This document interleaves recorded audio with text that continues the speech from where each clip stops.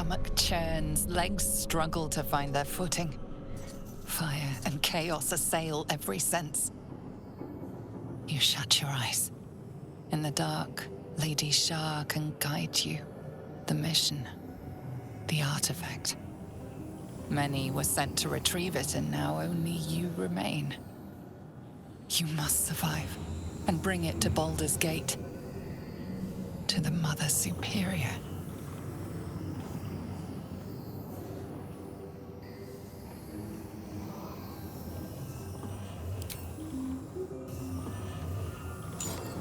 Such an insignificant-seeming item. You know nothing of its purpose, only that you must protect it with your life.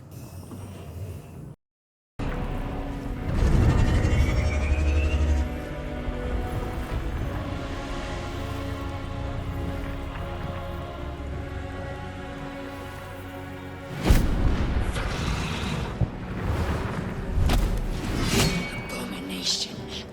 This is your end. Your head throbs and your skin tingles. Visions rush past. A dragon's wing, a silver sword, and a flash of your face seen through the strange woman's eyes. My head. What is this? Skvar. You are no thrall. Vlaakith blesses me this day. Together, we might survive. The artifact. You and others were to seize it from the Githyanki. She may prove to be a foe, but for now offers aid. We carry Mind Flayer parasites. Unless we escape, unless we are cleansed, our bodies and minds will be tainted and twisted. Within days, we will be Geich, Mind Flayers. We can do nothing until we escape. That must be our priority. First, we exterminate the imps. Then we find the helm and take control of the ship. We will address the matter of a cure for this infection once we reach the material plane.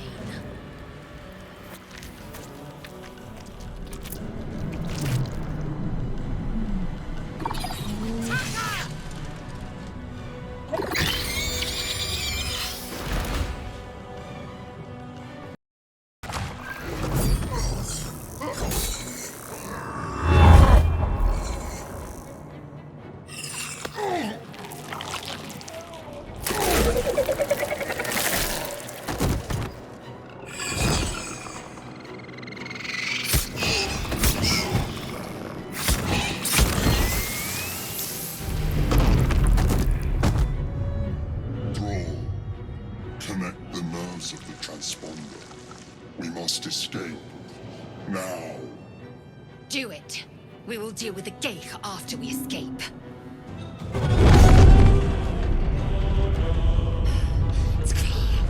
Hurry, before they strike! The helm's alien transponder. You made it in time.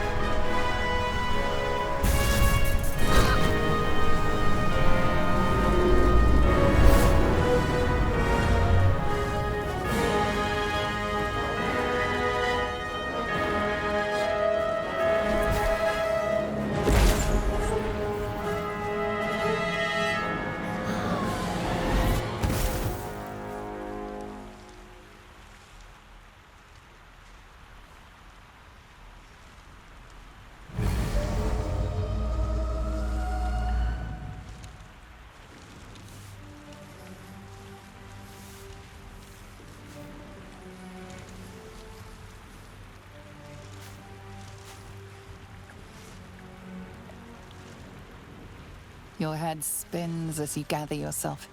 Fresh air and firm ground feel almost alien to you, but not as alien as the creature hiding deep inside your head. You must get rid of it. It's safe with you. Lady Shah's mission can still be fulfilled, but only if you can find a cure first. The tadpole must be evicted, be it by blade, magic, or any other means you can find. Hurry! I've got one of those brain things cornered. There, in the grass.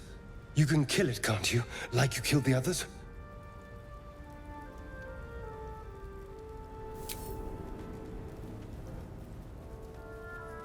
There. Can you see it?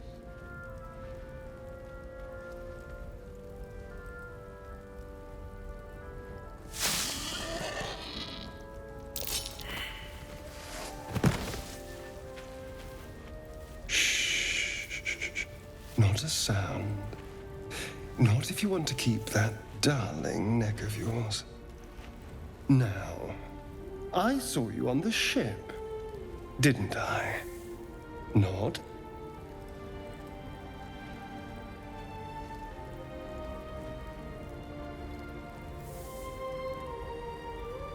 Don't lie to me. Your mind twists. You're looking out of unfamiliar eyes, prowling dark, busy streets. You try to hold the memory, but it fades to the worm. The light, the fear. What was that? What's going on?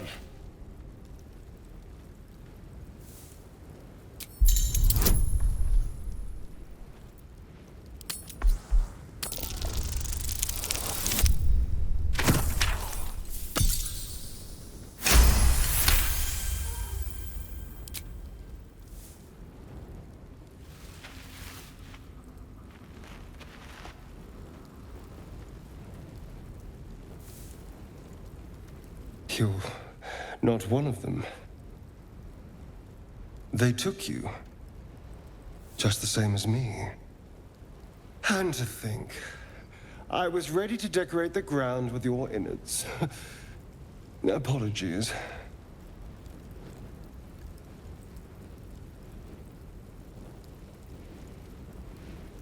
Indeed we are. Please, allow me to introduce myself. My name's Astarion. I was in Baldur's Gate when those beasts snatched me. A pleasure. So, do you know anything about these worms? Turn us into...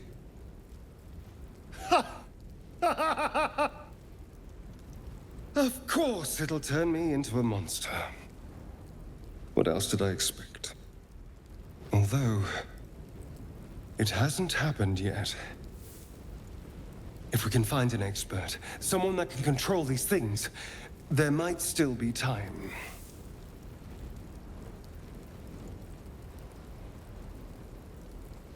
You know, I was ready to go this alone, but maybe sticking with the herd isn't such a bad idea. And you seem like a useful person to know. All right. I accept. Lead on. You approach the sigil on the stone. Magic glitters and swirls from it erratically, as if malfunctioning. It looks slightly dangerous.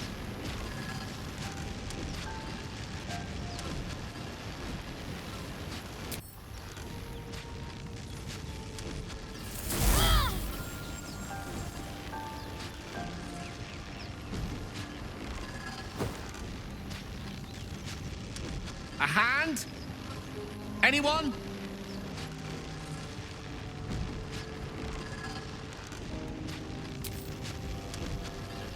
Just your average traveler stuck between realms.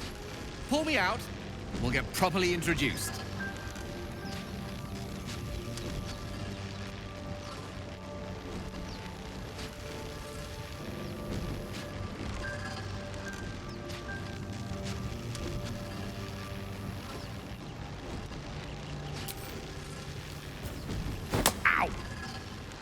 Perhaps I should have clarified? A helping hand? Anyone?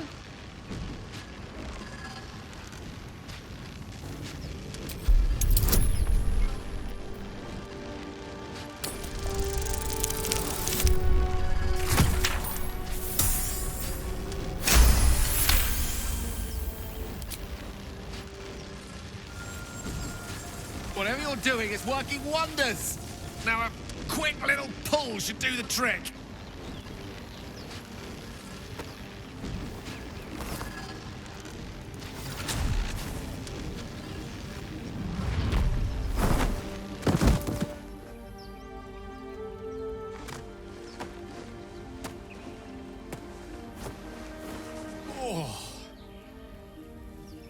Hello.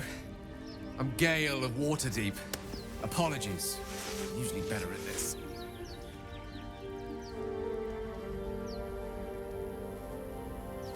A bit shocked, but friend, it's a relief and a pleasure to make your acquaintance. Say, but I know you, don't I? In a manner of speaking. You were on the Norse Lloyd as well.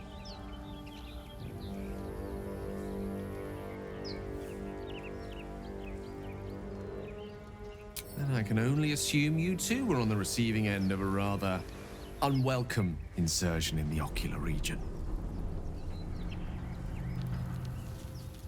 The insertee we speak of, this parasite, are you aware that after a period of excruciating gestation, it will turn us into mind flayers? It's a process known as ceramorphosis, and let me assure you, it is to be avoided. You don't happen to be a cleric by any chance, do you? A doctor? Surgeon? Uncannily adroit with a knitting needle?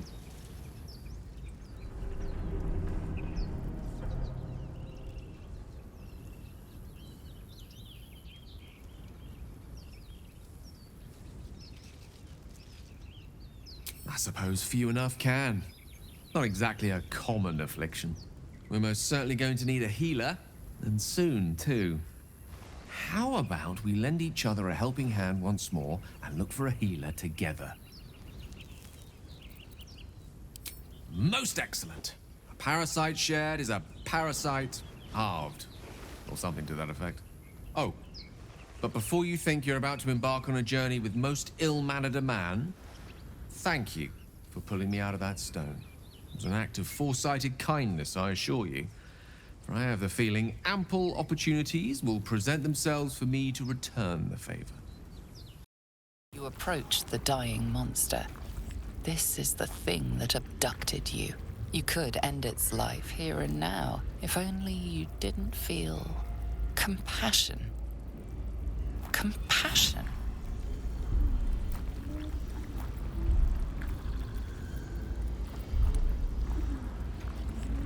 Yes, you feel hate, and you deserve to be punished for it. You should be whipped, made to bow before this creature in shame. It's possessing your mind, forcing you to love it, but then the feeling slips. The creature's mind seems to focus elsewhere.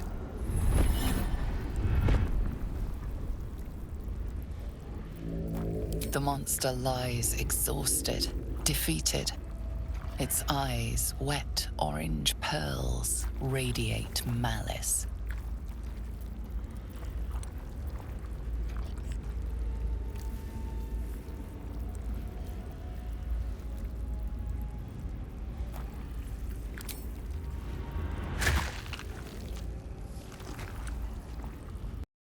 Open the bloody gate! Nobody gets in! Zevlor's orders! That pack of goblins will be on us any second! What's going on? Goblins are on our tail! Open the gate, Zevlor, now! You let goblins here? Where is the druid? Please! There's no time!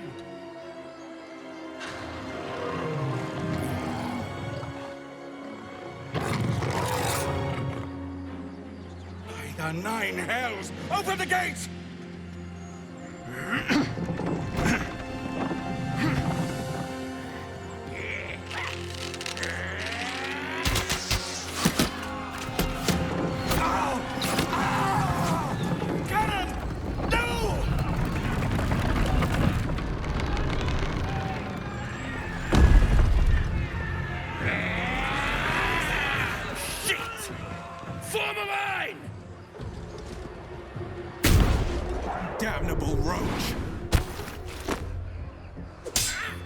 Invoke the blade.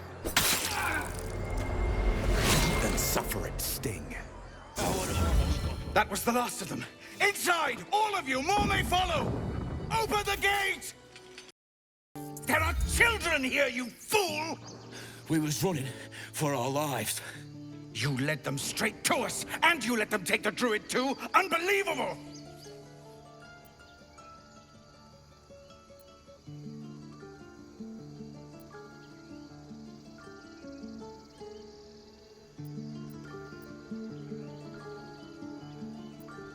Tell that to the dead at the gate. Shut it, Horns! I'd be lying dead next to the goblins if you'd stalled any longer. My duty is to this camp. Oh, God forbid you risk your precious tail. But I shouldn't be surprised. Foulbloods ain't known for courage. You see the tiefling's jaw clench. He's about to erupt.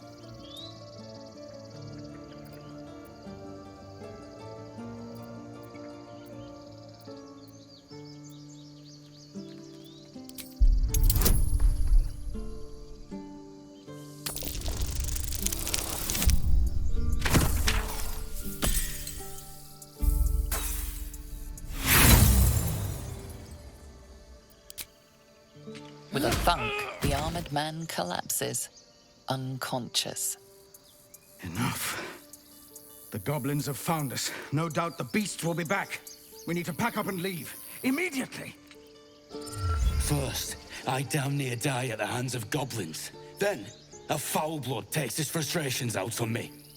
I'm done with this hellhole. Now that's settled. Thank you for your help out there. I'm Zevlor. Well met. I should warn you, visitors are no longer welcome in this grove. Whatever your business, I'd see to it quickly. The druids are forcing everyone out. This attack will only strengthen their resolve.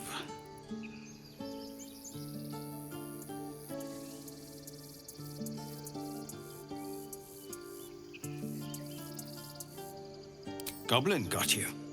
The druid Halsin's a renowned healer, but he didn't make it back from Aradin's expedition.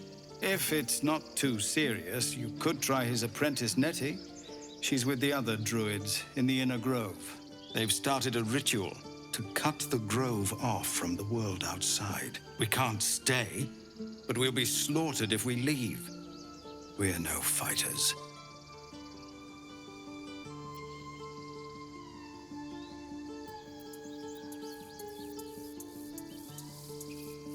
I've tried. Korga, their new first druid, won't even see me. You, though? I know it's not your business, but she owes you for saving this place. Perhaps you could persuade her. For more time to prepare, if nothing else.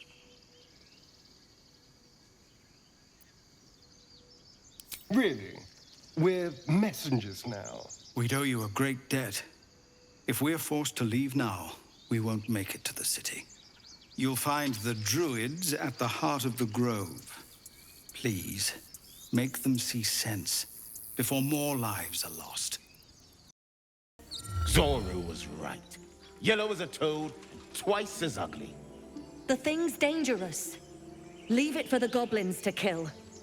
And if it escapes, how will you... Oh, a guest.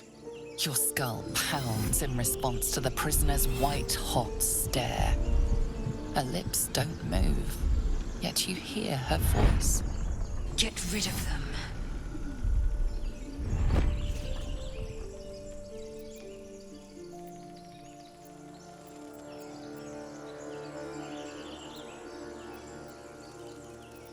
Your words flow to her, though you never speak them aloud. I know what grows inside you, and I know of a cure.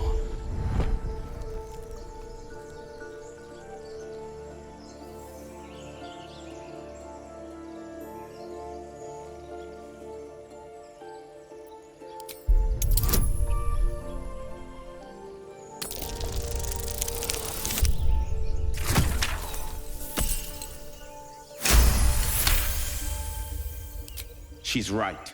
Let's go. We need to check out that blast. You didn't hear it? Shook our camp good, so we came for a look.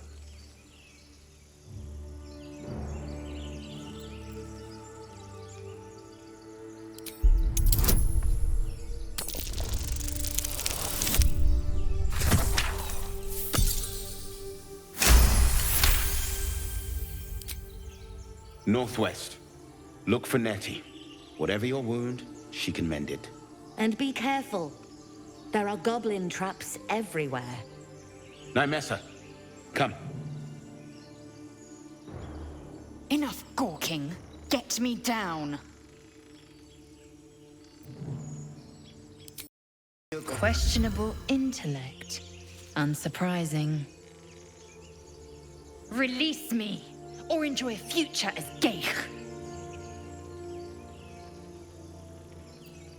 Mind flayers. The atrocities we are becoming. I know a remedy. Release me and I will share it. The tadpole hasn't yet scrambled all your senses. Auspicious. But the longer we wait, the more it consumes. My people possess the cure for this infection. I must find a creche. You will join me.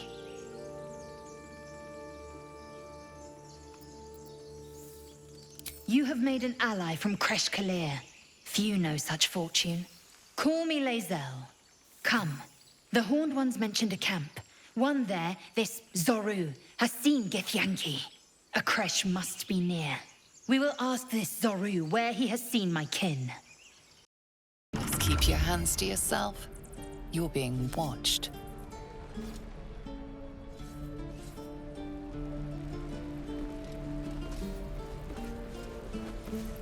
By Mordai's eyes, another one. My friend's blood not enough. Come to rip me open too.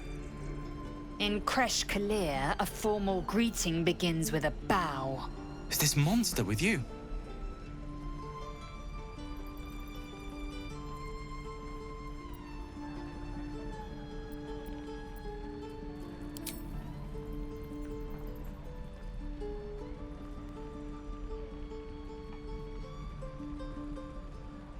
Lower.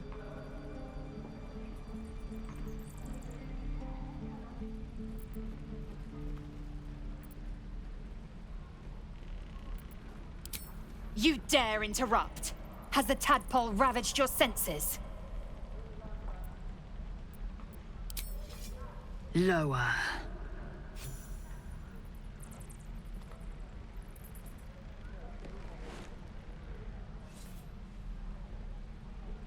You saw another Gith.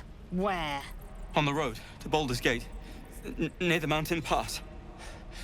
Saw us, for we saw it. Jammed its blade through Yul's belly. Straight to the other side. No twisting.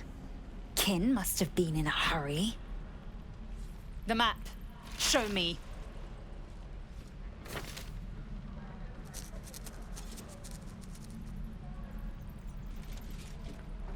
Up. You can keep your innards. Oh, you're not going to eviscerate him? I was hoping for a show. Cool your blood.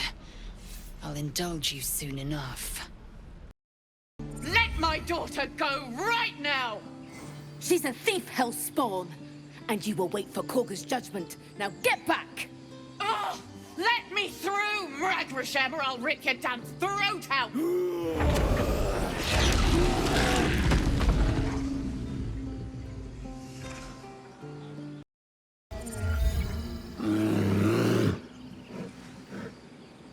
Calm, Magrin. Give her a chance.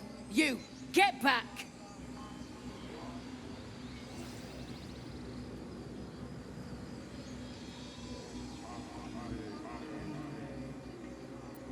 No, and you'll find trouble all the same unless you get out of my sight.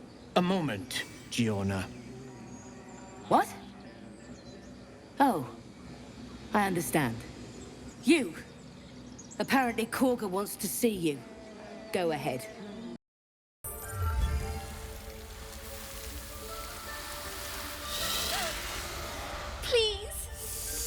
I'm sorry. This is madness, Korga. She's just a... A what, Wrath? A thief? A poison? A threat? I will imprison the devil. And I will cast out every stranger. Girl?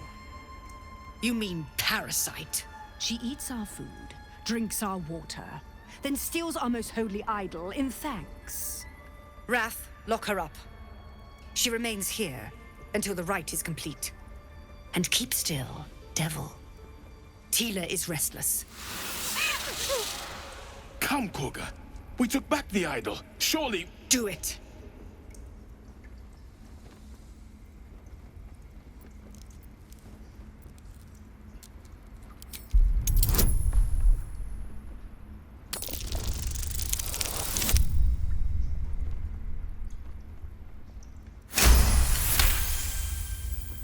I hear the Tree Father's spirit in your words. It is as you say. Sifisif, Tila, to me! Out, thief.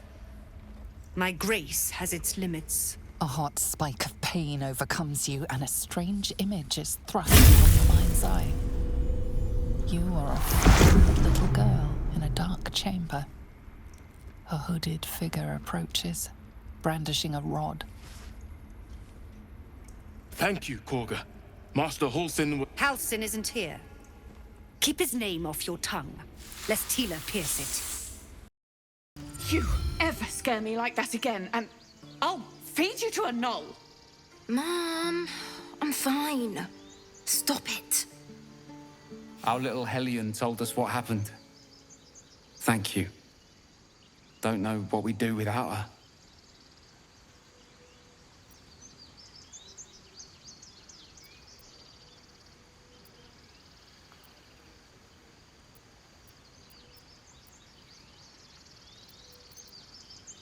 Likewise. Arabella? Thank you for helping me. I see you. Just give me a moment. A moment. Vis medicat. There. It's up to her now. Life or death. Now, what was it you needed?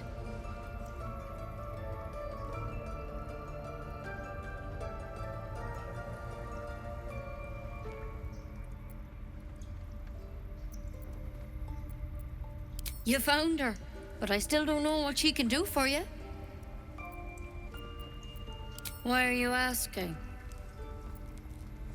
A tadpole? A mind flayer tadpole?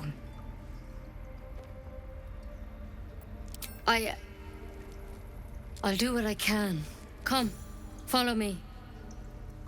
I might be able to help. This one had the same problem as you. Attacked us in the woods together with some goblins. Tadpole crawled out of his head soon after.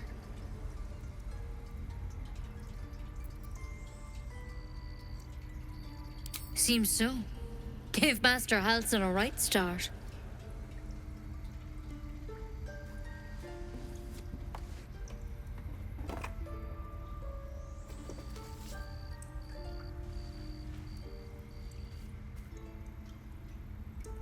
It's why he joined the adventurers on their expedition.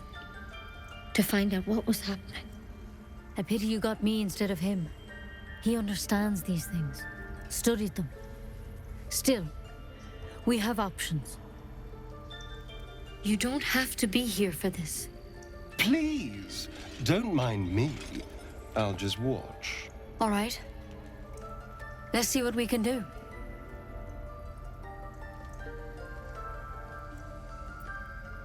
Of course. Now, tell me what's been happening. Any symptoms?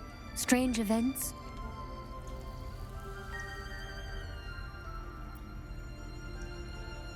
Victims can identify each other.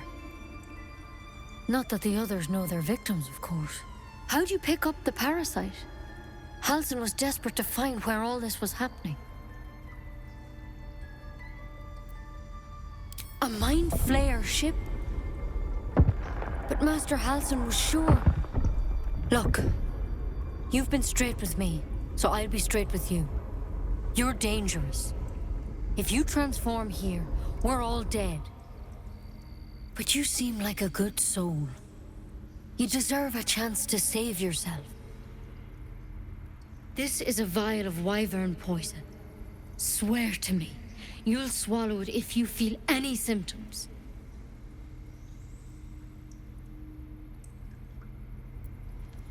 The thorn? Coated in a fatal toxin. It was a last resort, in case I couldn't trust you. I don't have a cure. Only a way out. I'm sorry for misleading you, but I had to be sure you weren't a threat before I told you everything. Now, do I have your word or not?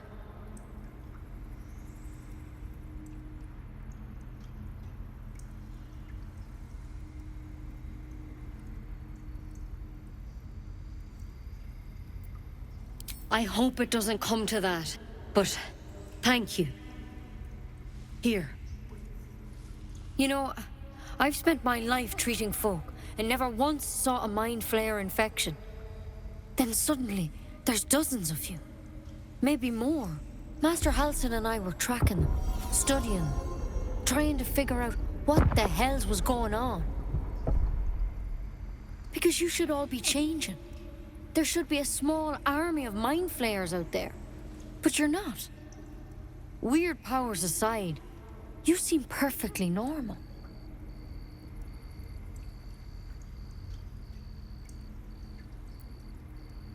Mind flayers reproduce by infecting someone with their parasite. 7 gruesome days later, the victim transforms and a new mind flayer is born. The thing in your skull, though? It's different to anything in our records. It's one of their worms for sure. But this one gives you powers. Telepathic connections. And it doesn't turn you into one of them. Not yet, anyhow.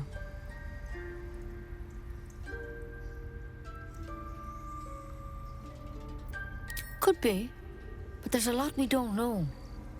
Infected, folks like you, have been converging on an old temple of Selûne, and I've no idea why. When Master Halsin heard the adventurers were heading that way, he saw a chance to get answers, joined on the spot. Whatever he found there, he didn't make it back. The thing is, I've sent birds to find him, but the place is rotten with goblins. None of us can even get close. You, though, you're one of them. Technically speaking, I mean. They won't kill someone carrying their parasite. If you can find Halsin and get him out of there, we can discover what he learned. And perhaps he can save your life. How's that sound? Thank you. It would mean everything to the Grove. To me. I wish I could tell you what happened out there. But those adventurers were the only witnesses. And they're long gone.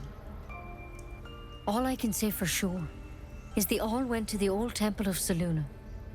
And Master Halsin didn't make it back. Good luck out there.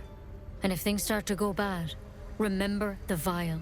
Remember your oath. I heard what happened. Thank you for protecting the child. If the druids are this far gone, then it's not just goblins we have to fear. So we can risk violence here, or face it for certain on the road. Quite the choice, isn't it?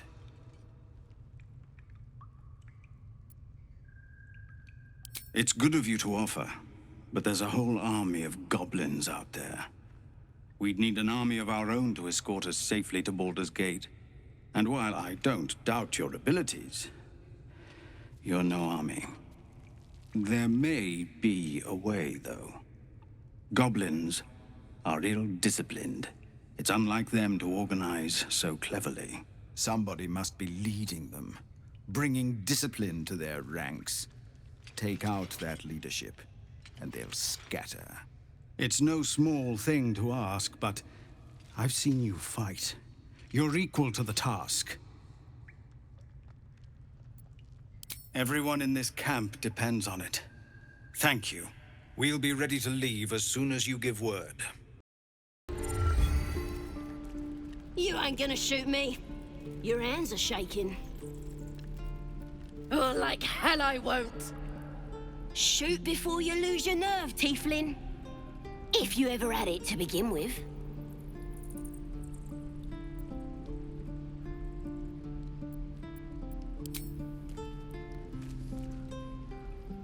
Looks like the Absolute sent me a protector. You gonna kill her too? You, move!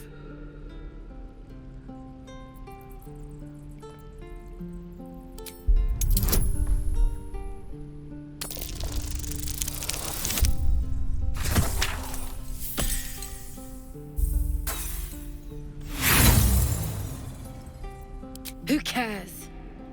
You fought for us, so I'll give you one last chance. Move!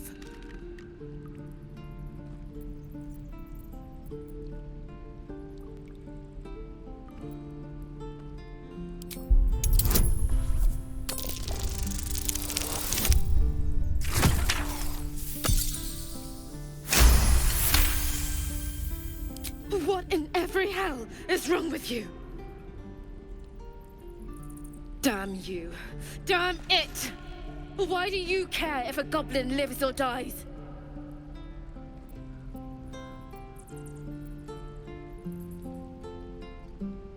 If you believe anything the beast tells you, you're an idiot.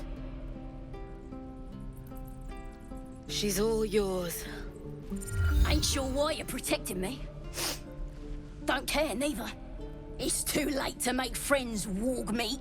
My tribe's coming. They're gonna burn this pretty place for the glory of the Absolute and hang you by your guts. They'll peel your face off and nail it to a wall. I ain't scared of some guard. Stick a dozen arrows in me and Priestess Guards still patch me up. Got a whole lab set up. Cooks up potions that fix our lads, no matter how much of a beating they take. Could probably stick your head back on if someone was to chop it off. Mighty booyog. I'm not saying we should trust a goblin, but she sounds very useful.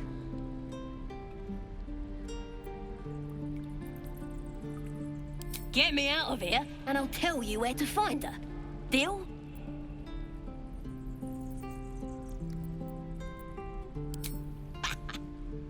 Even if you did find my tribe, they'd set the wargs on ya. You need me.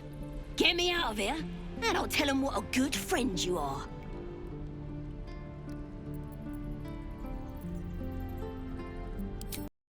Thought you was busy with the foul bloods in Elson's Grove. Bet you will too. Just like my mates here did. Contract cleverly left out, we'd be tits deep in these buggers.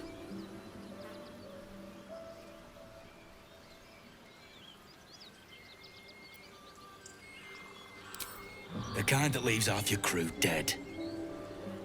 There's a wizard in Baldur's Gate that'll pay gobloads for a relic, supposedly buried round these parts. But gold ain't any use if you're too cold to spend it.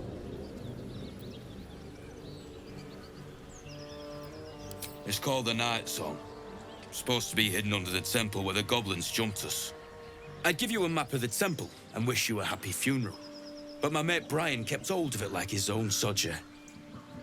Goblins made short of the fat old chunk. All I've got's the contract. Can show you where we turn back, if you feel like dying.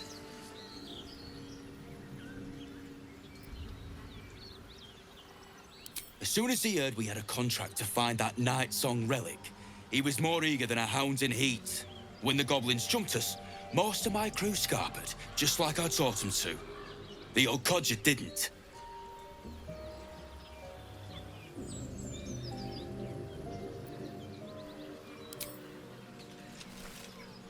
I'm just glad to be rid of the bloody thing. Happy hunting.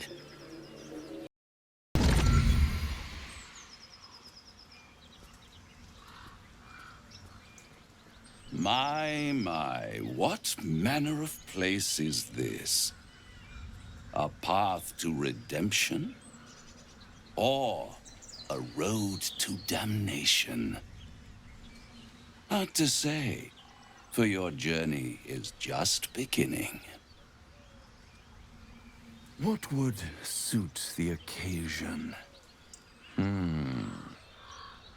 The words to a lullaby, perhaps. The mouse smiled brightly. It outfoxed the cat.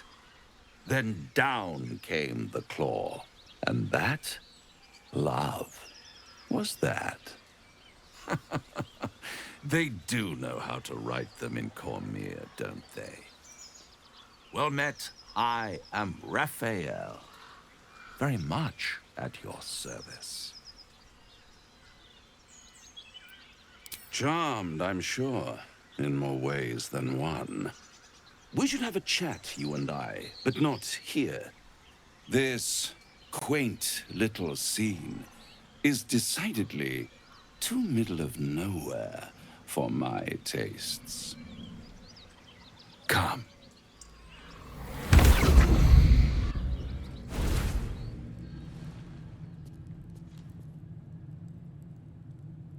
There, middle of somewhere.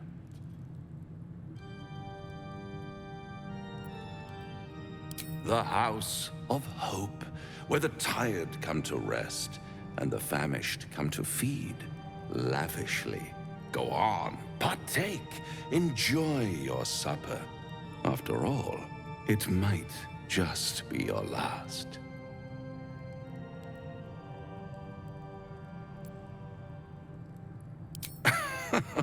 Are you not entertained? Well, far be it from me to disappoint.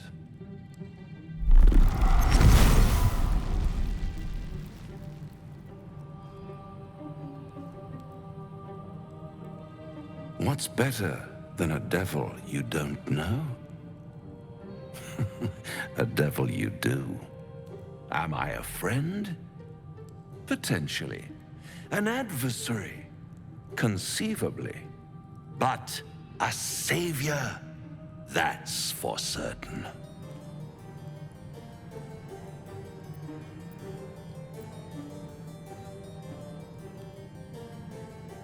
Oh, a mere trifle. How dear is one's soul, really? A rhetorical question, of course, but let me venture an answer. It's worth very little with a tadpole in your head. One skull, 2 tenants, and no solution in sight. I could fix it all like that.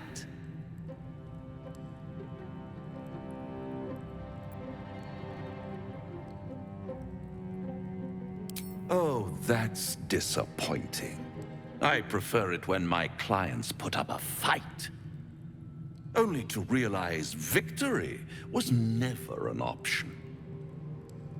Try to cure yourself, shop around, beg, borrow, and steal. Exhaust every possibility until none are left. And when hope has been whittled down to the very marrow of despair, that's when you'll come knocking on my door. Hope. Such a tease.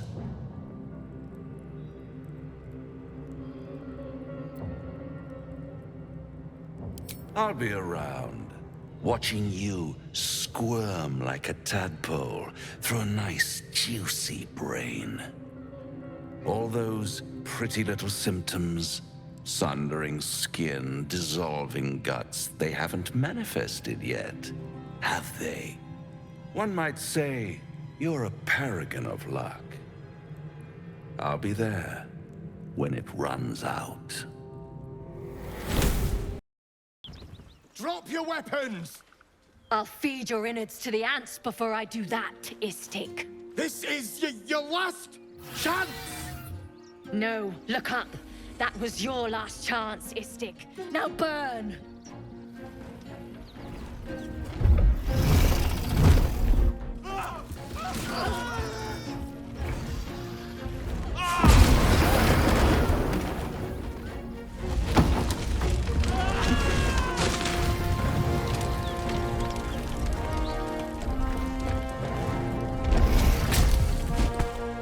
Stop wasting time, Beretta.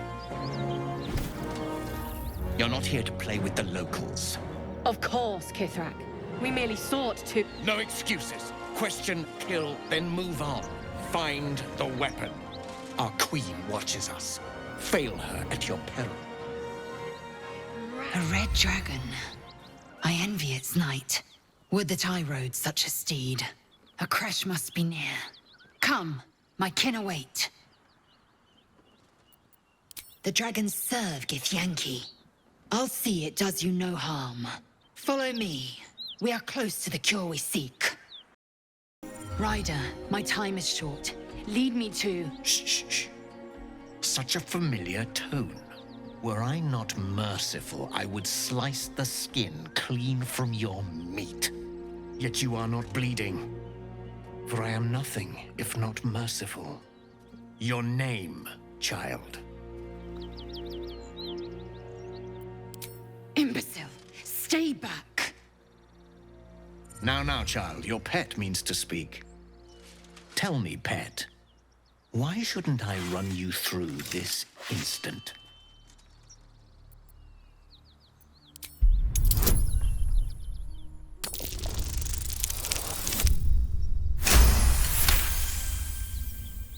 Perceptive for such an inferior creature.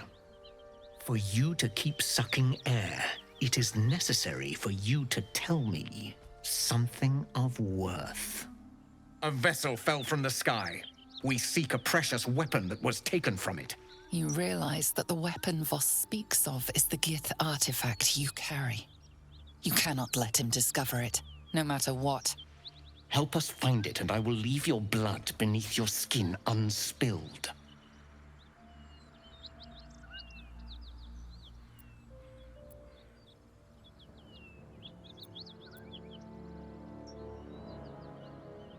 Oh, you saw something, did you?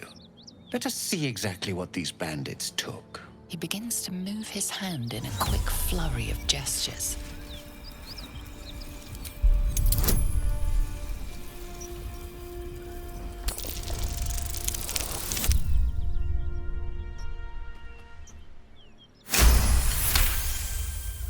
You realize he's casting Detect Thoughts.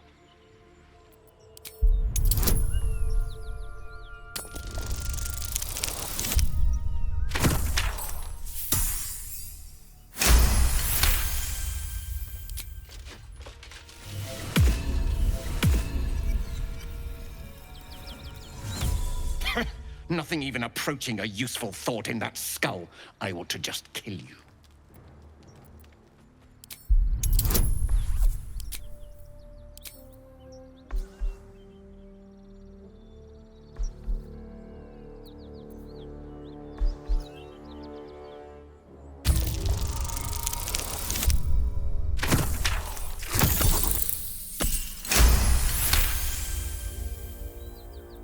My blade is my right. If I can take your life, it is mine. But perhaps you have other uses. Very well, Istik. Seek out survivors from the ship that crashed on this wretched world. Bring me their heads. Bring me the weapon. If you succeed, the reward will be great. Now go.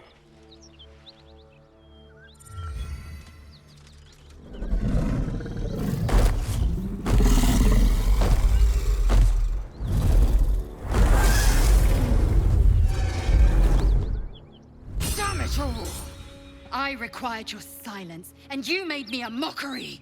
A Kithrak demanded my head. I should have given him yours. Bah! This is a distraction. The Kithrak deserves the whole of my scorn. How dare he speak my queen's name? How dare he dishonor her child?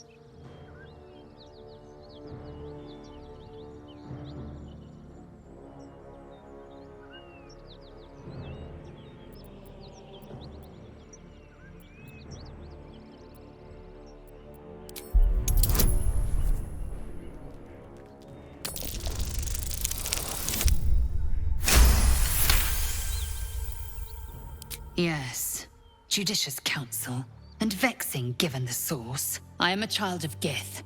I will abide by protocol and seek the Kresh Gustil, as Vlaakith has taught. And then I will skewer the heretic with his own silver sword. The crash is near, this much we know. We follow the path forward and into the valley. No one, not even the ignoble Gestil Kithrak, will keep me from my purification.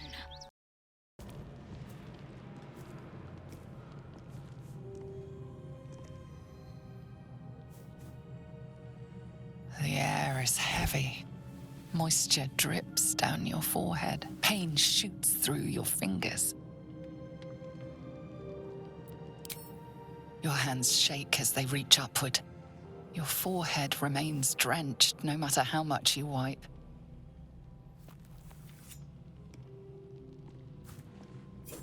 Chukil Gate Vlakith Mazathok! Can you feel it crawling through you? Tendrils squirming in your chest, gripping your heart, piercing your belly. Your bones popping, your flesh swelling. I can. I see it in you. I feel it in me. We are lost. I will be quick with my blade. First you, then the others, then myself. Your minds intertwine. You sense a touch of uncertainty, a touch of disgust.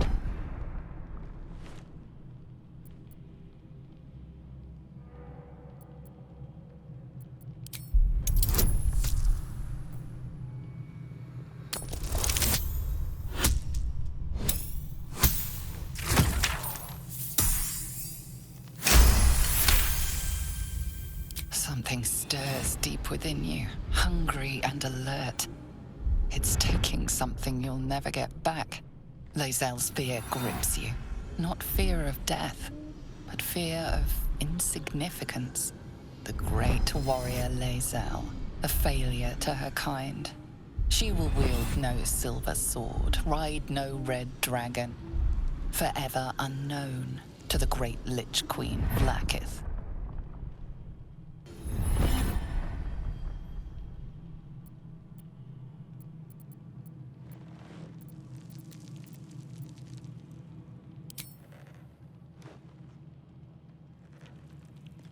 I will not let the Geich take me. I will earn Vlakith's honor. I will wait. But know this.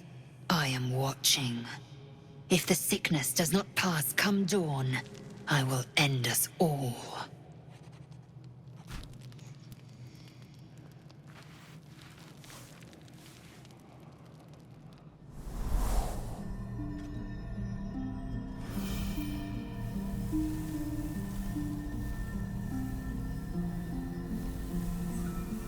I came just in time. You are transforming.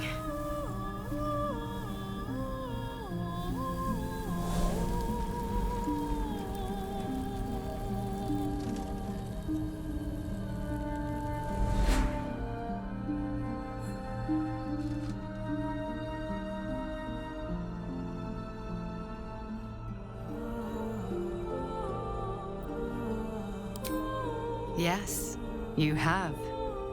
I saved you before.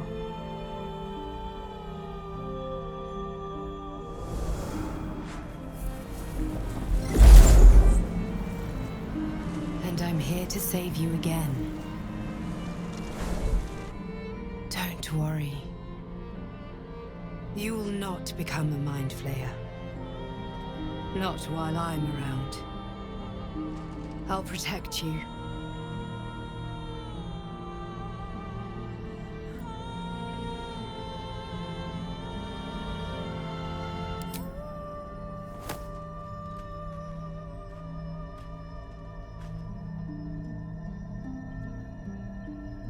We haven't much time, so listen closely. There is great potential within you. It comes from that parasite. Your instinct is to resist the power it gives, but you must accept it, nurture it. I will keep it from consuming you, but for the sake of both of us, you must learn to wield it.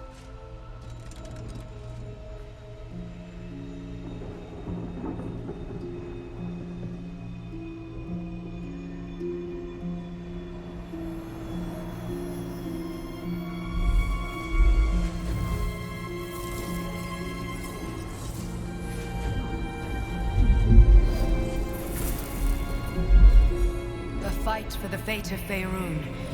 A fight we are losing. For now. You can change that, but only if you embrace your potential.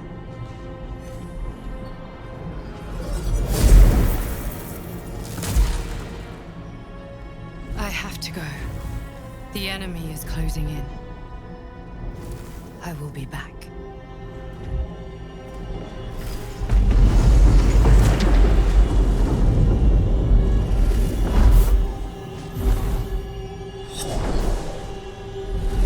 Wake now.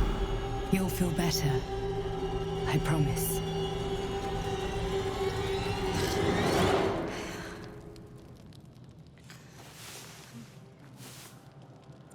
See?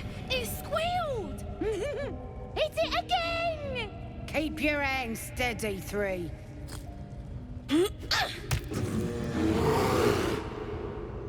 Again!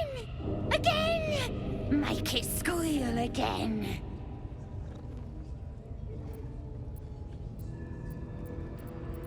It's staying right here. The beasts came in here with those robbers, killed Dink and Mince too. Boss is thinking of serving it to the wargs. But first, 3 more stones. Make it nice and bloody. Yeah! Hit his head! I want to hear more noises! The mark glows, but you feel nothing in response. Your illithid power is beyond reach until you rest.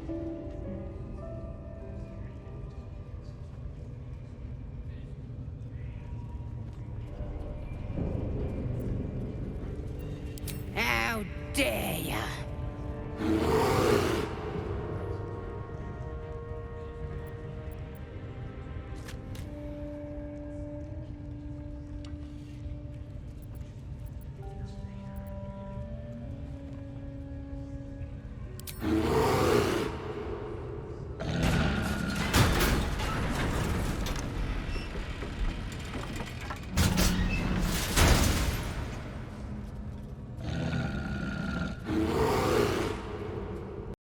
Pardon the viscera. One should cherish all of nature's bounty, but goblin guts are quite far down the list. You aided a bear without knowing if it would savage you. A true friend of nature. Or perhaps a lunatic. Either way, I owe thanks. I am the druid Halsin.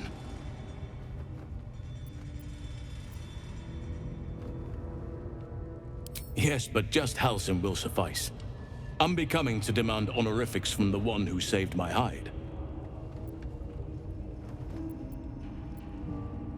Parasites in your head that... You mean you have one of them?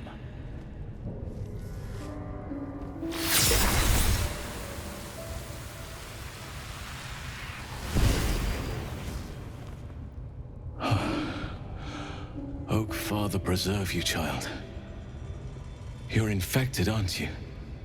The Mind Flayer's spawn. But something's different. You're aware of the monster inside you. You don't bow to the Absolute like the true souls do. How is this possible?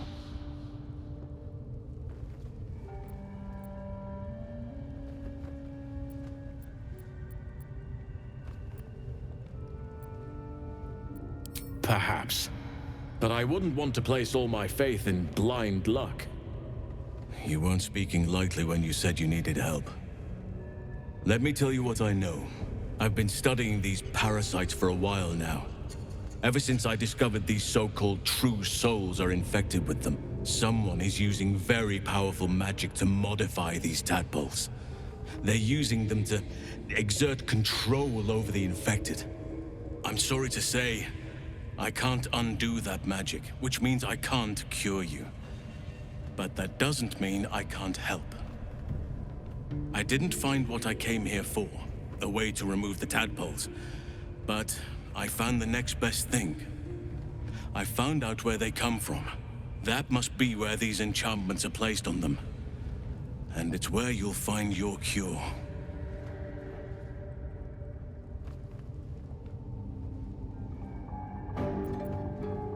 I overheard that the cultists are sending all of their captives to Moonrise Towers.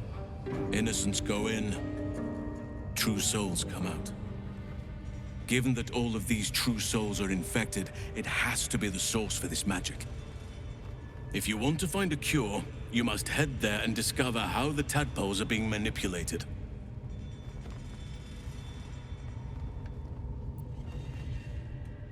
I wish I could, but there's still work I've yet to finish. Blood I've yet to spill.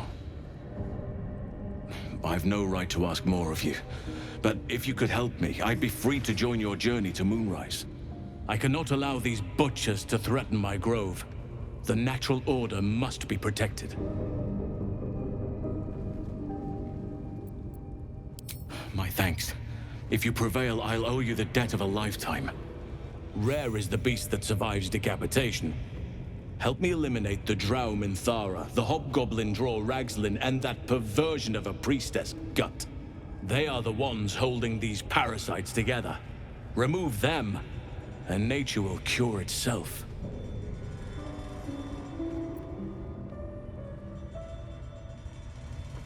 Be warned. My presence could make things more difficult. I can only restrain my bear form so much. I won't be able to help but attack goblins. If I join you, we'll likely have to slaughter this entire place. You may want to use discretion when approaching the goblin leaders.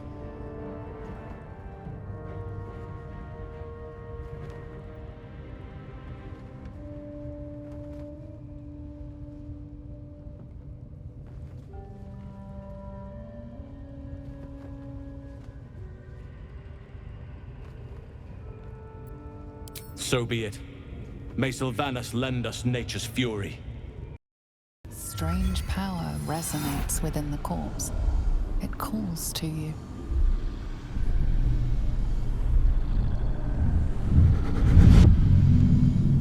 Your limbs move of their own accord. There's something of value, something your mind craves. Why let its host's memories go to waste? The tadpole has absorbed it all. Its experience could nourish you, strengthen you.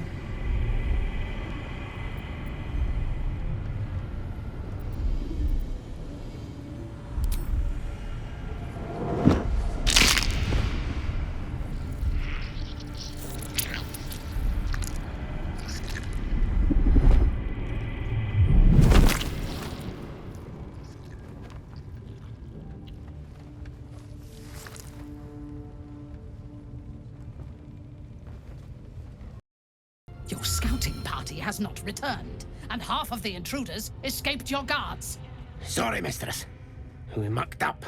Until their sanctuary is found, I will take something precious from you every hour that passes. A trinket, a tongue, a limb. Ain't no use without my limbs. The lad'll make the prisoner squeal soon enough, I swear. Silence now, creature, or I will silence you forever. As she turns to you, her thoughts mingle with yours. A cold hand caressing your brain. The chamber melts away to reveal a dark, endless nowhere. In it, you see a vision. The drow listens as a pale-eyed young woman whispers in her ear. One of those the voice spoke of. One of the chosen. The vision fades away. A true soul in such a grotesque form. The Absolute has a place in her heart even for Dathir. Her heart is more generous than mine. Join my hunt, fairy, and obey me.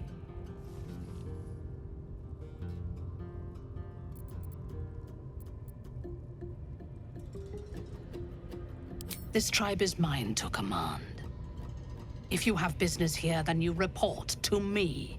You will join my hunt.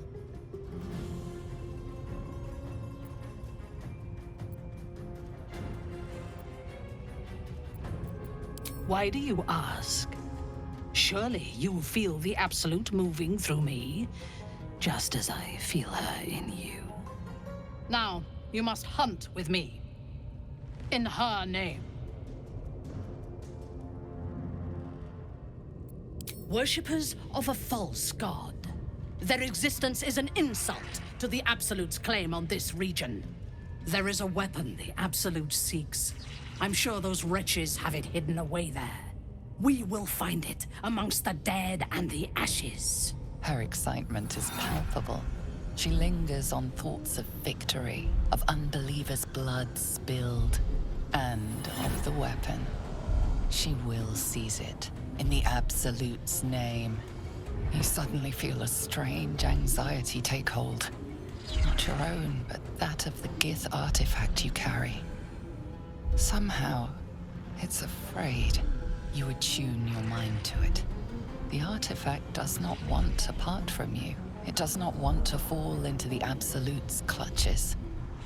The thief, whimpering in our dungeon, tried to flee to their sanctuary. We will continue to remove parts of him until he tells us exactly where it is. He's been resilient, but he'll talk. She is seeking the grove you visited. Already you feel her mind closing around yours.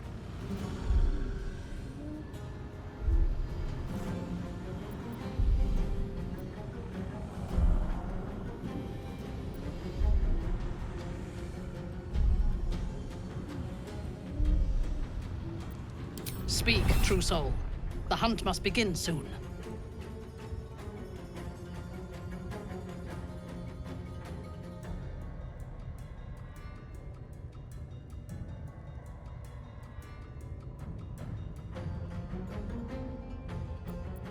Excellent. Be sure not to kill him before he talks. Poor lad. I could give you peace, you know. But no. You gotta keep silent, don't you? Where do they flee to, you stubborn rat? Please, stop!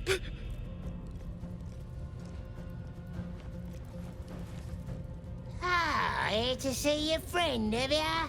Come and join him if you like. The mark glows, but you feel nothing in response. Your illithid power is beyond reach until you rest.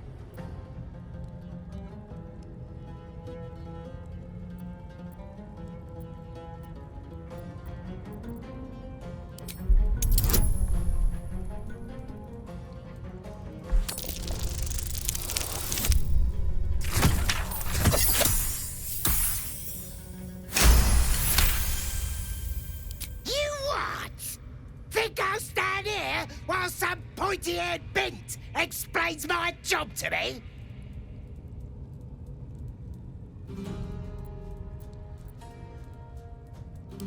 Think you're better? Fine. He's all yours.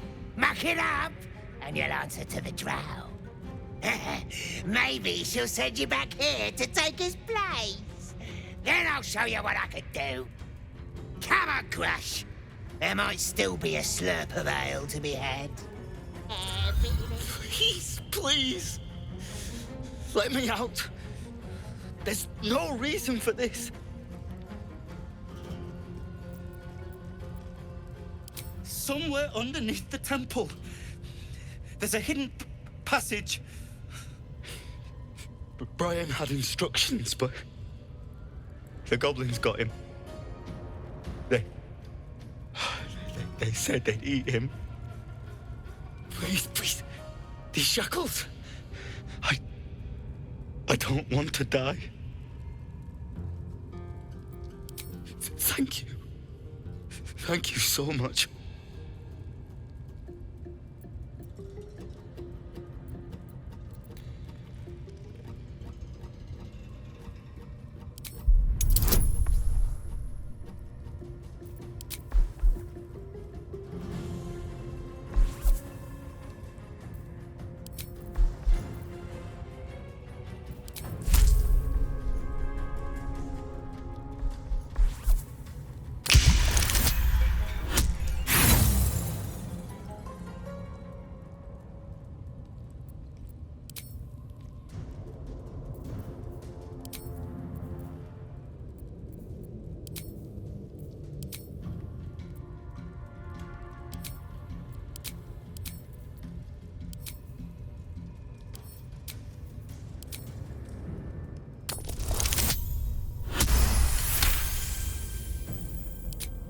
pain anyway.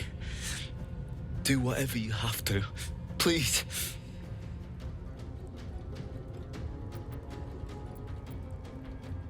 Please.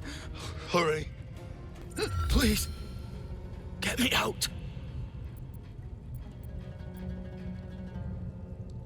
I don't know. The boss didn't say. He just said some wizard called Leroakin would reward us if we found it. That's all.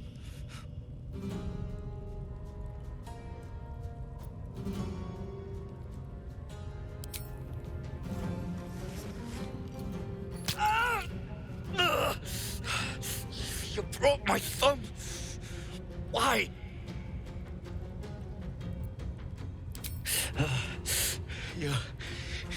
You're right. But now you've got to do the other hand.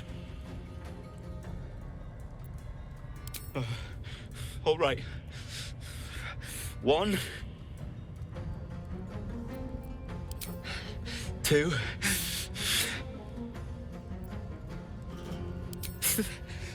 3. What are you playing at? You said on the 3.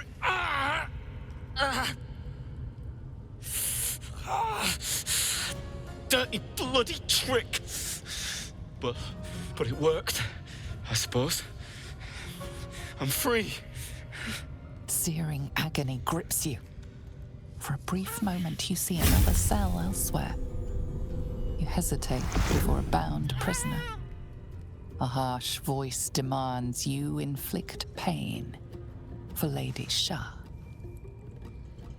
I should be able to make it to the Grove on my own. They need to know they're in danger. The Grove. To the east. They wanted to know where we came from. They'll kill everyone. Please, I need to warn them.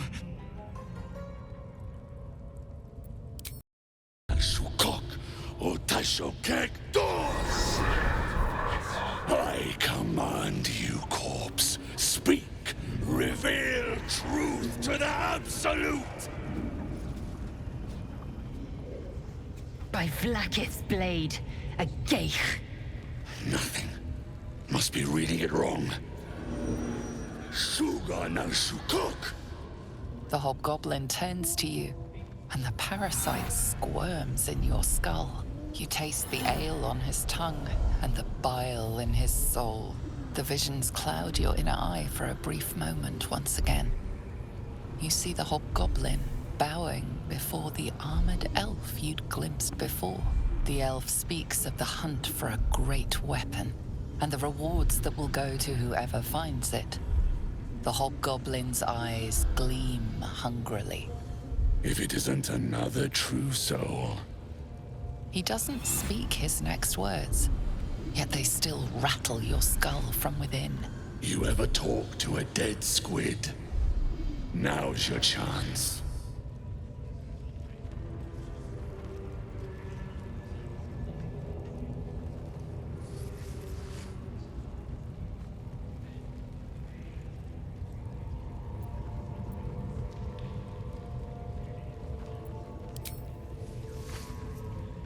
This Mind Flayer's build is smaller, its garb plainer.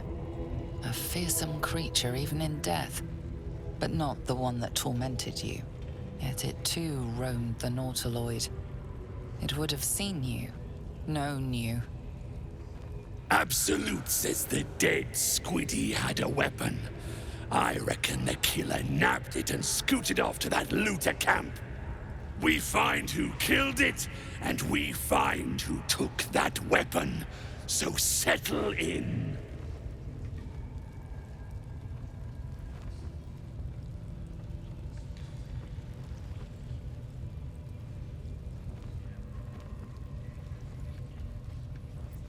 You choke on black smoke as the hobgoblin bellows his incantation. I command you, corpse, speak and say sooth. Lucan ok al koldek shulko kank.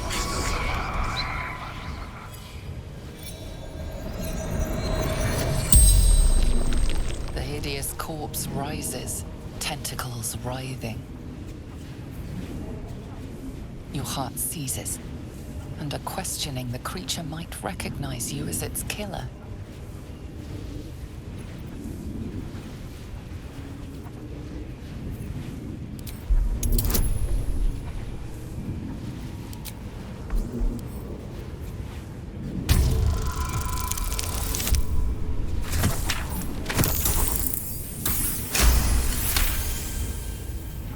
Raxlin's mind reels, then calms. He will speak as you command. With Raxlin's voice, you ask.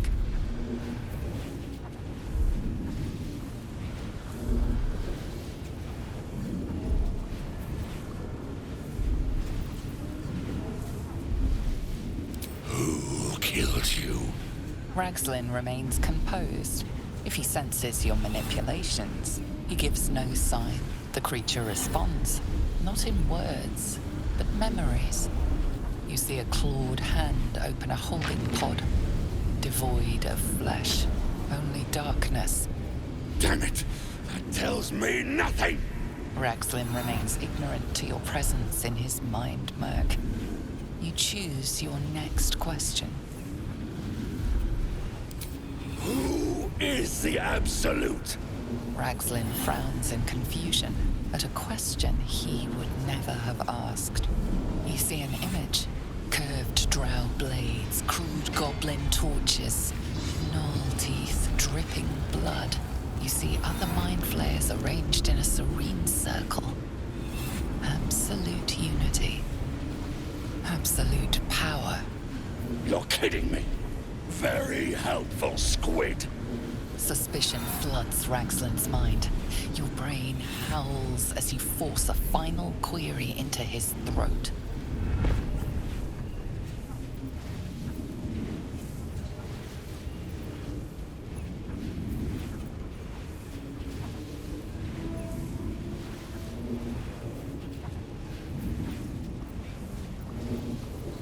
What did the killer want? Visions consume you once more. A swarm of Githyanki dragon riders, silver blades held high, control panels melting, flesh pods spilled open. Given the... Wait! Raxlin pierces your mind, prodding for truth. You're no true soul.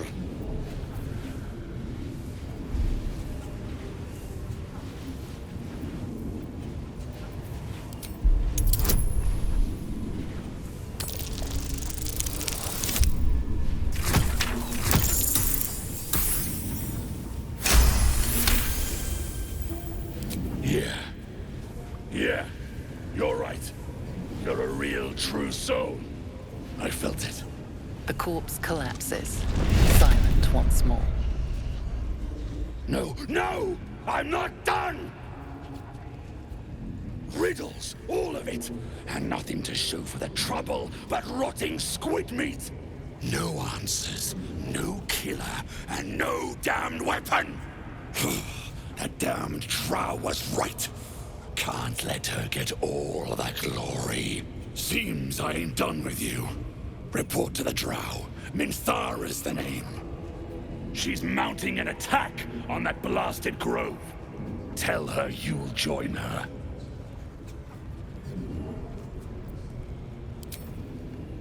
Say that again. 'Cause I know I didn't just hear you refuse the Absolute.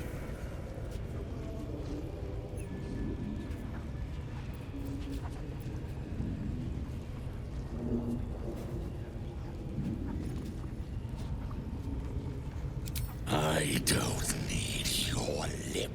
Boys, crush her! You did it. You actually did it.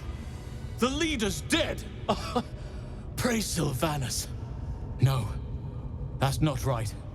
Praise you, my friend. The Grove owes you a debt beyond measure. Killing's never my first choice, but those three were too dangerous to leave alive.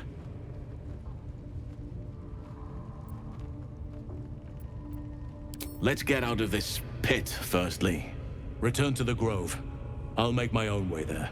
I can see to some matters there, and we can discuss what comes next amidst more bucolic surroundings than here. A scout just reported. The goblins' leadership has been decimated. We might escape this place yet. And I hear you are the one to thank.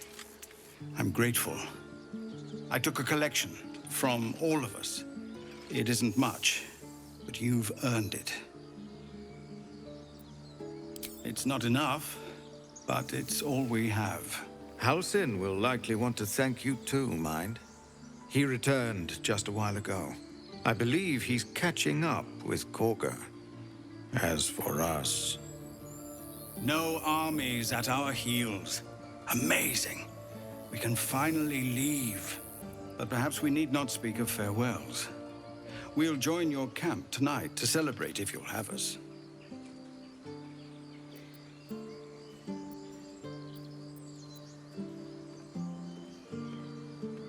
Excellent. Lead the way. I trust you enjoyed your evening.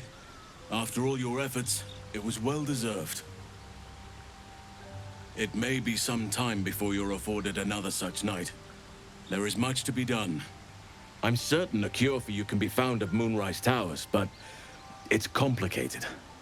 The journey specifically, it's extremely perilous, though it seems you're well accustomed to navigating danger. Finally, we're catching up on our puppet master, and the hunt ends at Moonrise Towers.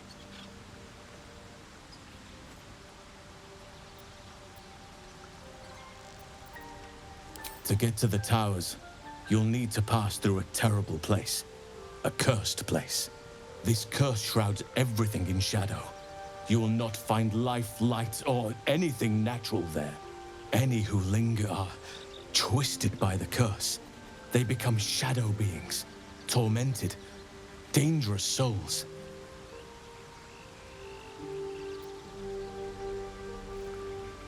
You're half right. You have to get to Moonrise, but you still have a choice of how to get there. You could go overland, along the Risen Road or through the mountains. Easier at first, but you'll run into the Shadow Curse eventually. You could also go under. There is a tunnel somewhere in the ruined Temple of Selûne. It leads to Moonrise Towers through the Underdark.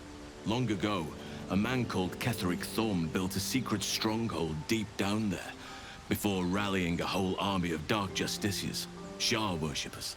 Aradin and his lot were looking for a way down there. They were promised riches if they retrieved a relic called the Night Song. But I think there's more. From this stronghold, Ketheric's forces could access both the Temple of Selûne and Moonrise Towers. But he was defeated before he could launch an attack. If you can find this place, I'll wager it will reveal a more direct path to Moonrise Towers. And maybe even bypass the worst of the Shadow Curse.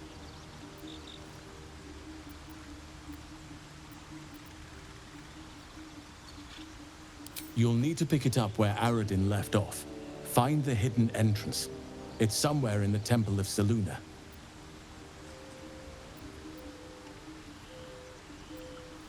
The decision is yours, but I'd favor the Underdark. Even a place like that is the lesser evil compared to the shadow-cursed lands.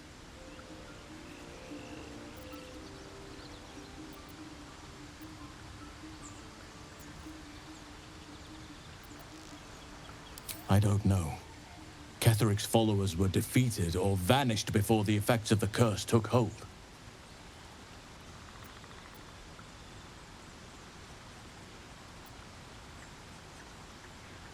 You may reconsider once you see the effects of the curse for yourself. I would like to join your camp, if you'll allow me. I can offer my skills, my counsel. I've long sought to return to Moonrise Towers. It seems our fates have aligned. May Sylvanas guide us.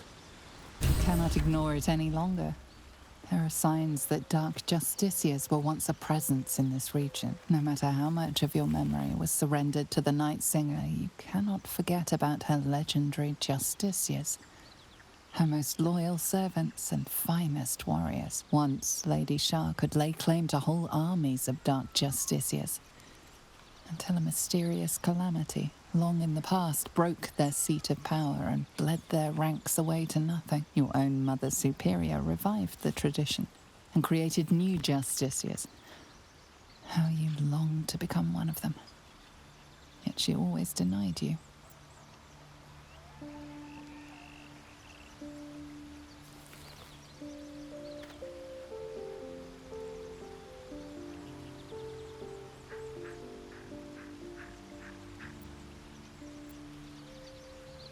Perhaps you may find a way to prove yourself as well.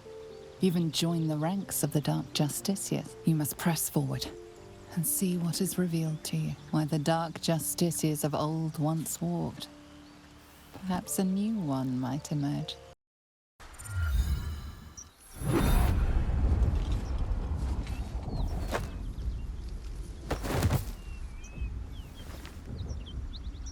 Hear my voice. Obey my command. The voice is irresistible. Every word is drenched with a power and authority that you do not understand, but cannot deny. Your vision clouds, leaving you in a dark, featureless shadowscape. Nothingness in every direction. Then there are 3 figures before you. An armored male elf exuding power and command. A handsome younger man with a quick, easy smile. And a pale young woman with even paler eyes. These are my chosen. They speak for me. Aid their search for the weapon, and you will be worthy to stand beside them in my presence. The visions fade and the voice falters as a strange energy swells around you. The many-sided artifact. Somehow you understand it's repelling the presence. My power grows. My forces gather. The reckoning draws near. The voice is quelled. The artifact's doing. No answer presents itself. The artifact is dormant. The voice and visions are gone.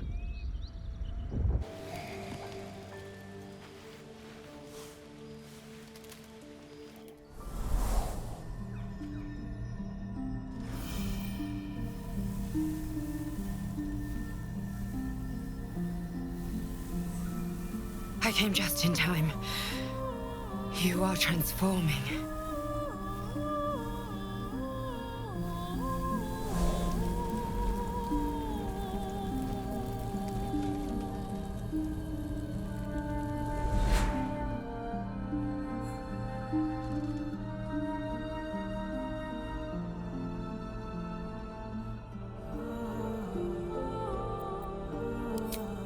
Yes, you have.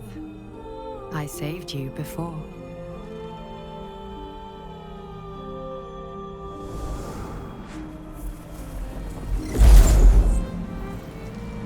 And I'm here to save you again.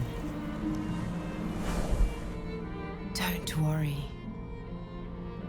You will not become a Mind Flayer. Not while I'm around. I'll protect you.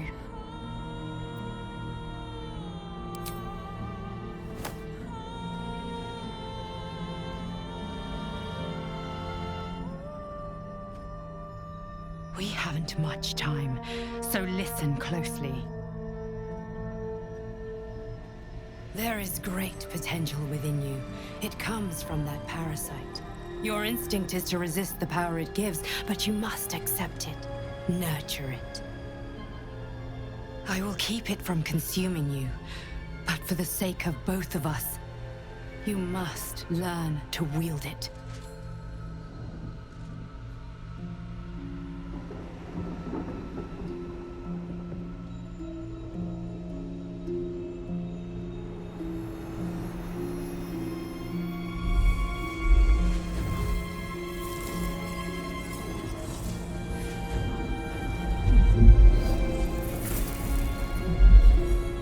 fight for the fate of Faerun. A fight we are losing. For now. You can change that, but only if you embrace your potential.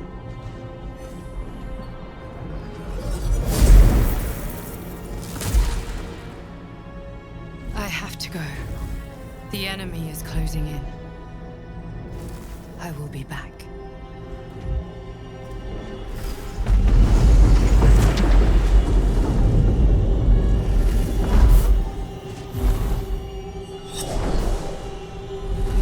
Wake now.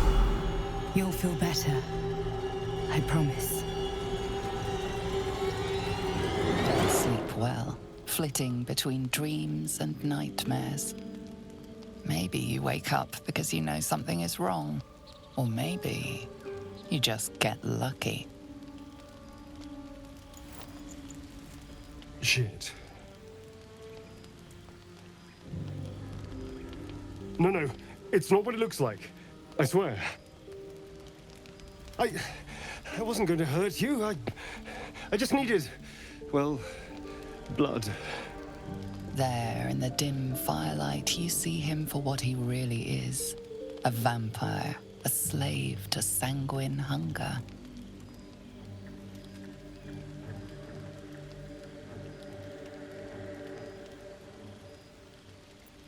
It's not what you think. I'm not some monster. I feed on animals. Boars, deer, kobolds, whatever I can get. I'm just too slow right now. Too weak. If I just had a little blood, I could think clearer, fight better. Please. A strange sensation courses through you, and your companion's mind unfolds, secrets half revealed.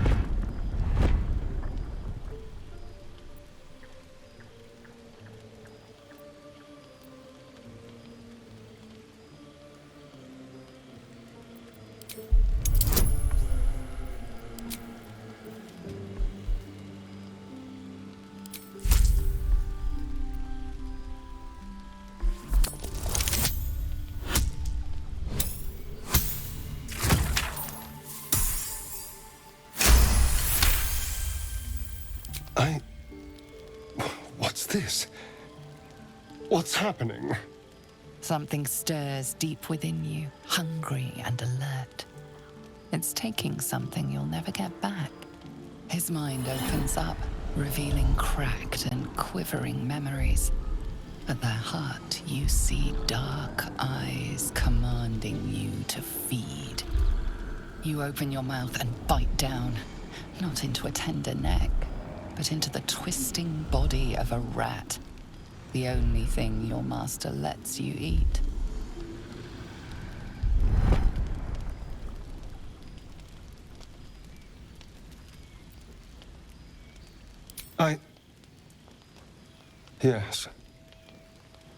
Yes, I ate whatever disgusting vermin my master picked, so you can see why I'm slow to trust you.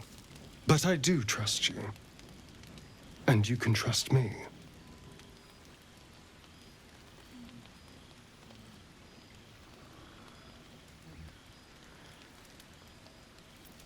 Because we don't have a choice. Not if we're going to save ourselves from these worms. I need you alive. You need me strong. Please, only be a taste, I swear. I'll be well, you'll be fine. And everything can go back to normal.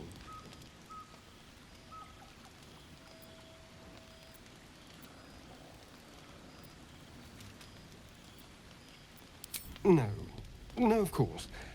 Silly of me to even ask. I'll go and find something on 4 legs to eat, I suppose. See you in the morning. You watch him stalk away, slumped, sulking, and ready to kill.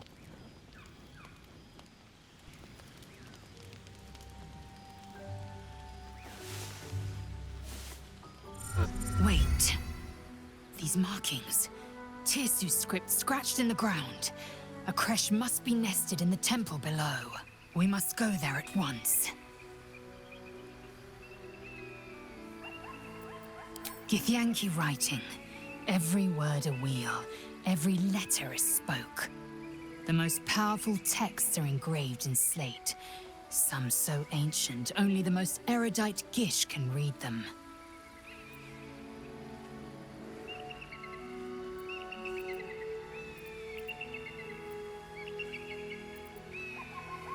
You don't have to trust them, only to trust me. I have not failed you yet, and I have no intentions of it now. I don't need you to believe me for it to be true. Very well, you may lead. But if we stray too far that our chance is lost, I'll make my way there alone. That's enough! On your feet. Where are you taking us? If this is about that weapon your friend was talking about, we don't have it and we don't know shit about it. Silence! Move! No. No, I'm not going in there. I won't.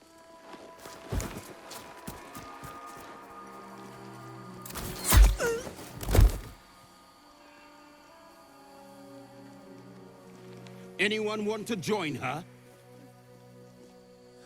As I thought. Through the doors. Now! The captain is expecting you. Forward, carefully. These cultists have the creche on high alert. Sentries to arms! Istik, state your purpose quickly. Stand down, Gish. Is it not Vlaakith's command to welcome her faithful? I expected no visitors, faithful or otherwise. Why have you come?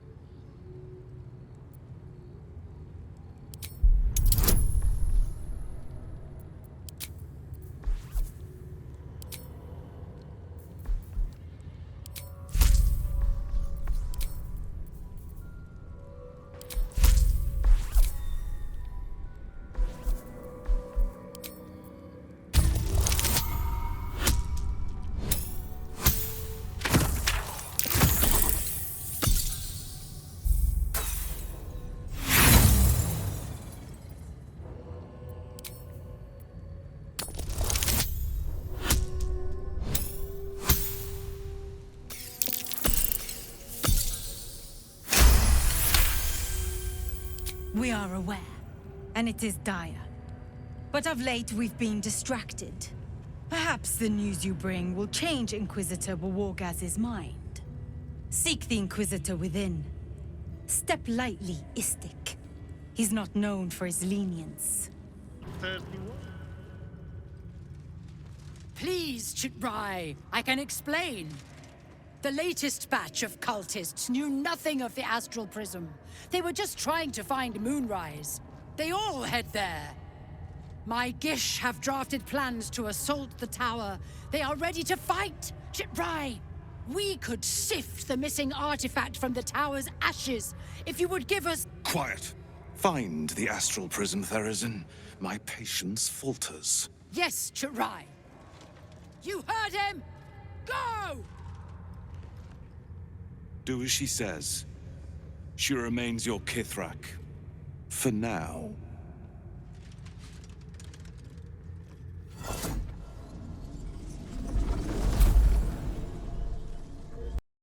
An Istik in my creche. You are one of the mercenaries sent to bring the weapon. The Istik is with me, honored Kithrak. So noted. But my question goes unanswered. Do you bring the weapon? Don't tell her anything.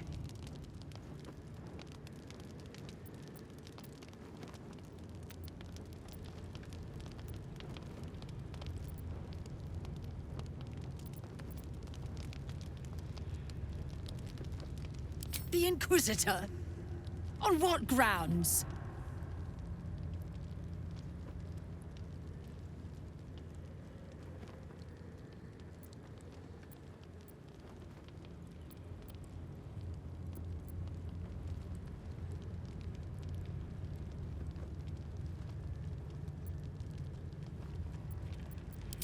We have all the proof we need, and it has not moved his resolve. We know infected flock to Moonrise Towers. I reported the gathering masses back to Tunarath. In response, they sent an Inquisitor. Instead of ordering an assault, we were told to join in this mad hunt for an ancient relic. Meanwhile, illithid sickness spreads right in front of us.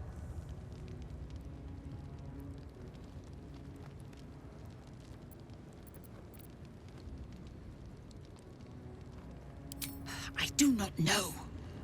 This hunt is the Inquisitor's folly, not mine. It is small, angular, metal, adorned with Tirsu script. Stolen by true soul heretics. You realize she seeks the artifact you carry. What was that look? You know something. Do you have it?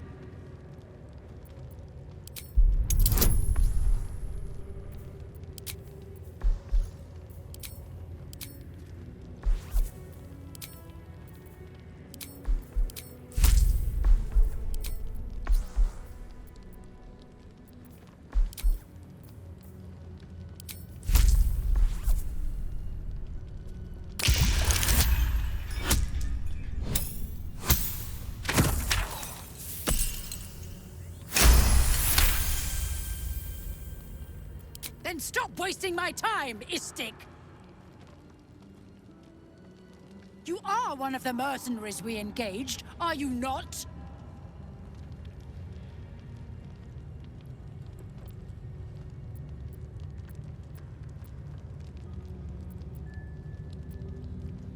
I have business to attend to. Return with the weapon, or do not return at all. I presume you are not stupid enough to return empty-handed. So, give me the weapon, now!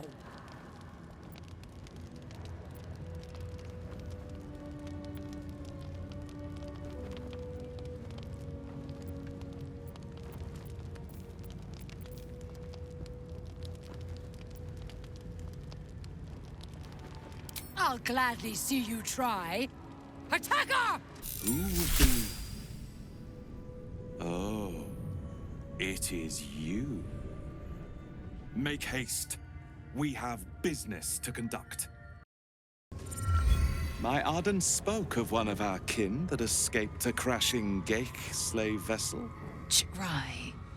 Vlaakith's justice in flesh. You have accomplished much, child. I am pleased to finally meet you. I heard there is so much goblin blood on your hands that it soaks their children's nightmares. To business. I suspect you plucked something precious from the Geik ship. Something that belongs to us. The weapon. Give it to me. Don't do it. The weapon is how I protect you. Do it. Do not disobey the Inquisitor.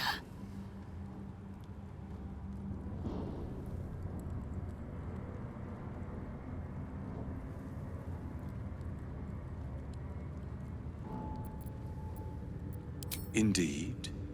And what does it protect you from?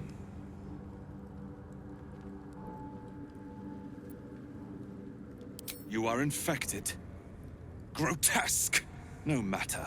Death will cure you of that problem. Inquisitor Wargas was potent. We are impressed.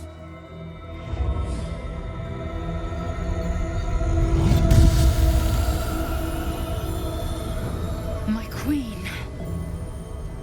Skarsai. You are permitted to look upon me. You are invited to kneel. The Deathless Queen has spoken. You will obey.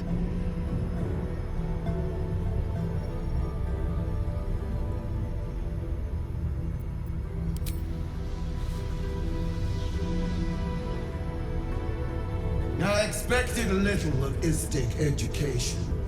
But here, we kneel before our queen.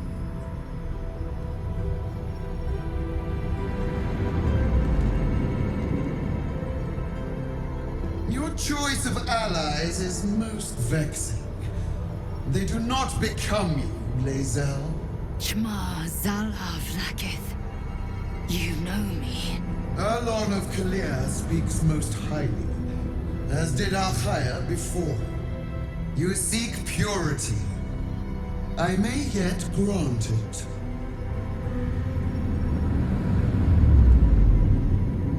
Istik, you bear that which is ours. But are you friend, or are you thief?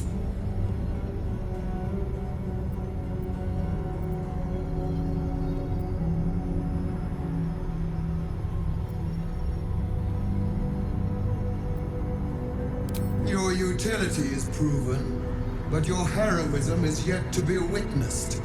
A test, then, to see if you are as capable as you profess to be.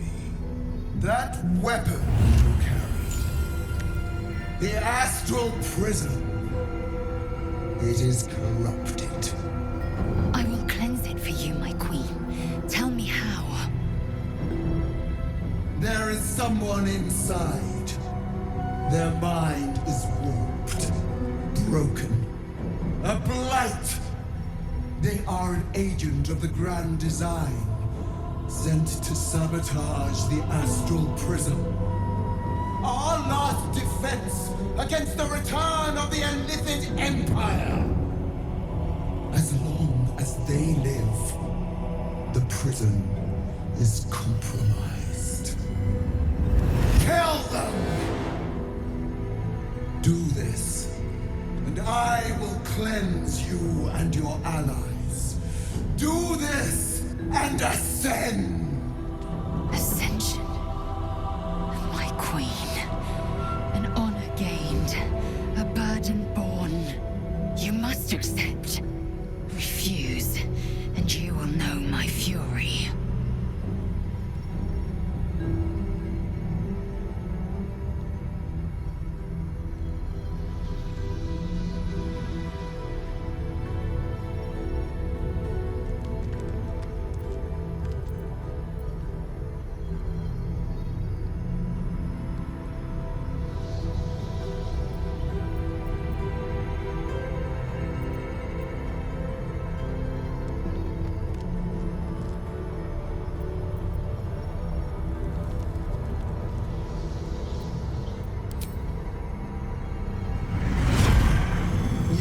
Planecaster's power to enter the artifact. Be wary of the creature's lying tongue. Cut it out if you must.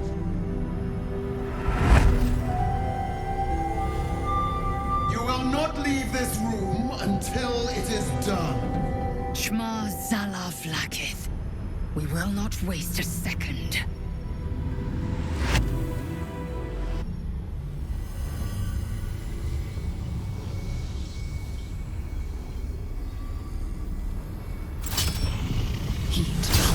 Out of the astral prism as it begins to flower.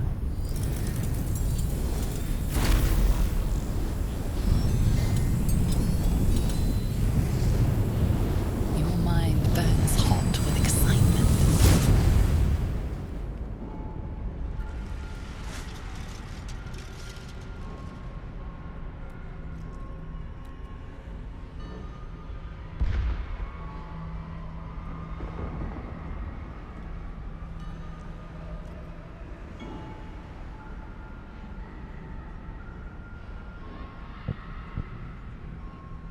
The concentration of psionic force is small but unmistakable. This must be a pocket of the astral plane. Boundless. Timeless. Like every dream that ever was stitched together. It is home.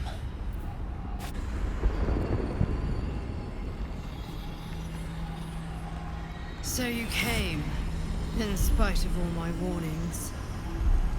Disappointing. Come, we will talk in private. Just the two of us.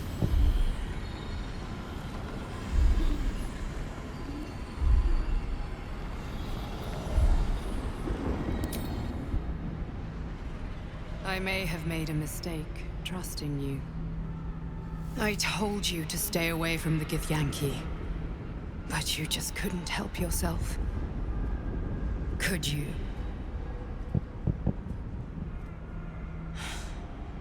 And now, you've come here to murder me.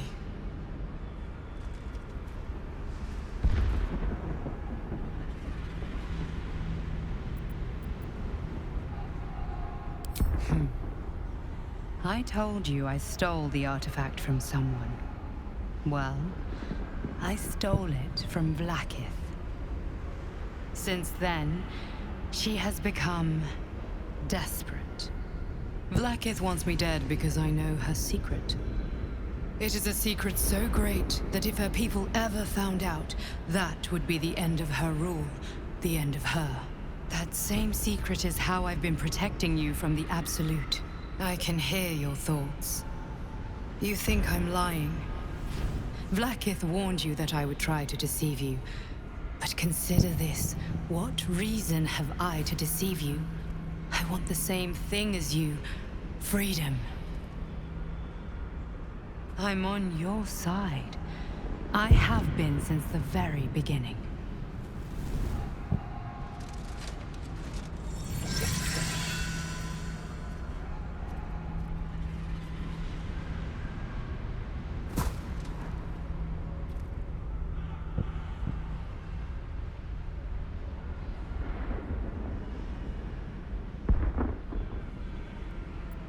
It seems I was right to put my faith in you after all. Thank you. Vlaakith will be furious, to make no mention of your Githyanki companion. The Lich Queen fears nothing more than the loss of her empire. The knowledge I have of her deception will bring that about.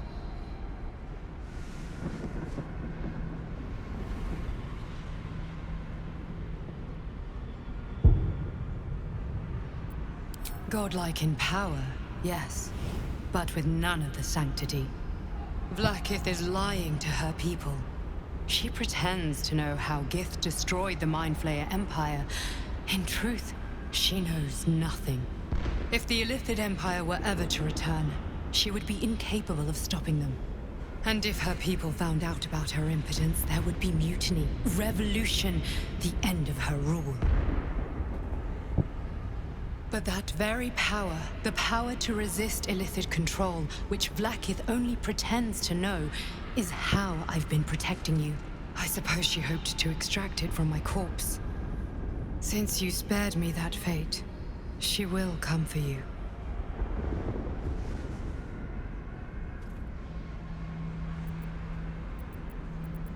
As do I. I have delayed long enough. The next attack is overdue, and I can't risk you being caught in the middle of it. I need you out there, searching for the Absolute. You were on the right path, to Moonrise Towers. Return to it. I hope you are ready to face Vlaakith's wrath. The entire Kresh stands ready to kill you in her name. Good luck. Speak. Have you killed my queen's enemy?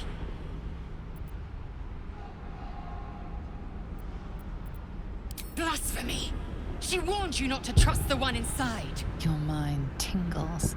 Loisel seeks entrance.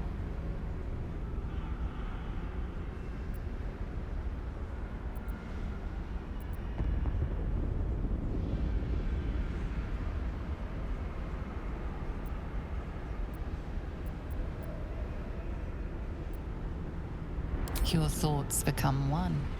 She sees the truth of your confrontation in an instant. Vlaakith Tafkinazin. I see only madness. Vlaakith bears the full might of Tunarath's arms, and the covenant of the great Mother Gith. Skvar! We are leaving this place, now! The device is strange, made of taut flesh and pockmarked metal. It waits for something. The Zaithusk. Vlaakith's purity distilled. My duty. My right.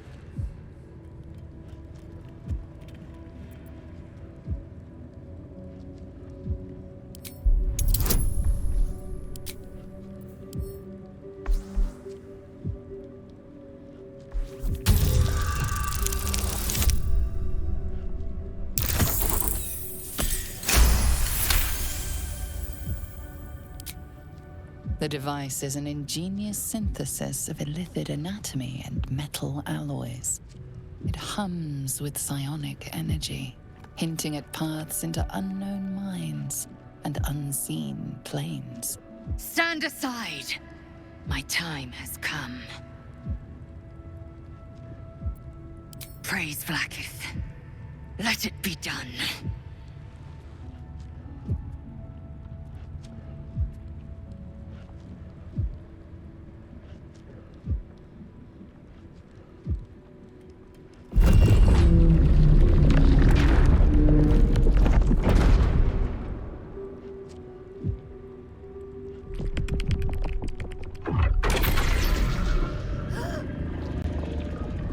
Unseen blade cleaves your mind in two. Impossible pain sears your bones and body in concert with Lae'zel's. The Zaithist's psionic forces batter Lae'zel's thoughts. There is no chance she will survive this unscathed.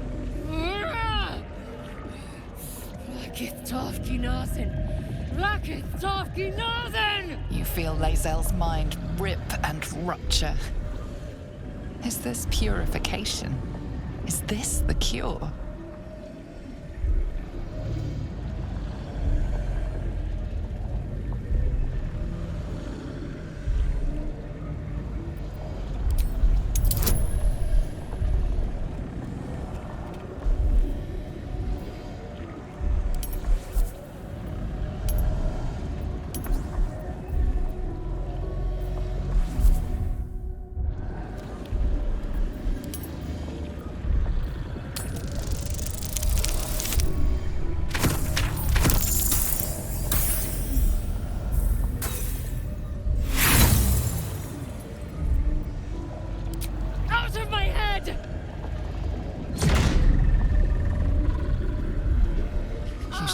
Lae'zel's agony.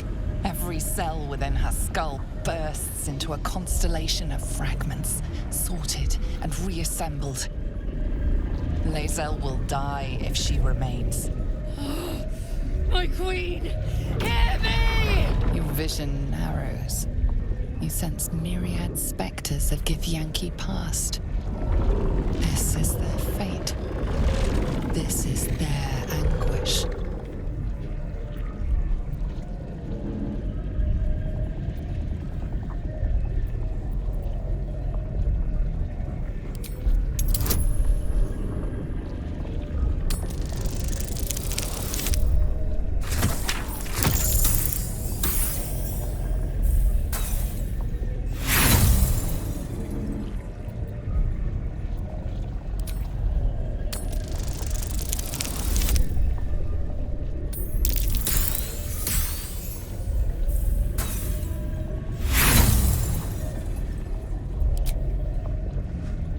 The pain is too great. The visions flicker, but refuse to come into focus.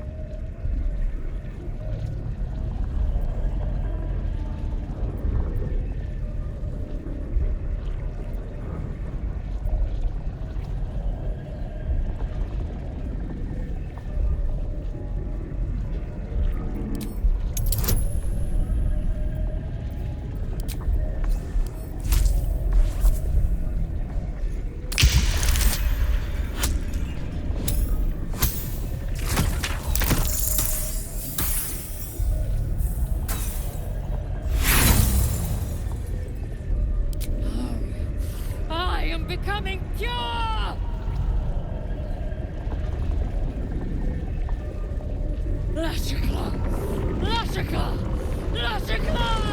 Your marrow quakes within your bones. Behind the pain, a new sensation rises. Power. Remove her!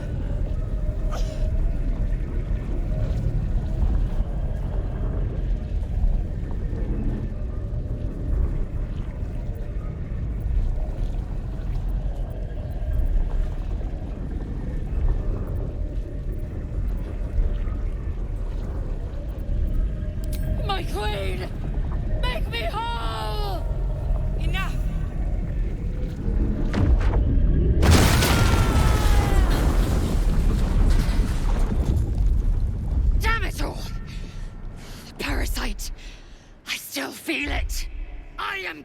Enki! I will not be gay!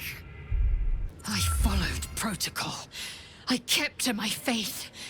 Yet the Zaithisk might have killed me. The Gustil must have tampered with it. An aberrance I can't begin to comprehend, as is all of Kresh Yilik. This Zaithisk is a deviation. It was altered. There is no other explanation. Vlaakith must have some purpose, some design I'm not meant to see. In my queen I trust. One day soon she will honor me for it. She must. This one is a true soul parasite. It can enhance you. You can absorb its potential. Open your mind to it. You already know how.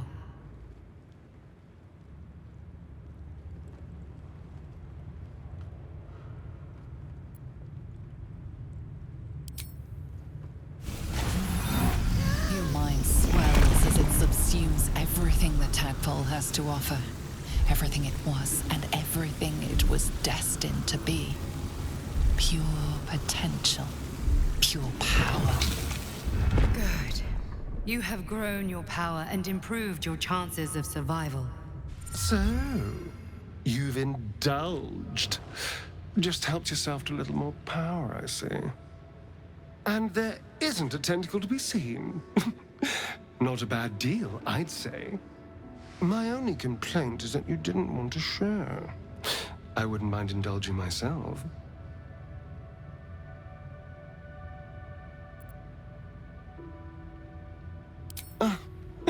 That's how it is. Pity. Not that I don't understand. I'd probably keep them for myself too. But do consider sharing next time. Because if you continue to get between me and what I want, I will have to find a way through you. Just something to think about. Who there, wanderer? Stay thy course a moment to indulge an old man. Elminster? The very same, Gale. And a fair bit miffed he is, too, finding himself forced to expose his best pair of boots to so many miles of country road on your behalf.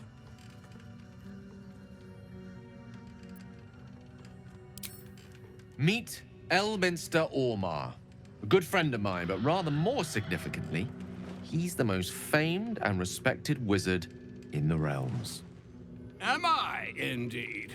Most famed and respected errand boy, more like. I was bid to spare neither time nor my own self to find you. She sent me, Gale. You know of whom I speak. But why? Out with it, Elminster. Please. Young man, has your sojourn away from Waterdeep washed away your decorum as well as your patience? Nigh a 10-day I've gone without honest fare, worthy of the name. Drank naught, but what the sky entitled my thirst. Why, some bread, cheese, and a cup of wine would appear unto me a feast. Surely you won't begrudge me a mite of rest and repast before I get out with it?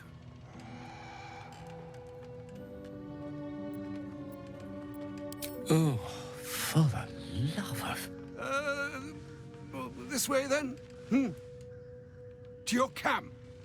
Oh, don't dawdle now, lad. You're the one who's in such a frightful hurry. Oh, nigh on 13 centuries old and he still thinks with his stomach. We'd best follow and see if he's more disposed to speak plainly once it's stopped its grumbling. A wise choice. Better to indulge your curiosity than Elminster's appetite. Yes, what a delightful wedge of old Arthurian that was. Doesn't do to parley on an empty stomach, you know. Makes one's words frivolous when they should be grave. Plenty to digest, after all. A good deal to stew over, if you will.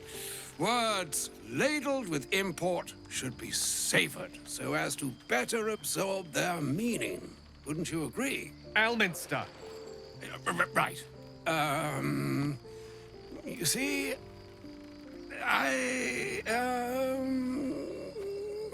well, that is to say, Gale, my boy, I've come to address a most pressing matter. I'll speak as plainly as I can, forswearing the accustomed frills that decorate my speech. I'm here on behalf of Mystra. The message and the charge I bring you are hers.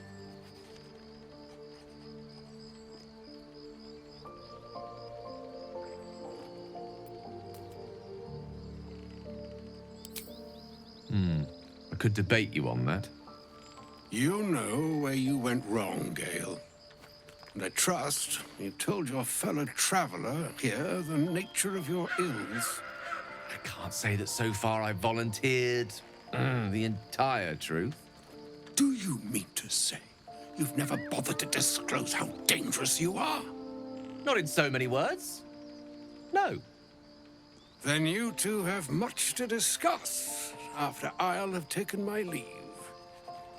In short, Gale, through his own doing, has become a living explosive that could wipe from this world this very gathering, and much more besides.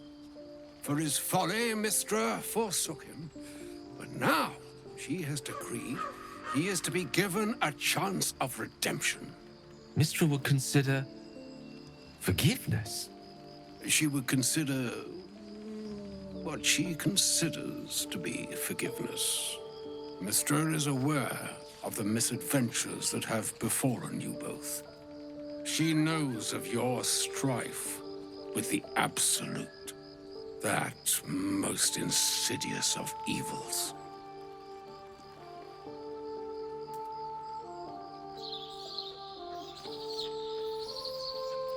The very purpose of my presence, in a roundabout sort of way. You must know that the Absolute is more dangerous than you can possibly conceive. It threatens all who live, even those who are undying. It threatens the gods, the weave, the very fabric of the universe itself. That is why I have come here to charge you, Gale, with its destruction. It is Mystra's belief that only you can.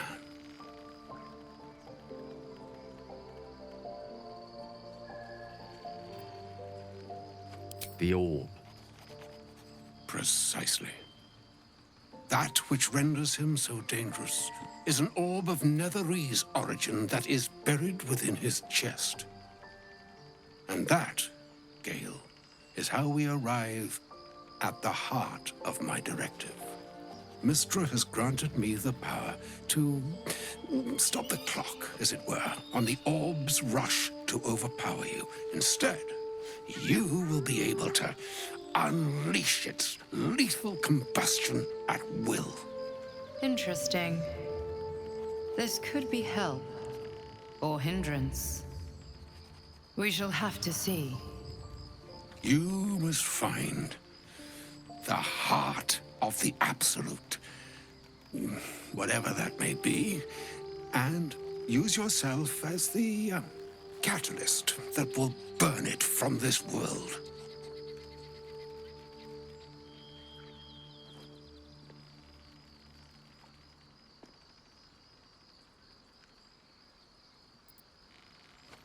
No, indeed. But I think she trusts me too. It brings me no pleasure saying this, my friend, but such is Mystra's will.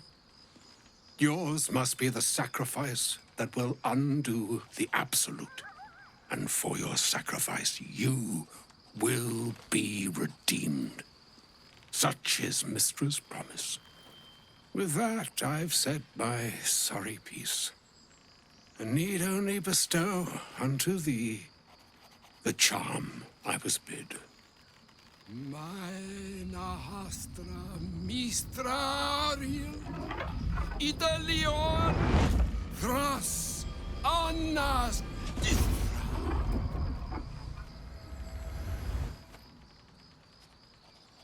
It is done. Both charge and charm have been committed into your care. To you, I commit into care Gale himself. I count on you to shepherd him well on this strangest of journeys.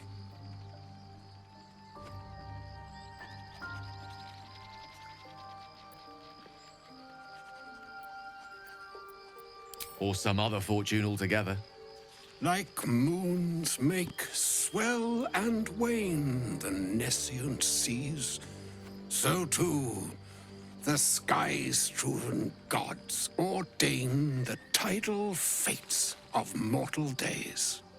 And yet, an ocean born in lonely hours, come ebb, come flow, come all that is beyond the breadth of our dominion. Be a moon unto yourself. Even the waves of fate can break upon the shores of will. Farewell, my friend. Farewell, Elminster. I'm glad she chose you. An audience with Elminster is never less than memorable. Suppose it's time we dealt with the Hollyphant in the room. You have questions for me? I promise I have answers.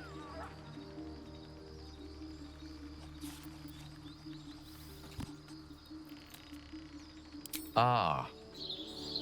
Well, that's a rather long and complicated story. I'm what one might call a wizard prodigy, who from an early age could not only control the weave, but compose it, much like a musician or a poet. Such was my skill that it earned me the attention of the mother of magic herself, the Lady of Mysteries, the goddess Mystra. She revealed herself to me and she became my teacher. In time, she became my muse, and later even my lover.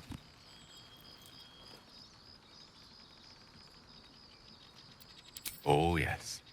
We enjoyed each other's company. Body, mind, and soul. But even so, I desired more. You see, no matter how powerful a wizard we mortals can become, we never scratch more than the surface of the weave. Mystra keeps us in check.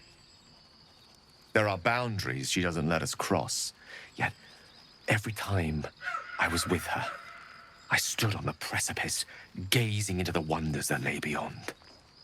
I sought to cross her boundaries.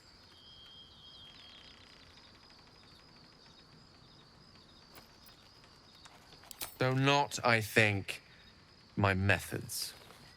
I tried to convince her. I pouted. I pleaded.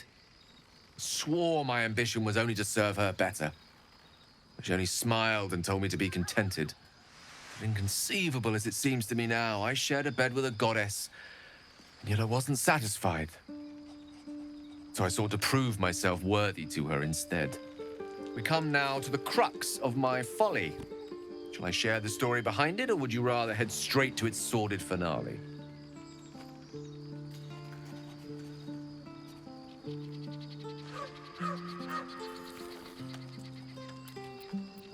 Suffice it to say, I obtained an obscure and ancient book that had locked away inside a much coveted prize. It was a fragment of primal weave locked out of time, locked away from Mystra herself. What if, I thought, what if, after all this time, I could return this lost part of herself to the goddess? I was certain that this deed of raw power, draped in romance, would convince Mystra to take me by the hand and welcome me into her hitherto forbidden domains. I was mistaken. I obtained the fabled book and took it into my study. As for what happened next... Here. Place your hand over my heart. Let me show you.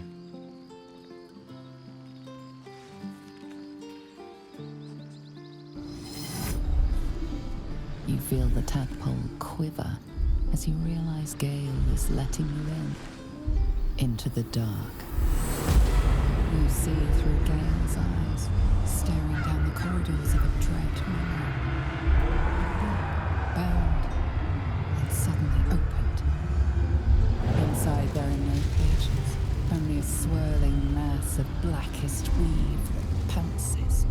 Its teeth, its claws, it's unstoppable as it digs through and becomes part of you. And gods, is it ever hungry.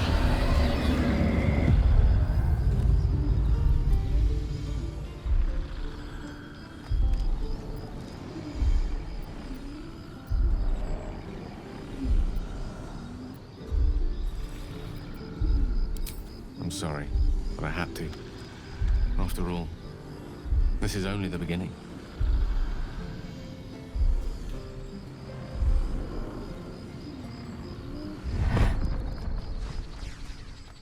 This Netherese blight, this orb, for lack of a better word, is balled up inside my chest. And it needs to be fed. As long as I absorb traces of the weave from potent enough sources, it remains quiet. Were it ever to fully destabilize, however.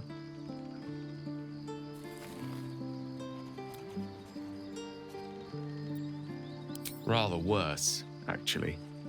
I will erupt.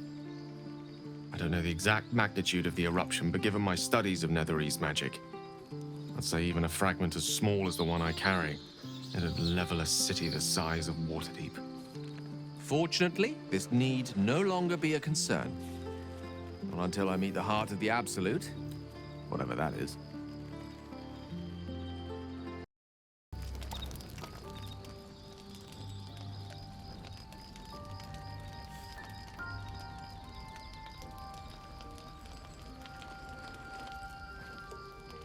Supreme Kithrak, has Vlaakith sent you to slay me with your own blade? I've not come to kill you, Lae'zel. I've come to aid you. Don't trust him.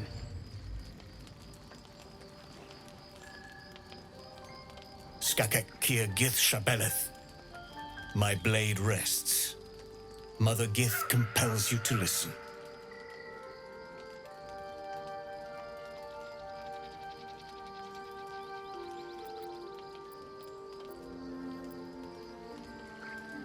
Speak. My ear is yours. I know you carry the astral prism, Lae'zel. Within it lies the seed of Vlaakith's demise, and I intend to help you bring it to fruition. Vlaakith's demise? Skaketh. I should run you through for suggesting it.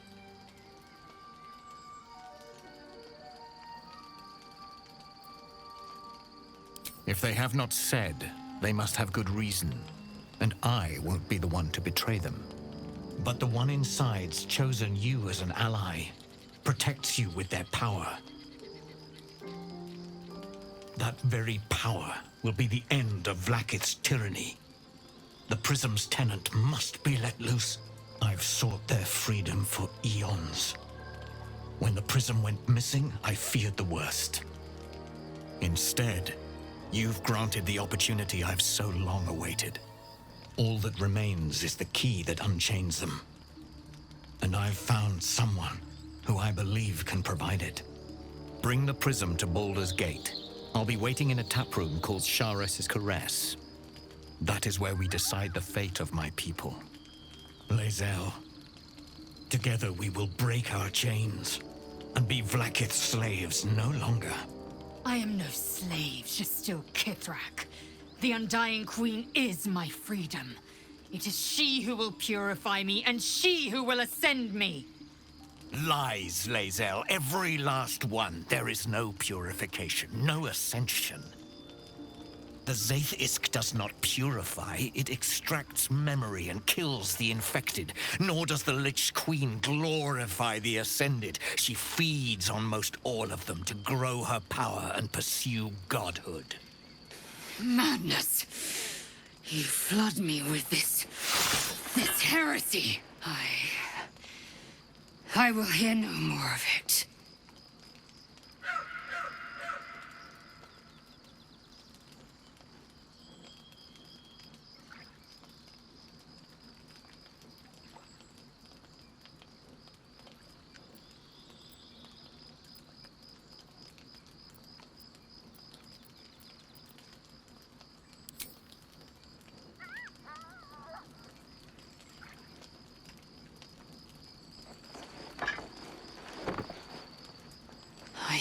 Vlaakith the whole of my life. Learned her words, fought her battles, yet she names me her Sharlak. Your words carry truth. I will meet you in Baldur's Gate. Do not make me regret it.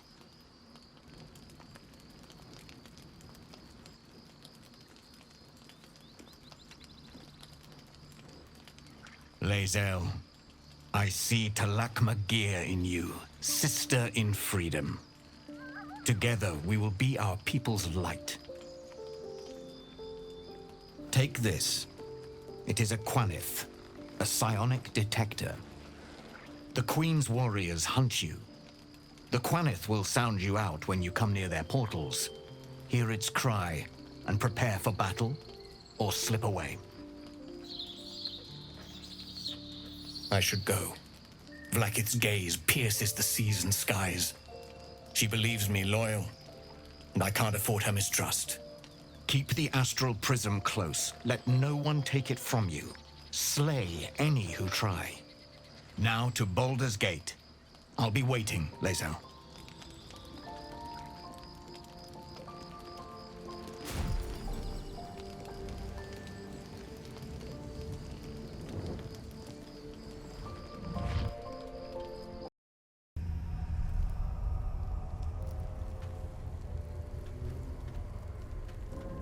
Can you feel that?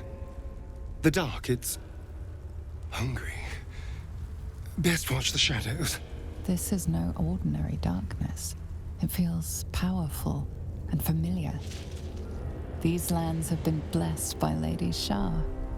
You must learn more about her presence here.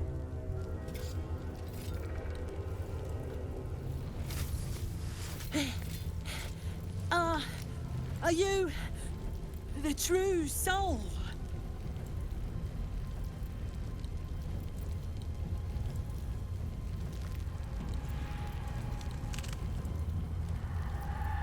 I'll take that as a yes. Listen up. Grab a torch, stay out of the dark, and move fast. The shadows have eyes. Go on! Bring more to your church every day, my queen. Your followers are legion.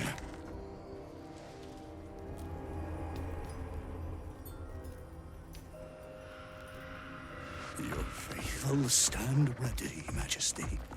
Soon we march. Soon the world will bow to you.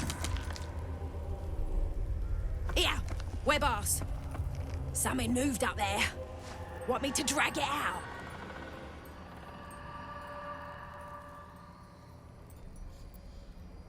Stay in the light! They do not go into the dark! Didn't figure something as big and ugly as you for a coward. No! They will not go into the dark! Enough! Stop! They will not become shadows! They will not feed the curse! Forgive me, my queen, but I had to. Before the dark got any stronger.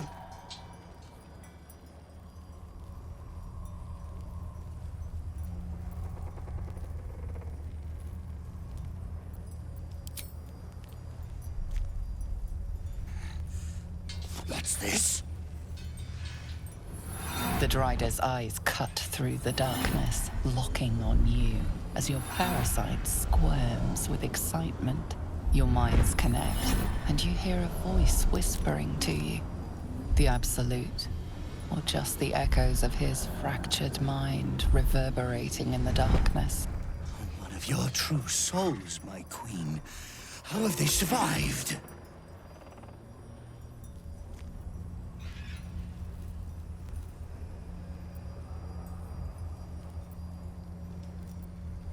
There is but one god, and she is absolute! Traitor! Heretic! The lantern gives off a chilly glow, protecting all in its vicinity from the surrounding shadows. You notice a tiny pixie trapped within. These fey creatures are infamous for their trickery, sometimes playful, sometimes malicious. Oh, please! Oh, golly me, oh my! You must release me or I'll die. This lantern only lights the way when I am hurting night and day.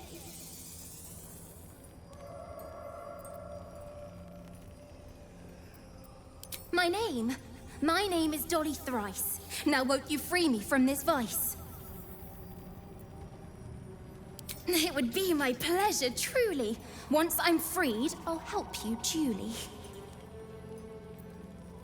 I dare not name it, newfound friend. The faintest touch could spell my end.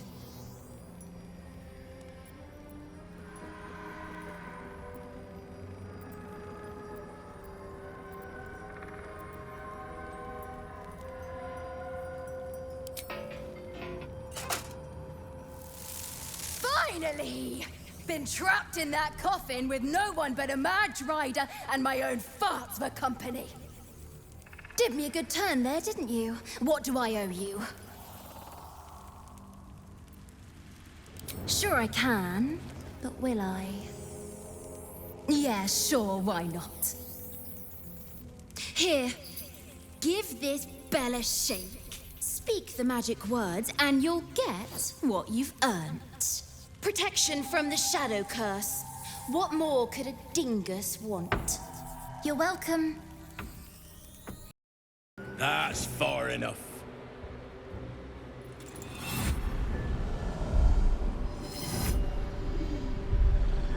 His thoughts invade your own, probing for purchase. Your parasite purrs in recognition. Ah, one blessed like myself. What news, true soul?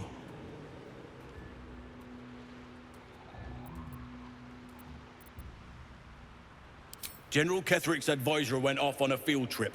Zarel's in charge till he gets back. You'll find Zarel in the audience chamber, true soul.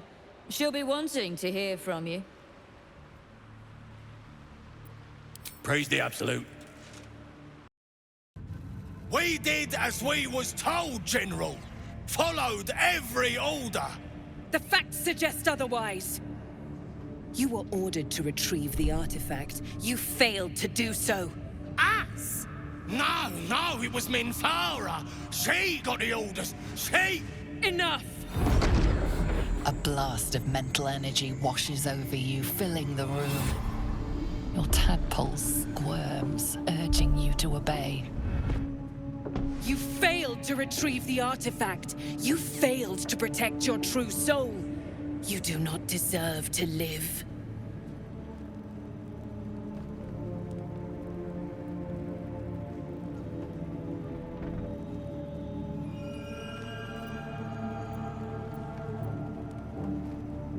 Mercy, General!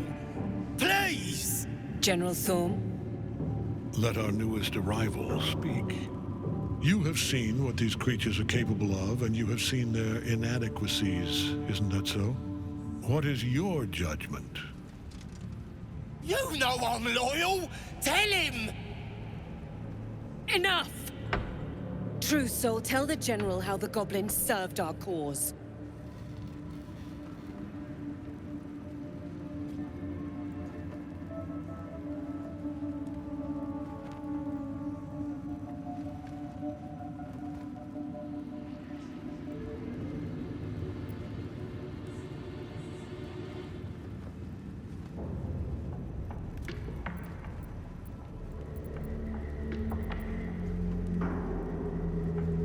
See? What I tell ya? Praise the Absolute. Faith without action is anemic, sickly, in a word, useless. We are too close to the ending and the new beginning. I can coddle failure no longer. Kill them, quickly. What? No! You creaking old bag of shit!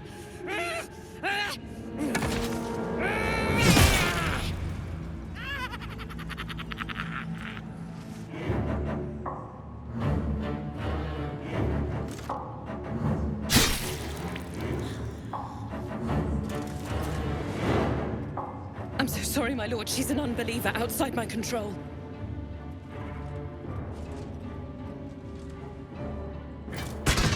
Try again.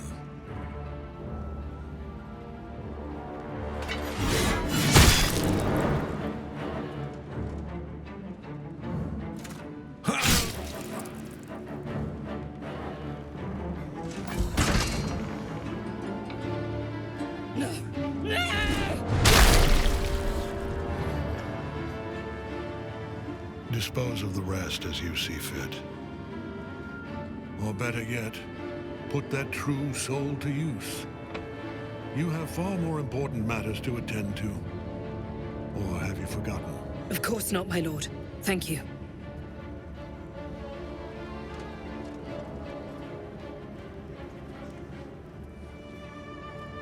You heard the General. The goblins are yours. Deal with them however you wish.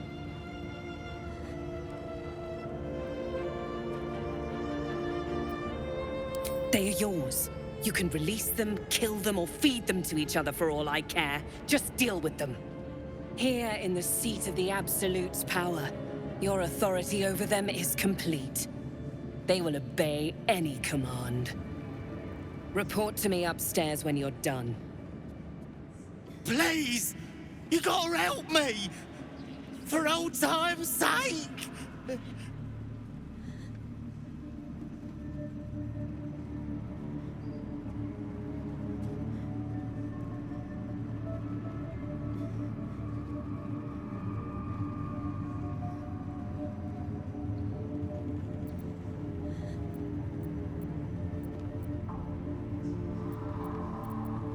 Oh, praise the Absolute! And praise her true soul! Zarel won't be pleased about this. She strikes me as the type to enjoy a little bloodshed. General Thorm's prayers and preparations must not be disturbed. The rooftop is off limits to everyone. Even you, Disciple Zarel? Everyone. Keep watch and ensure that nobody passes. Excellent timing, true soul. The goblins. Tell me how they suffered. No, better yet, show me. Her mind enters yours abruptly, flickering across your memories in a blaze of excitement. She sees the goblins walking free, and a burning rage fans across your mind like wildfire. Explain yourself.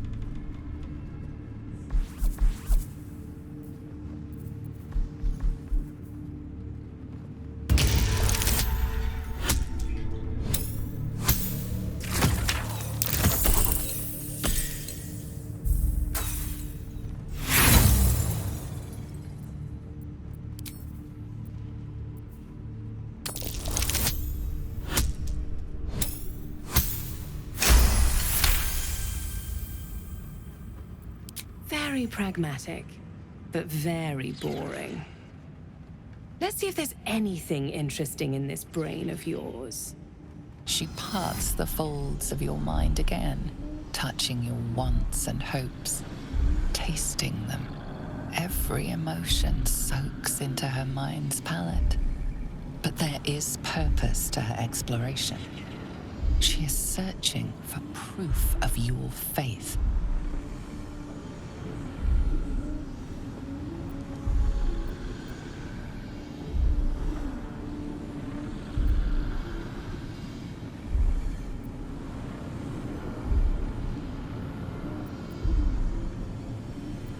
Caution. Hesitation. You fear power even when it's offered freely. Would you waste the Absolute's gifts as well? I have already been blessed to stand in her presence. It was bliss. She gave me everything I wanted.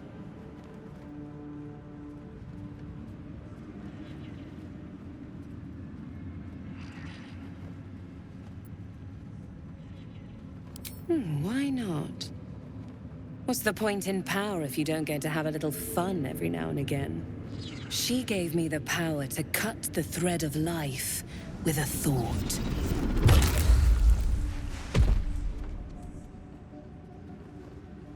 But I can caress as well as cut. That's why you should stay on my good side. And the best way to do that is to serve General Thorm. I have a mission for you. That's it. Play along. The closer you can get to the General, the closer you'll be to the answers you seek.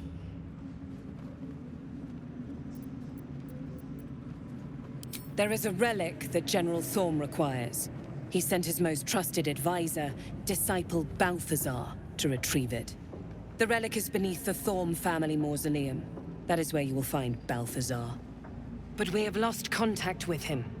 Go there, aid Balthazar if you can, and bring the relic home.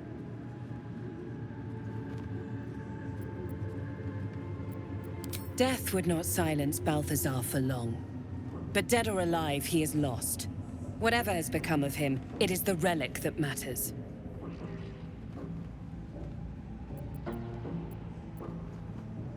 The shadows around the mausoleum are deep and hungry. You'll need a moon lantern to survive them. Take one from Balthazar's chambers. But don't pry. The last person who snooped into his secrets lost their head. I believe he uses it as a chamber pot. Here to see the doctor? Are we poorly? Are we desperately poorly? Oh, not so well. But well enough to wait. Join the line, and you will be seen.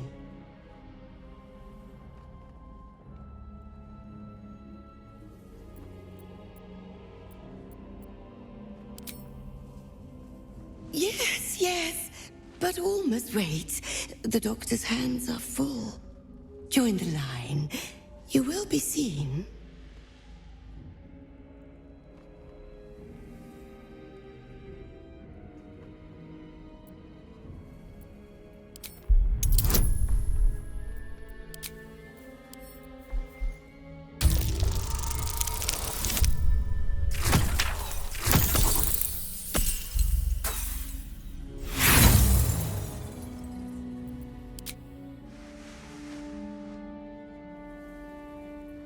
Endanger the sick.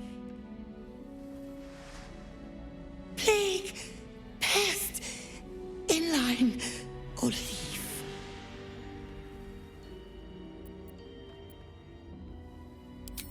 Pestilence, pestilence and sin.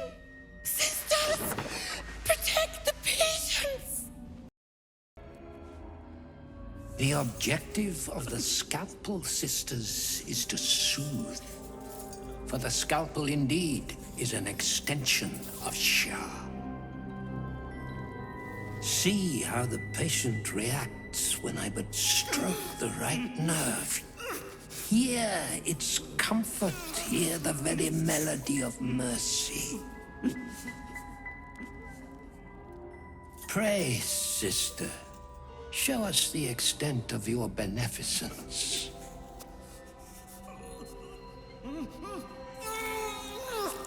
Stop.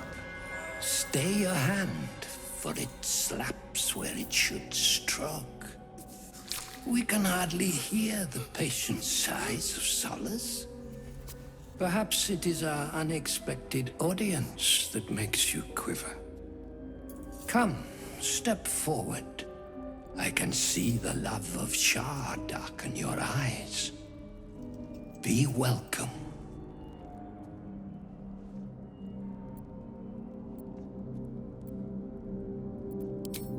And the rough vessels that are yours. Tell me, what is the guiding principle of the goddess?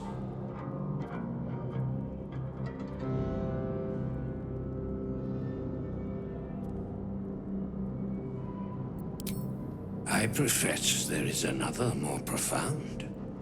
Absence. Absence. No other word captures the heart of Shah so very perfectly. it is the scalpel-led journey that leads from pain to peace. Only a beast of a man toys with his victim. Entertaining, if not efficient. See? What is the light of eyes but the cancer that causes one to witness the laceration of being?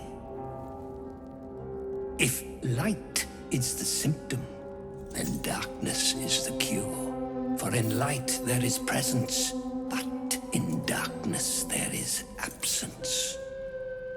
In light is presence, in darkness, absence. But you, look how the succor of Shar eludes even you. One who walks faithfully in her shadow. See how painfully present you remain. We do not wish to see you suffer so. Let us cure you.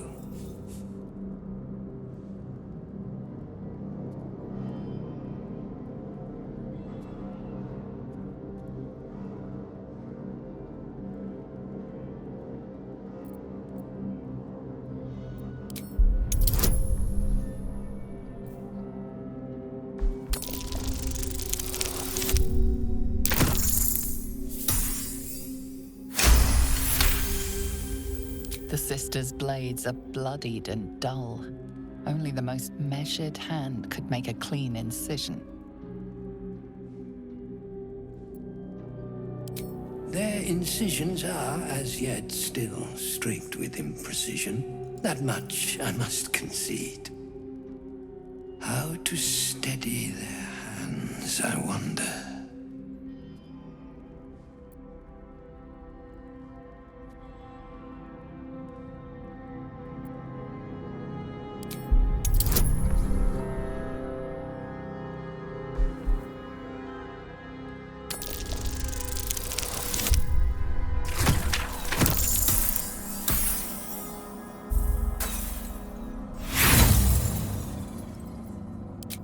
Then I dub thee Master. What say you to the Master, sisters? The scalpel soothes. Come sing its song. We would hear your melody of mercy.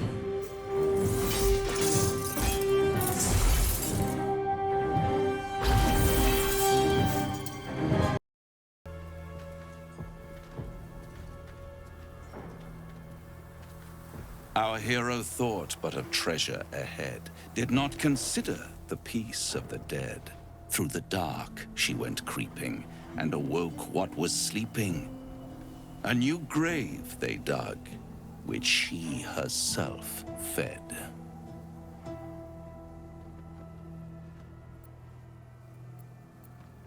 Merely protecting my assets. I've grown quite fond of you, you know, in my way. I thought it only fair to warn you about the dangers ahead. Oh, we both know they are soon to be revealed. It would be pointless of me to try to bar you from entering. But I can set the scene, as it were. Prepare you for your role.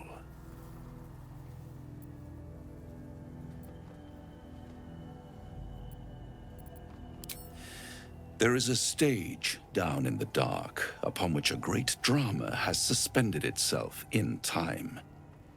Its actors dwell there still, mired in the languor of their long, tired scenes.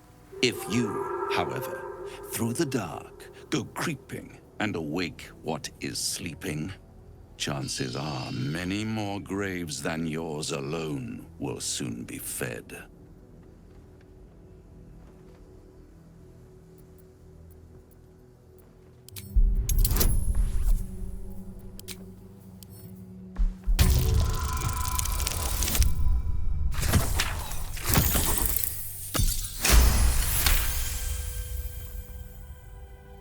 Very well.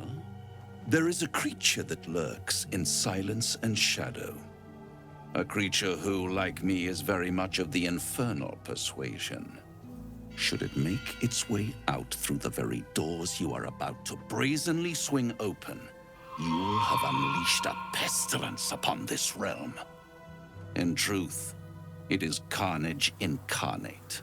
So if you meet the devil of which I speak, kill it. Consider no other course of action.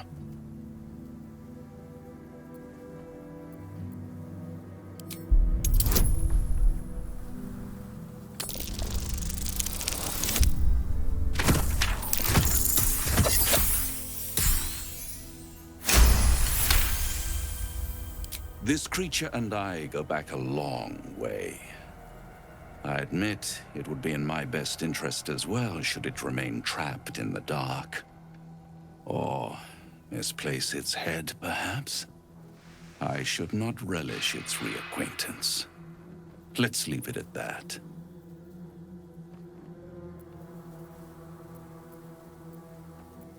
Listen here, Pipsqueak. Do not underestimate this opponent. At best, you will have the blink of an eye to strike. Strike first, strike true, defy the odds, for they are distinctly in its favor. That much I owe the bastard to concede. Wait. Before you go, I have a proposal of my own. A proposal? If you're hoping to taste my blood, little vampling, think again. It burns hotter than wyvern whiskey. This is serious business, devil. Well, a long time ago, someone carved some runes into my back. I'd rather like to know what they say. It's something of great importance to your master. But is it a love letter, a warning, or a deed of ownership? I can give you all the gory details, and I will, once the beast that lurks below is vanquished and sent back to the hells.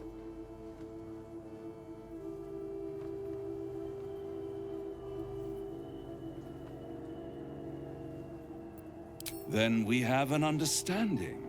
I look forward to our next meeting. Scars often tell such wonderful stories.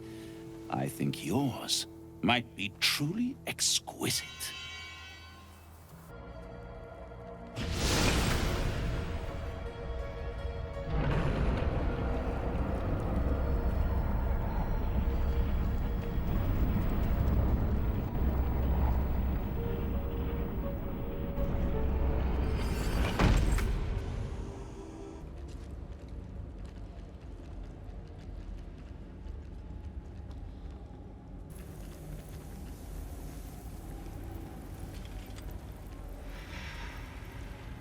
You do not belong here. Your mind upends. Somehow, in the decayed soup of this creature's brain, a tadpole lives. Another presence nurtures it, manipulates it like a puppet. You plunder. You meddle. You upset my plans. Leave.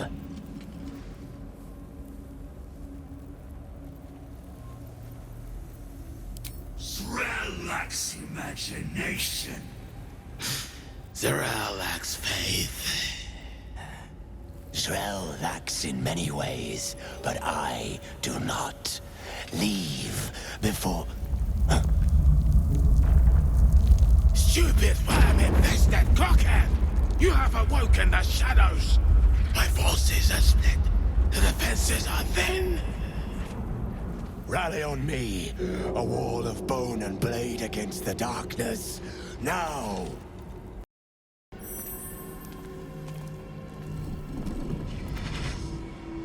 What's this? Fresh entertainment? But you're too fresh for this place, aren't you? There's a whiff of the surface to you. A new arrival, then. You burrow too deep, little rabbit. I don't talk to prey. There's something else, almost hidden by your fear stink. Cherries. Musk. And sulfur. Raphael! I can smell him all over you. Where is he? That perfume trickster swindled me. Trapped me.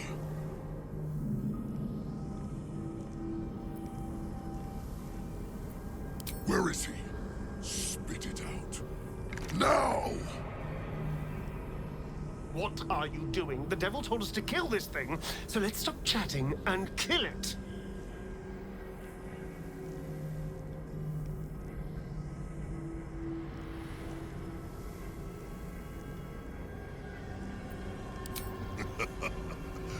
Bargaining, are you? A Karator warlord once tried the same. I made him watch as I ate his concubines in young, then fashioned a codpiece from his skull. You can't help. It's not just walls that keep me here. Not the traps, the dark, or the creatures it hides. Something stronger holds me. A contract. Either I fulfill the contract, die trying, or forfeit my freedom. If I leave this place now, I'll become Raphael's slave.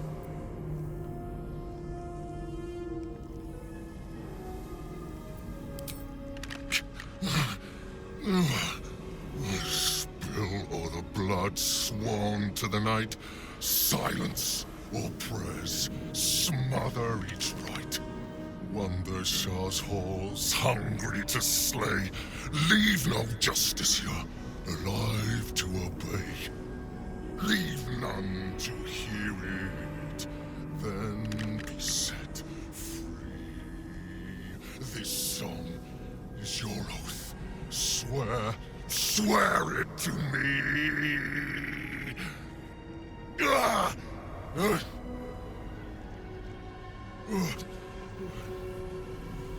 Well, that explains where all the Dark Justiciars went.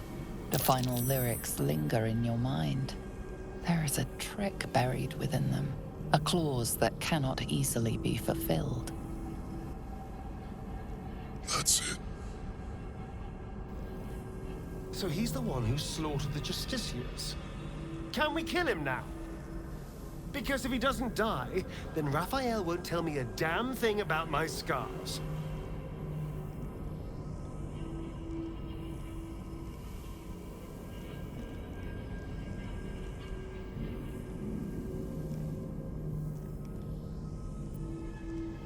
Asking why doesn't get me paid.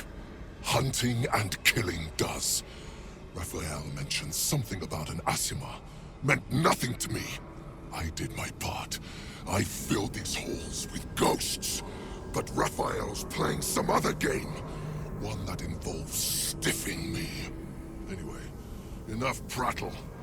The lyrics are clear. All who hear the song must die. Time to die.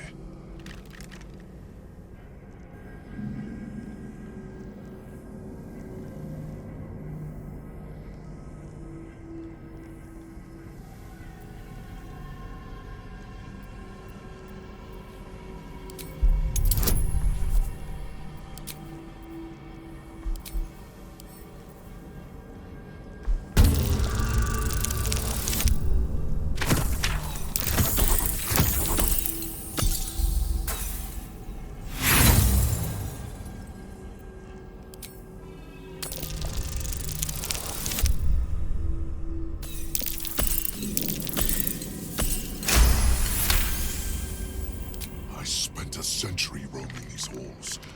I spilled every drop of Dark Justiciar blood that there was to spill. And you think you can do better? Go on then. I'll enjoy watching you fail. But try to run, and you will regret it. I may be trapped here, but I'm not without friends. If you break your word, They'll hunt you down and make your final moments a symphony of agony.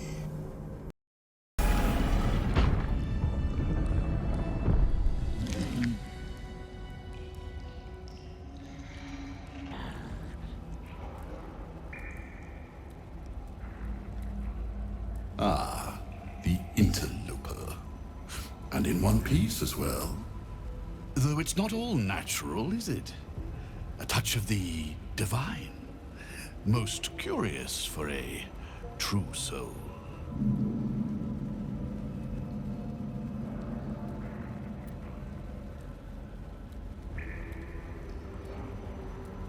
General Thorn? Rubbish. Everything is at hand here.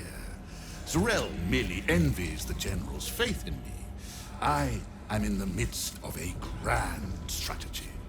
But you're here now, and I may be able to put those limbs to work. You know what's at stake here, I take it.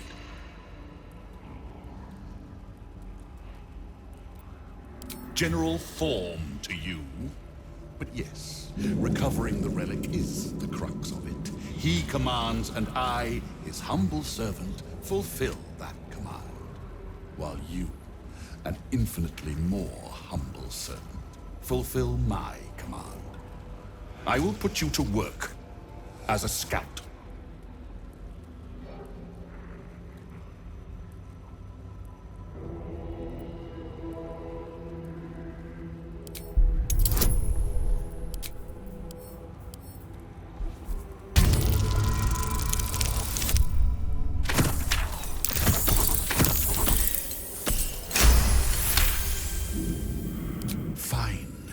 Spare me your bleating. The relic lends the General his strength, his invulnerability. It must be recovered before his enemies attempt to exploit it.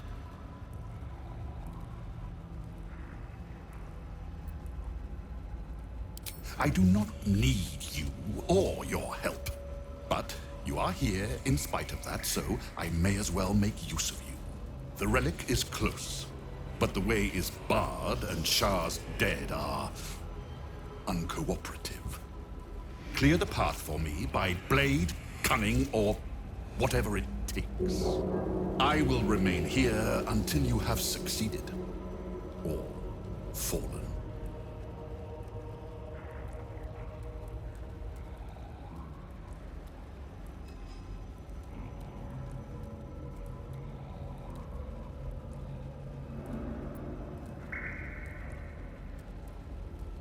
Neither. That caterwauling beast is irrelevant as far as I'm concerned, unless he hampers my goals. In that case, consider him a foe and act accordingly.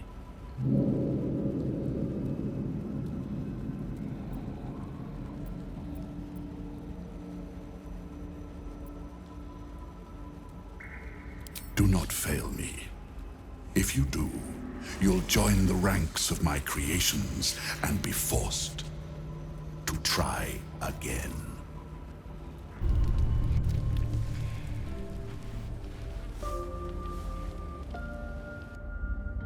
So, you found the seat of the Absolute's power. And what a power it is. I don't know how much longer I can resist it. Catherick Thorm is clearly important. But I wonder if there's more to it than that. It just doesn't stop. We are being bombarded by waves of telepathic energy. Wave after wave with hardly a breath between them. I almost dare not rest. Each wave a set of orders to the infected.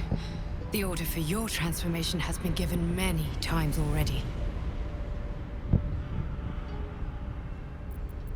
Yes, but the orders are oddly erratic, as if the Absolute cannot make up its mind. I don't fully understand. In any case, the Absolute knows you carry me with you now. It wants to retrieve me.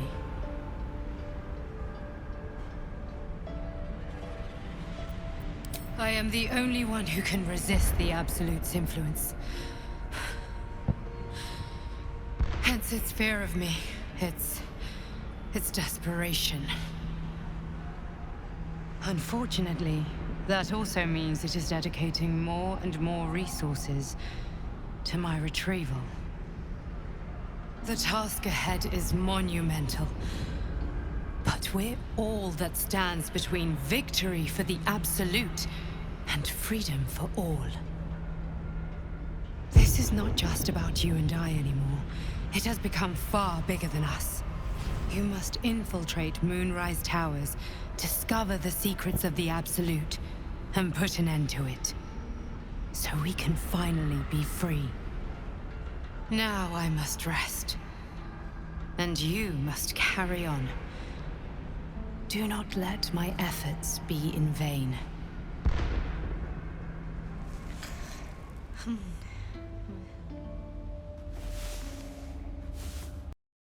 I still hear the song, which means you've achieved nothing.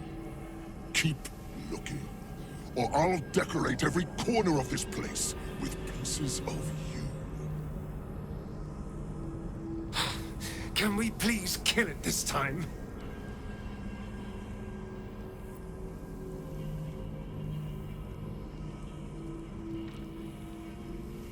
I caught the scent of that bloated carcass already.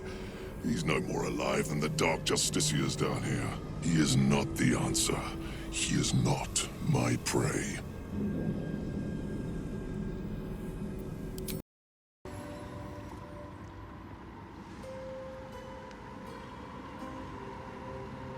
The final threshold. You made it, Shadowheart. Just as I knew you would. Now all you must do is step forwards, and the rest will prove small. Nothing that you are not more than capable of. The punishing of a wicked Selûnite. All you have to do is use the spear to end her light. You will become a dark justiciar, blessed with my power. You will become my voice to those who embrace me. And you will be my sword arm against those that would do me harm.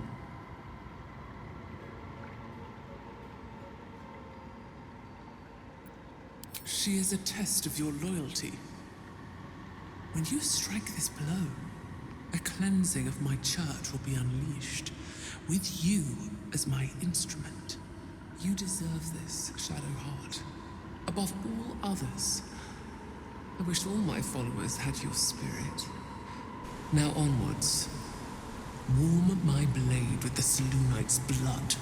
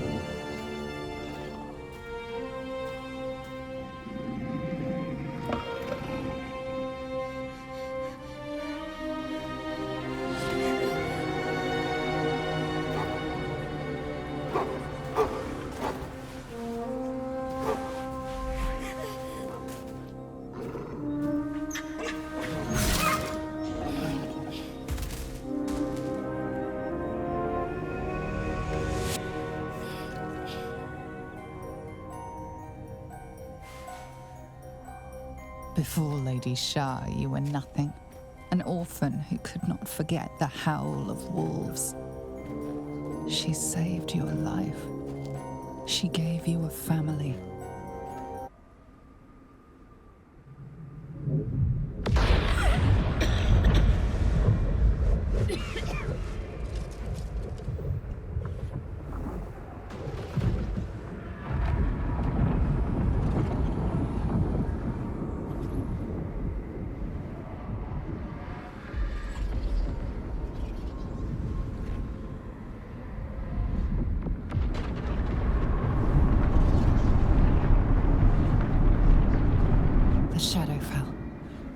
before have you found yourself so close to Lady Shah's embrace.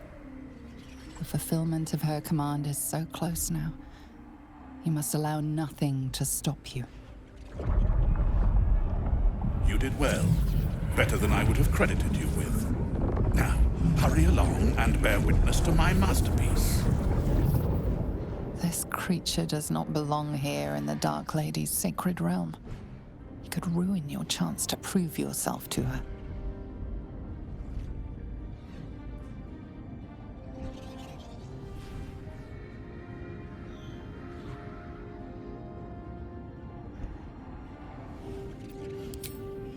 Very well, then.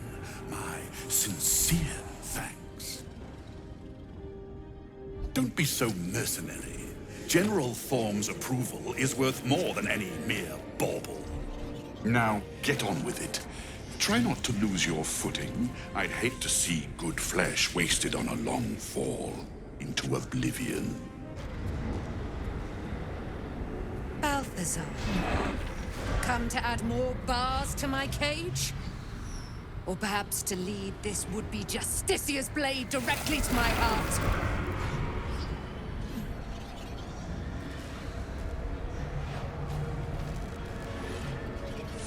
I invite you. Heap more sins upon your head. My retribution will be all the sweeter for them. All this time, and you still fail to appreciate the gifts I bestowed on you, Aelin. Sad to see a thing of beauty not recognize its own worth. But General Thorm, he appreciates you, and he wants you close at hand. So, I am here to whisk you back to him. Ketherick. I welcome the sight of him after these 100 years. He whose immortality I supply with my very soul. General Thorm. I'm sure you'll be on your best behavior for him, but just in case, I've taken some precautions. Keep back. It will take quite some concentration to secure Aelin for her little journey. Do as Shah wishes, and you will become her chosen. The Absolute Cult will know you are its enemy.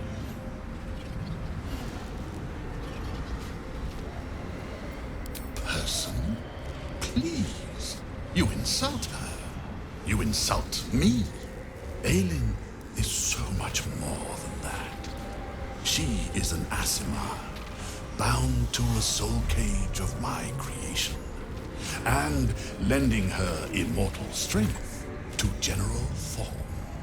Her power, his will, and my genius. An unsurpassable feat. Ramblings most unsane. Poor Balthazar. For maggots ate his brain long ago. Hold your tongue, Aelin, or I'll take it away from you again. And you, no more questions. No more interference.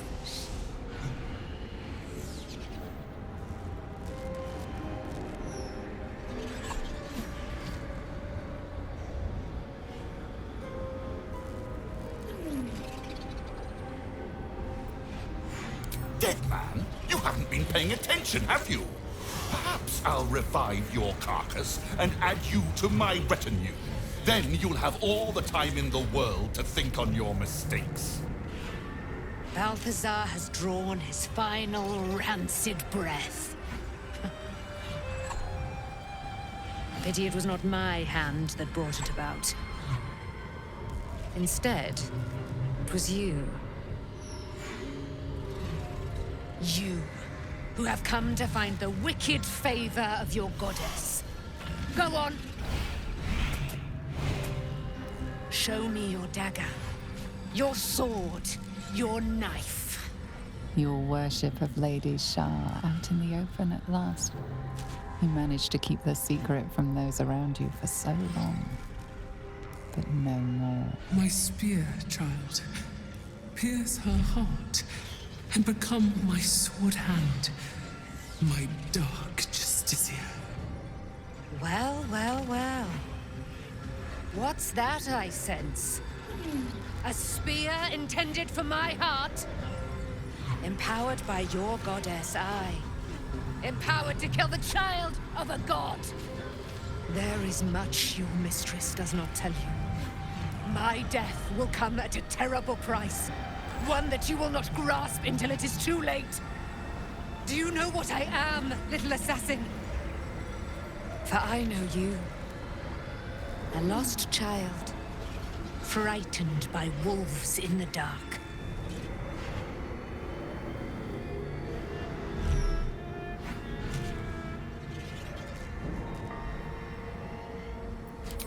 Much has been promised to you, hasn't it? But what has been taken from you? What do you know of your own heart? Your own life? I sense more in you than you know. Why? Do not listen, Shadowheart. She seeks to distract, to confuse, to prolong her ugly existence and deny you your destiny. Shut out her words. Shah speaks now, doesn't she? Dribbles the poison of oblivion in the shell of your ear. I do not hear her words, but I sense her rage.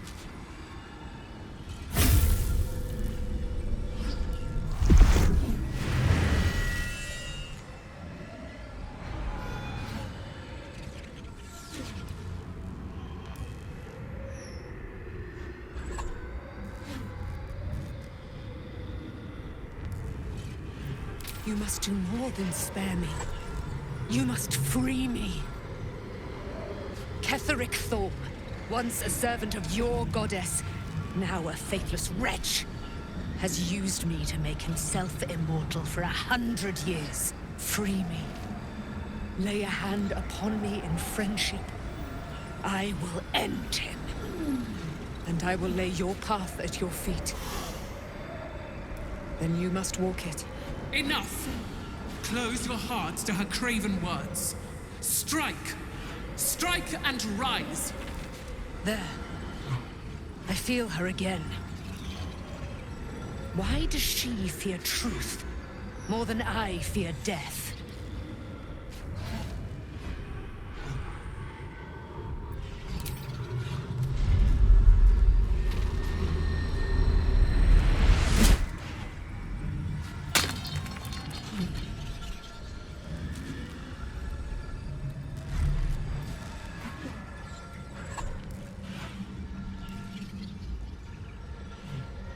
Your past is not yet lost. Your future is not yet fixed. Lay a hand on me in friendship, not quite Sharon. And I will fight the battle that has been waiting for me this last century. Then, oh then, we will have much to discuss.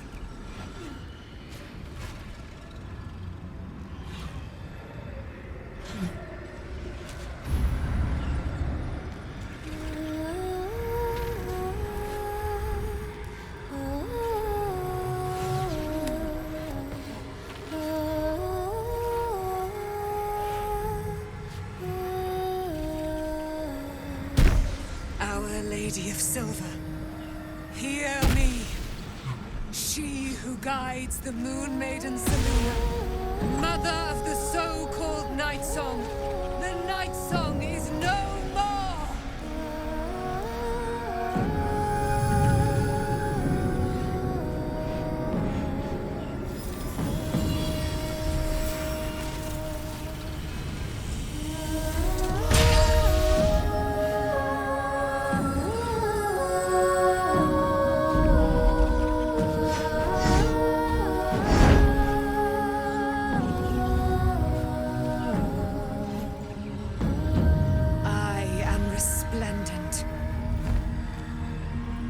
You have given me a great gift, little warrior.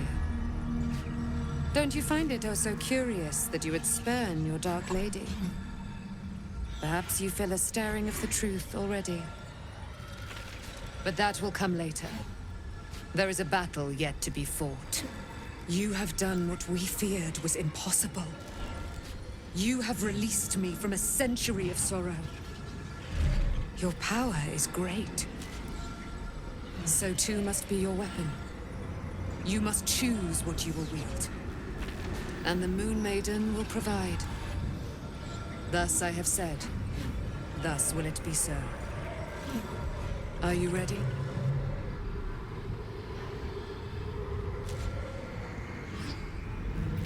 To kill Ketheric Thorm.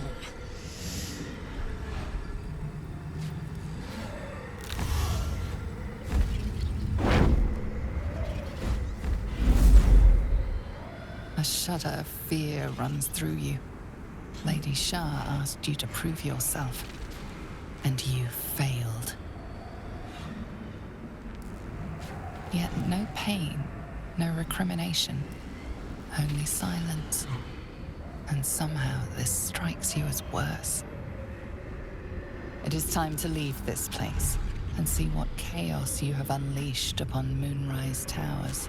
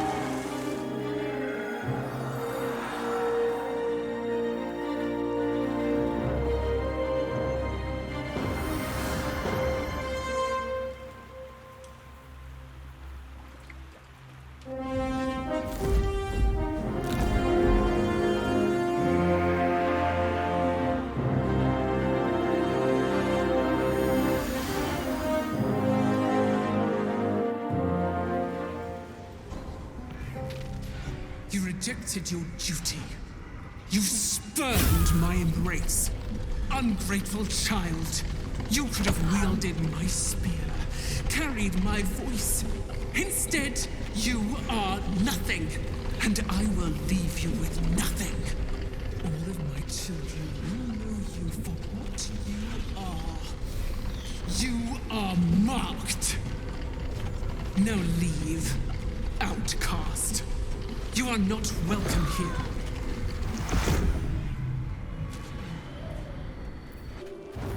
Do you know what happens when a devil is struck down on this charming plane of existence? It returns to the hells, to the very point where it last stood before venturing to whichever devil-forsaken plane it died on. In the case of our friend Yrgir, the Orthon you so handily dispatched in the Temple of Shah, he manifested in my House of Hope. He returned to me chastened but intact, his wounds healed, his body restored. He thought I would dismember him, but he has his uses, so instead I am re-educating him. We delivered the devil. Now I want what I'm owed. We had a deal. Indeed we did. I discovered all there is to know about those scars of yours. It's a rather grim tale. Even for my tastes.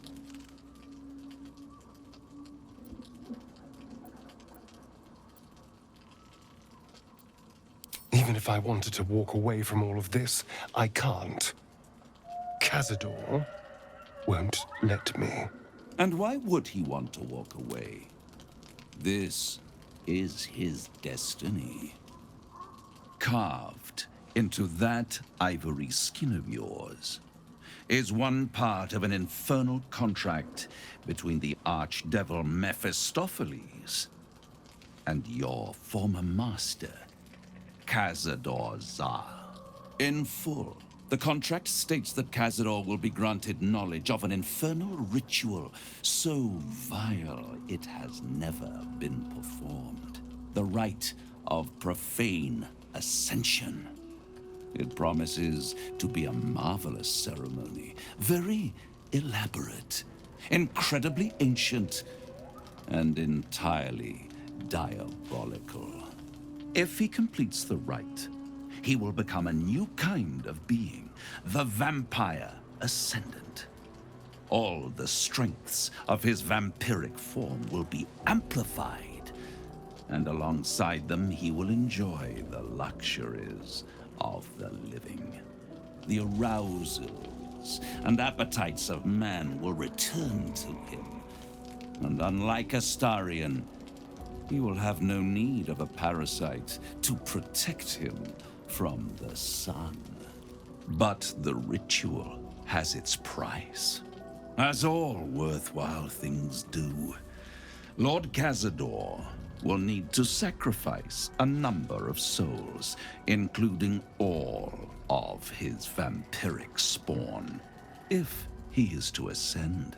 Imagine how he felt then, when one of those precious spawns simply disappeared into thin air. The only missing ingredient is Astarion. You are the final piece he requires to complete the ritual. Your scars bind you to it.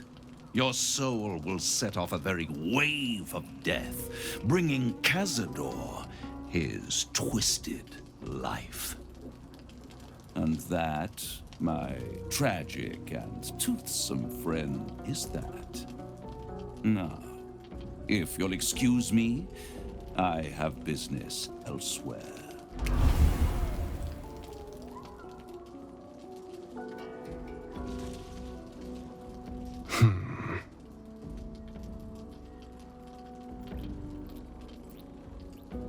Do you think it's so simple?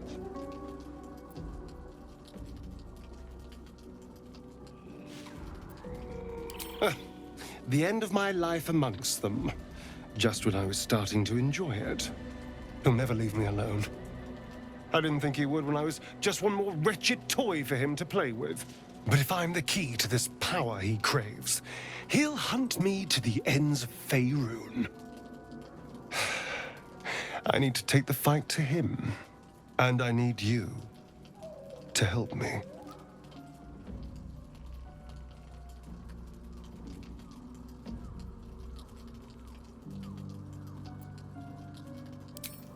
Once we deal with the tadpole, I'll be back to my nocturnal self. When you're being hunted by vampires, the dark is the worst place to hide.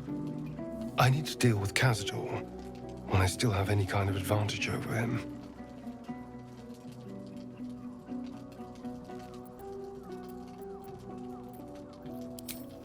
Thank you.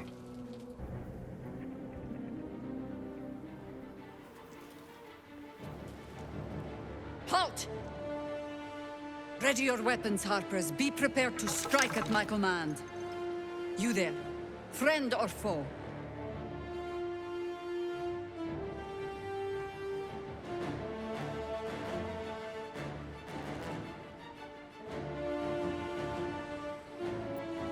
You know the criterion exactly.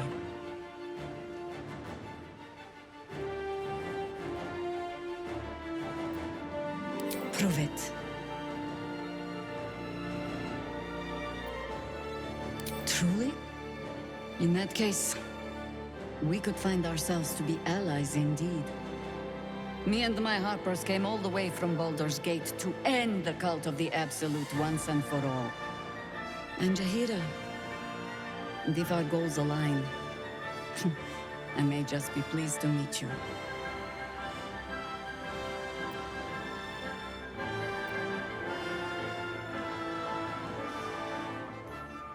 We can talk at length once the day is won.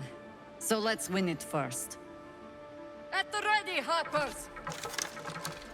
In this light, there will be victory. In this light, we will avenge the fallen!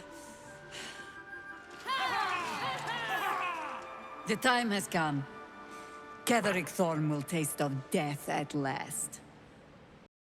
You dare show yourself here after all you've done?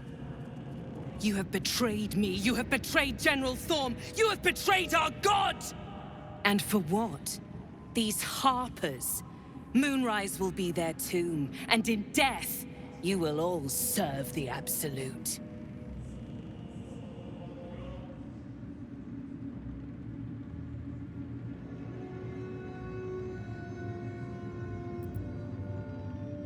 like a kitten roaring at a tiger. Boys, make them bleed.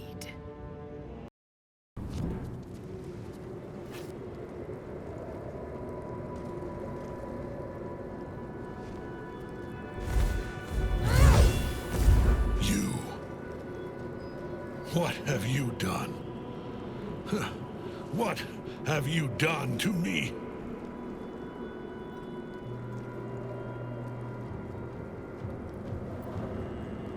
How dare you interfere? You are like the digits of a hand. It is for you to act, not to decide. You serve the Absolute. You serve me. Bow, you dog. Bow!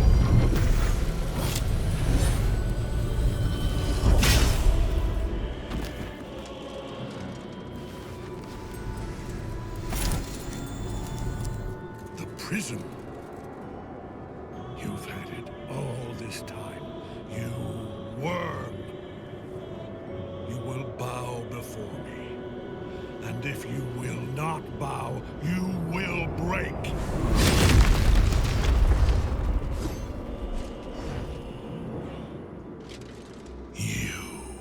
How good it is to see you again, Ketherick. At last you found a godmaster that suits you, it seems. Halen, the thief. You stole Isabel from me, and now you think you'll take my life in the bargain? You dare to speak her name? After your crimes innumerable, you would evoke her before me! Enough! This ends here and now. At last. He will crumble at the power of your touch. Give him all you have. The gods fight at our side! Enough.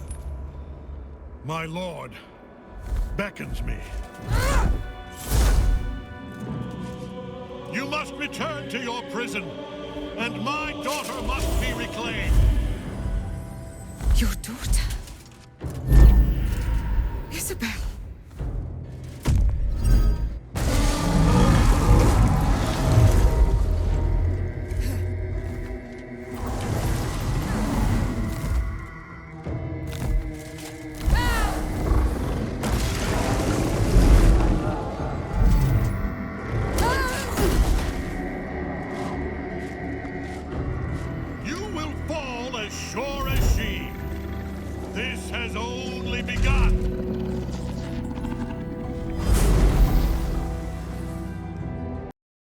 The hole yawns back at you, impossibly wide.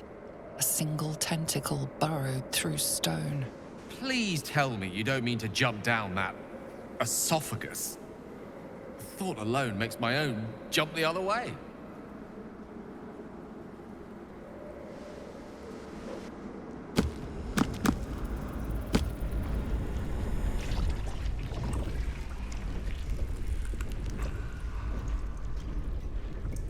This isn't a Lithid colony.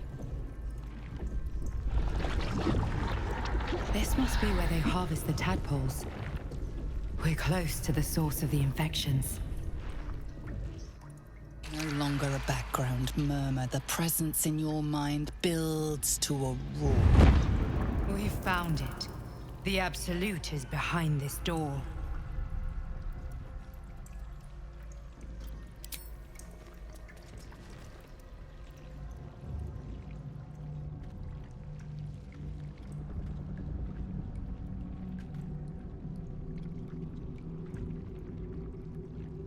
You said it was under control. It isn't you I answer to, Gortash. Oh, the general voice. Is this where we salute? Salute, yes. With cleavers through his blood-starved flesh. How it crawls with failure, like flies on lick-wet carrion. You forget yourself, Orin. I have played my part. You've built an army for our masters, true enough, but what of the astral prison? A rogue true soul flaunting it under your nose all this time, and you ran from her. Sure that they would follow and deliver it into my hands here. If you would cease these distractions. The distractions have been yours, Ketherick. Perhaps we never should have dug your daughter up. So you haven't lost your edge, but you're still not as sharp as Orin, I wager. The Slayer against the Undying One. That'd be fun to see. His crypt breath sings to my sinews again. But he must lead the murder march to Baldur's grave. If the weapon is truly in your grasp, Ketherick, might I suggest closing your fist? Orin and I can wait for you no longer. The plan proceeds. We're going to the city, and we expect you to follow. Army and the weapon in tow. The Edict of Bane! The Lash of Thor!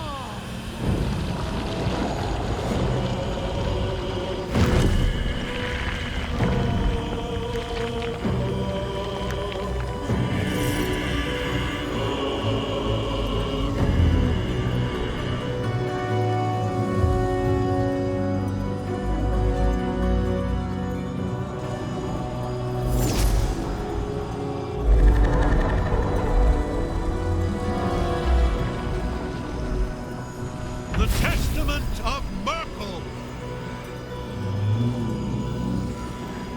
An elder brain. One of the cruelest and most powerful creatures in existence. Enslaved by mere mortals. Look at that crown. It radiates with power unlike anything I've ever seen. To have it. To hold. Oh, if only I could. But I can't. This is it. I must do as Mystra commands.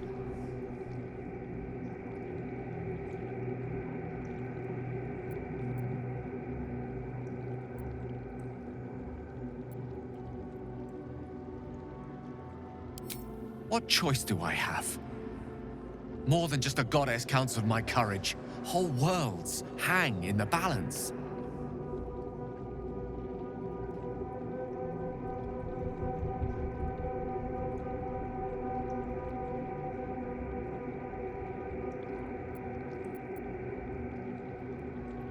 I do trust you. More than myself right now. Perhaps even more than Mystra. I have no desire to end your life, you know that. To end it? To struggle on. It is a grave choice you're making for us both. But if it must be so... very well. I'll stand down to stand by you. There we are. It wouldn't do to fight in front of our guests. Behold, Duke Ravengard, the Absolute. Helm preserve us. You wag your word flap in vain, Alderling. Once the worm holds the whip, your shredded flesh will serve us.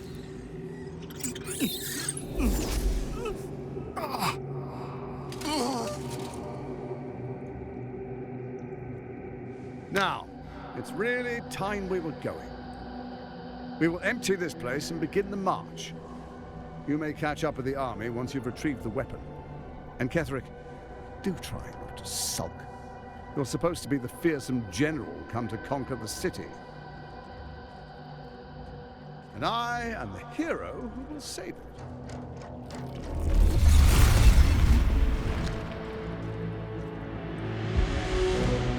It is time, faithful ones. March on Baldur's Gate. We go to prepare the way.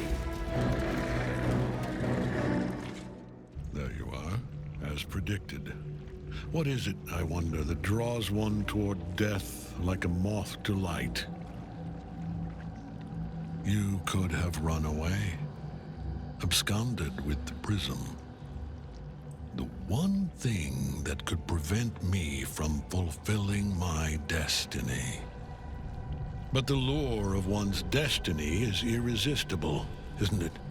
Perhaps you hope to learn your place in history before you are erased from it. A bright flash of clarity before the snuffing out.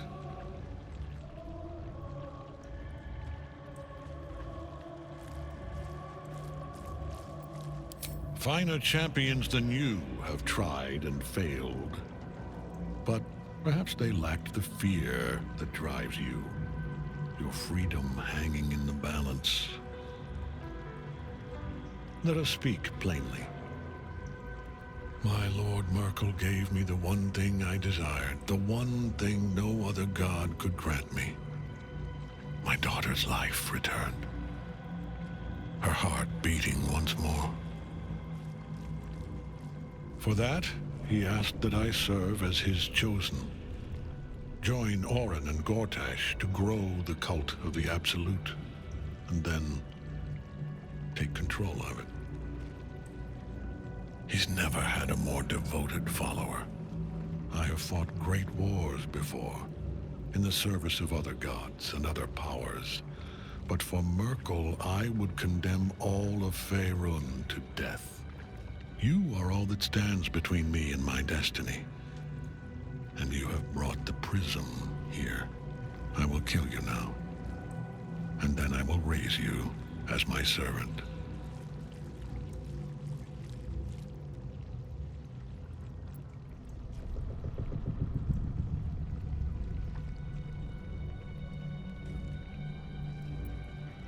Yes. Join the army of the dead, true soul. Witness Lord Merkel's glory.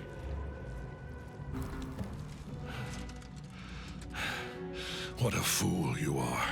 You cannot kill me. I am eternal.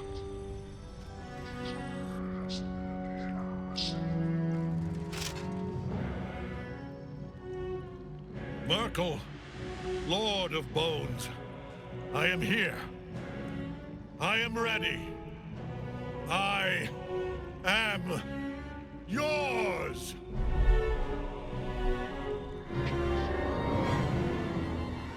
You dare end one who belongs to me.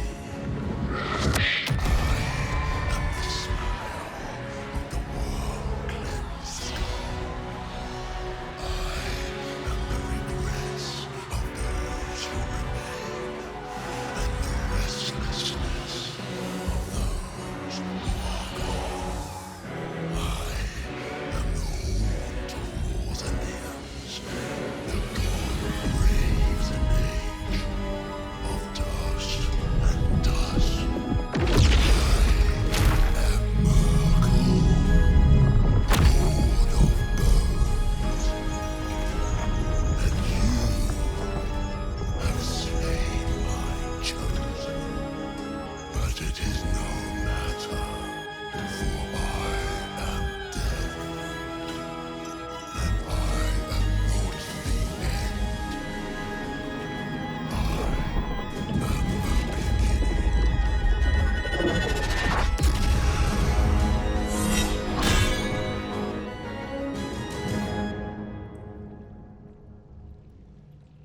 Oh. Oh dear.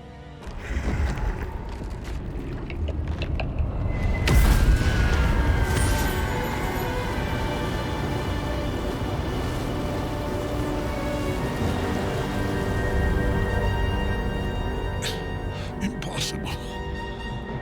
Death cannot take me. I am its master. My lord, hear me.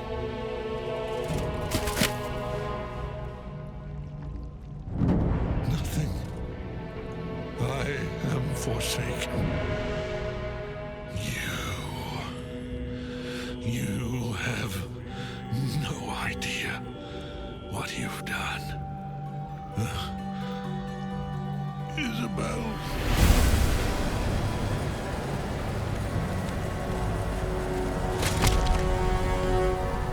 Take it.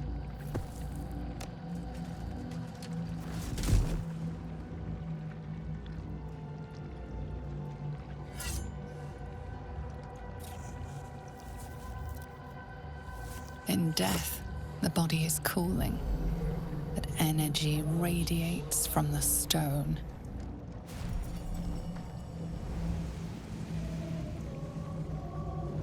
Remarkable. Truly. And now the picture comes together. The Absolute is neither god nor man. It is the Elder Brain you saw, held here by those three against its will. The crown it wears controls it, and these stones control the crown. It has been dominated. To master an Elder Brain, to subdue it. Our enemies are formidable.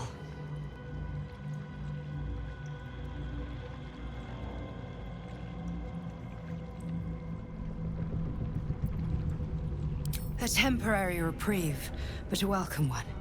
With a brain on its way to the city, its influence here is weakened.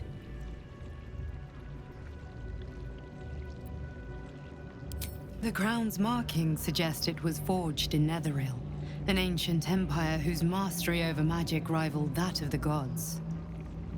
It is a crown of domination. The stones were taken from its crest. They are nether stones, imbued with the ability to control the wearer of the crown. The crown's Netherese magic must be the true source of the parasite's abilities.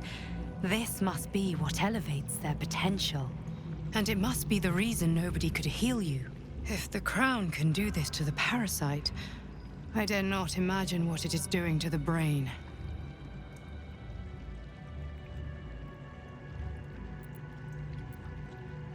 One of them I know, Lord Enver Gortash, an arms dealer and a slaver.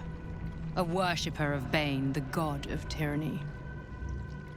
The other is a mystery to me, but the way she spoke, it is most likely she follows Baal, god of murder. Ketheric was a follower of Merkel, which means the Absolute is a front for the gods of death, and our enemies are the chosen of the dead three.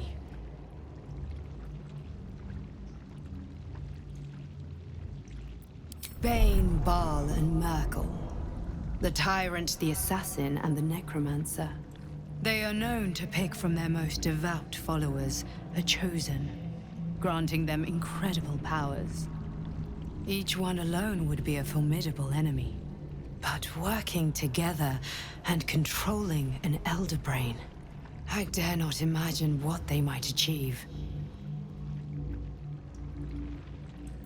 We prepare for the fight of our lives, and the lives of everyone in Faerun. The army of the Absolute is marching on Baldur's Gate. Within the city, an Elder Brain, brimming with power, ready to turn everyone within its reach into mind flayers. All it needs is an order the Death God's chosen are on the cusp of giving. We must wrest control of the brain from the chosen before that happens. We must take their stones. Our chances of success are slim, but we must not fail. If we fail, everything ends. I will be your shield, but you must be the sword. And when the chance comes to strike, you must take it, for there may only be one chance. Helen! Isabel!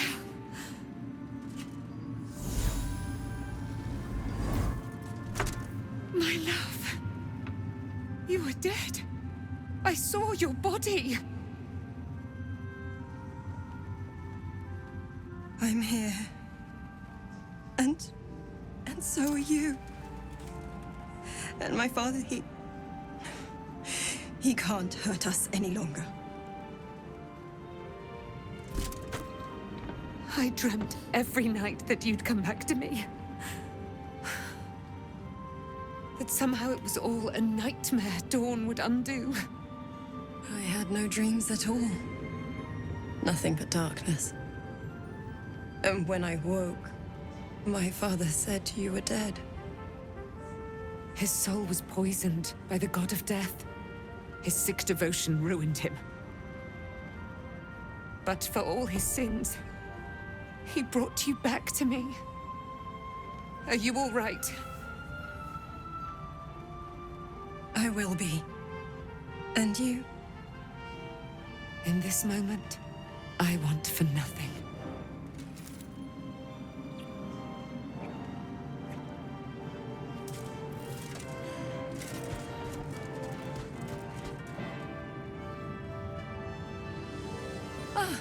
It's you, isn't it?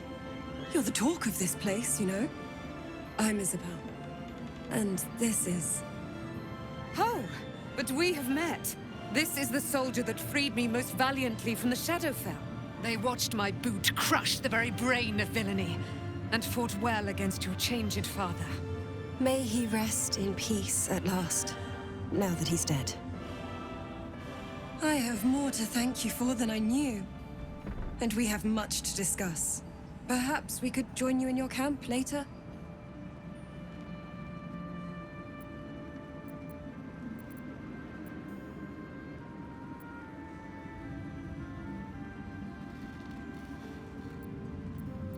I gave my word, and I will keep it. By the fires of your camp's hearth, we will discuss all we must. Now, you will leave us. We must take succor in one another's bodies and words. Aelin! We'll see you later. Ketheric is defeated, the path ahead clear. You should be elated. But the sight of the land you leave behind does nothing to alleviate your sorrow. Though however deep your pain, it cannot compare to Halsin's.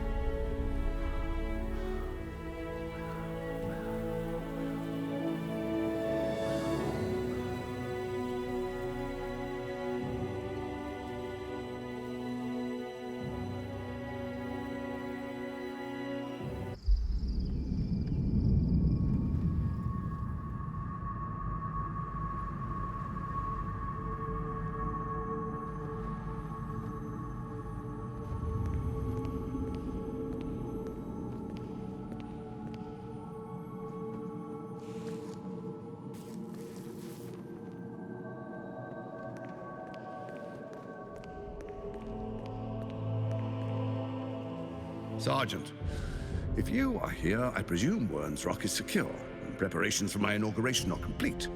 No, Lord Gortash. We were interrupted. Another quake in the lower city. More severe this time. So you came cowering to my chambers? I'm flattered, Sergeant. But even I cannot command natural phenomena to cease. Forgive me, my lord, but there is panic in the streets. The people are afraid. Perhaps the people would be calm if you kept your nerve. I expect better from the Flaming Fist than to run scared from a slight tremor in the earth. Get back to your duties.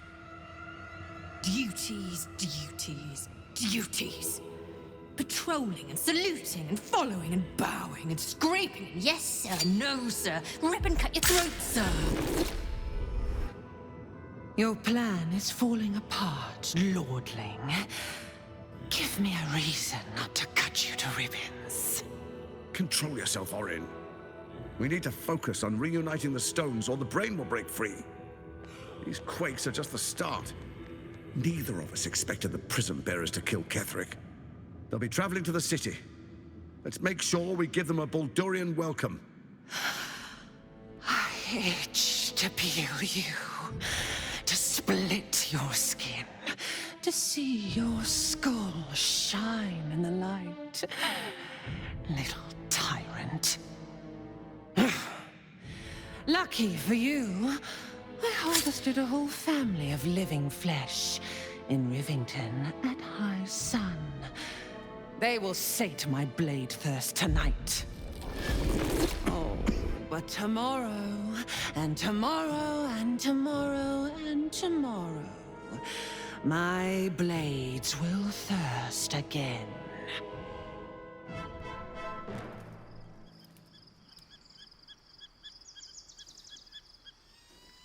Let us make camp before the sun yields to the stars.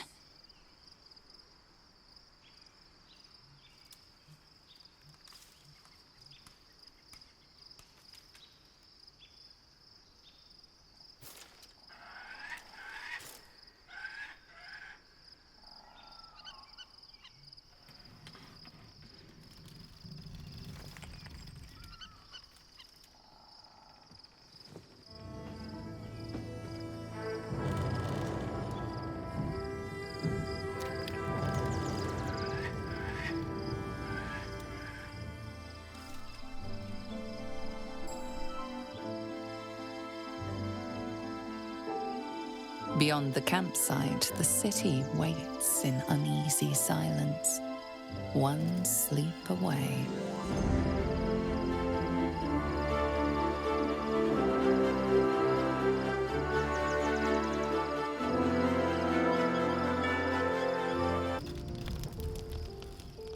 The events of the last days weigh heavily upon you. Sleep's rest is slow to come to one whose mind is so full. The Absolute is not a god, but an elder brain controlled by the chosen of the Dead Three. They mean to use it to take control of the Sword Coast. All who carry the tadpole are governed by the brain, and by extension the chosen. It will take but one order to transform them into an army of mind flayers. This would have been your fate too, were it not for the astral prison and the mysterious visitor inside of it. With her help, you have uncovered the cult for what it really is. A plan of conquest orchestrated by the gods of death themselves. Together, you have the power to thwart the Dead Three. If you follow this path to its end, the Elder Brain will not answer to the Chosen. It will answer to you. Lady Shah sent you on this mission. Did she know that this is where it would lead? And when you complete it, what will you do then? Will you liberate the true souls from their parasites and their religious delusions? Or will you use the power you gain for your own purposes?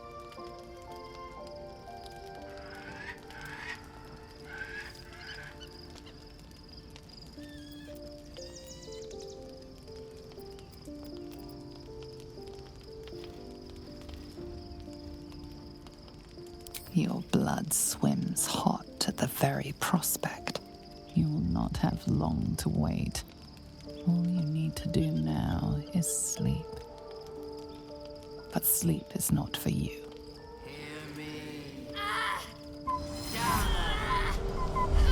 The reckoning is upon us!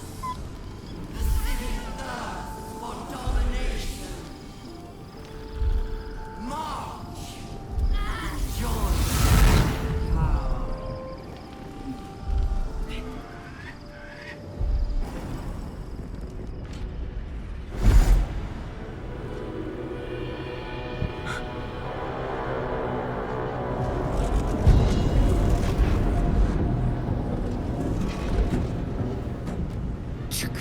That orb is about to erupt!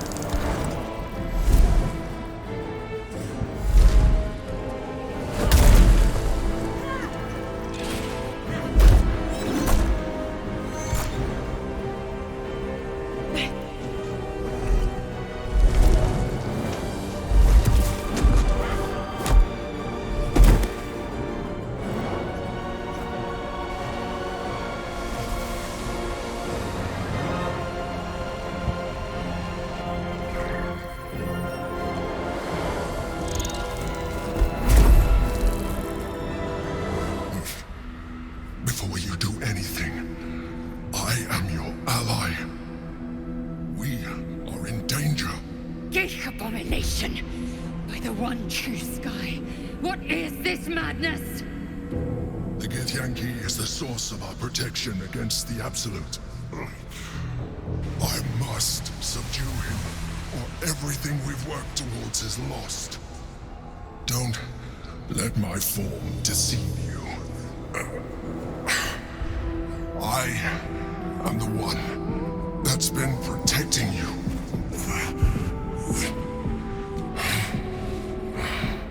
I am the one that came to you in your dreams. Help me.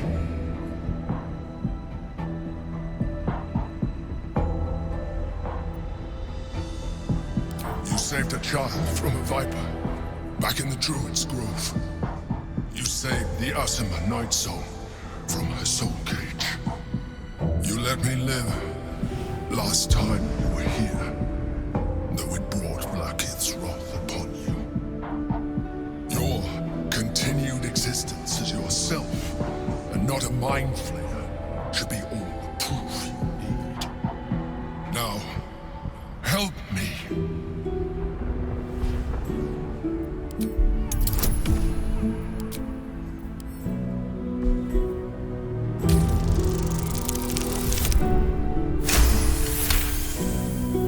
Despite your best attempts to be subtle, the Mind Flayer's awareness is everywhere.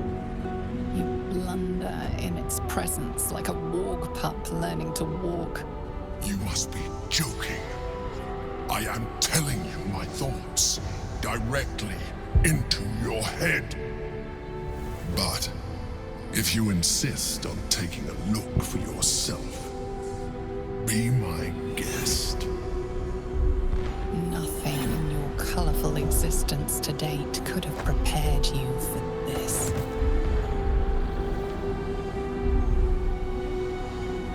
As the horror subsides, you are left with only one coherent thought. You must do whatever you can to subdue the Githyanki. Happy? Now, join me. Fight! Aid an illicit against Githyanki. We cannot. We must not. Your blind loyalty will be your undoing, Lae'zel. Fight with me for your own survival. Together, we can turn the tide.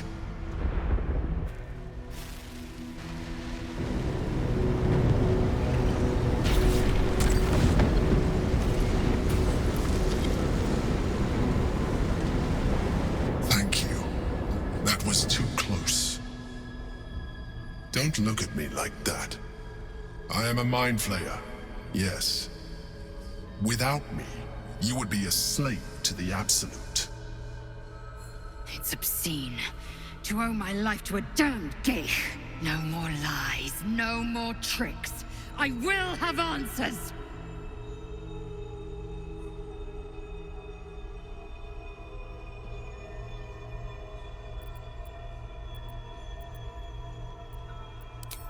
It was necessary.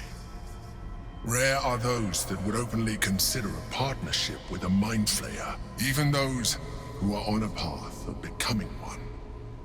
I was someone once. Someone just like you. An adventurer. I came from Baldur's Gate, though I was never one to be constrained by circumstance. I longed for more.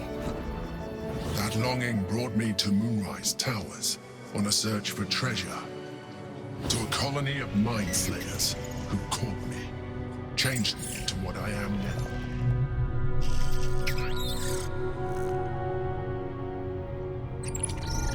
For years, I served the Elder Brain, the one you know as the Absolute. I was a thrall like any other, but I was fortunate. I broke free and started a new life in my old city. I sustained myself on criminals. Unglamorous, but there are plenty of them, rarely missed. And they fueled me while I did my work. I had the good fortune to meet Duke Stelmane, We formed a partnership, and through her, I became the governing force behind the Knights of the Shield, the largest mercantile operation in Baldur's Gate. People referred to me as the Emperor. Such was my influence, though of course they had no idea what I really was. My needs were sated. I was happy for a while, until my true nature was discovered by the tyrant himself, Lord Gortash. He tore me from my home and brought me back to the brain, where I became a slave once again. A slave he continued to call me Emperor.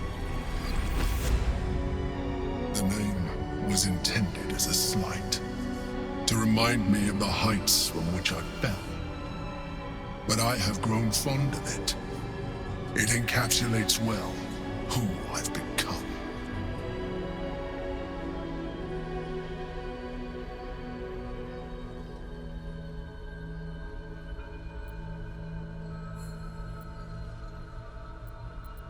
Indeed, his hubris knows no bounds. To enslave me, that was his nature. But to enslave an Elder Brain, a questionable decision. I shall look forward to sharing his downfall with you.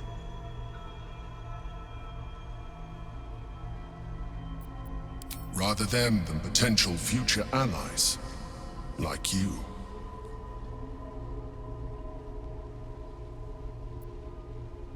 Not all Mind Flayers are alike. I have always valued freedom above all else. In my past life, and present. It has been a burning need within me for as long as I can remember.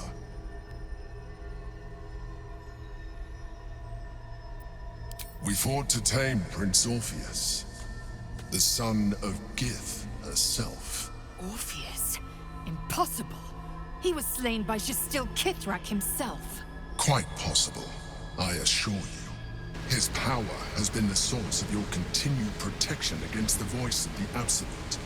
The power to disrupt hive-mind communication. It is the same power that enabled Orpheus's mother to bring about the fall of the Illithid Empire eons ago. A power she passed on to him, and that I leveraged for you. When Orpheus's mother left, a usurper took her place. Vlaakith declared herself queen of the Githyanki. Vlaakith wanted his power, but Orpheus rose against her, and so she sealed him and his honor guard within this prison. Bound by infernal chains, Orpheus could never leave. Bound by duty, his guard never would. They were close to breaking my hold on that prince. And if they had succeeded, we would be lost. I am relieved. You have embraced your potential enough that you could help me eliminate them. Alone, Orpheus will be much easier to control.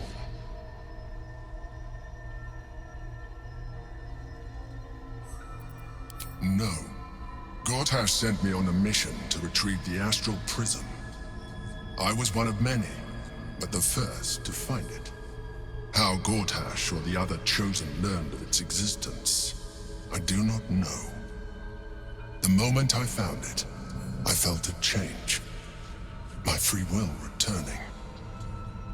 I followed the feeling inside, and found Orpheus.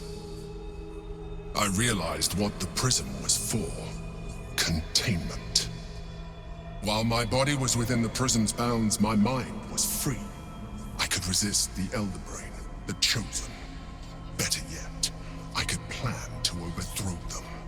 All I needed to do was subdue Orpheus and find allies in the outer world. You.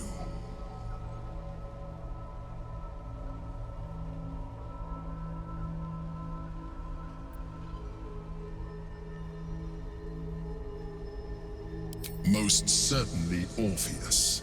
He is a threat to her reign. Some Githyanki still revere him in defiance of their teachings. Vlaakith was safe as long as they believed him to be dead. But as you can see, he is very much alive. I don't understand.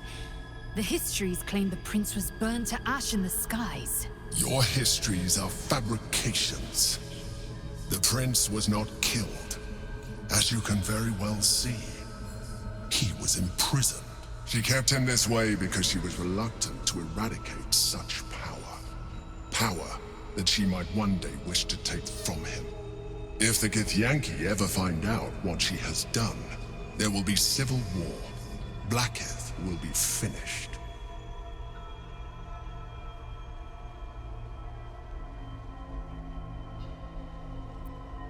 That would be a terrible idea. The moment he is free, he will attack you. Your only defense would be to kill him, and in so doing, he would doom us both. Even though he is subdued, you feel Orpheus's revulsion, a pulsing hatred that cannot be contained. The Emperor is telling the truth. To him, you are just another wretched illithid. You carry a tadpole. As far as Orpheus is concerned, you are already a Lithid, a sworn enemy, just like me.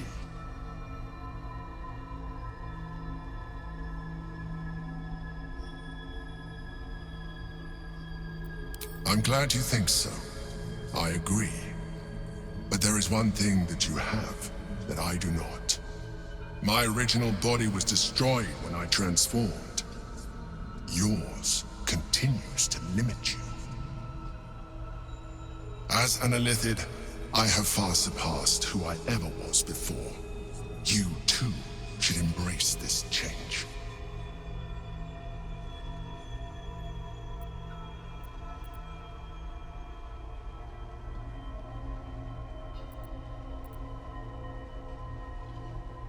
I believe we'll have a better chance of defeating the Elder Brain if you embrace your latent Illithid potential. I've been studying you for a while now. I believe I can trigger the next stage of your tadpole's life cycle, while continuing to preserve your independence. You have seen what I can do. Imagine yourself with the same strength, the same intelligence, the same devastating beauty. If you let me, I can evolve you.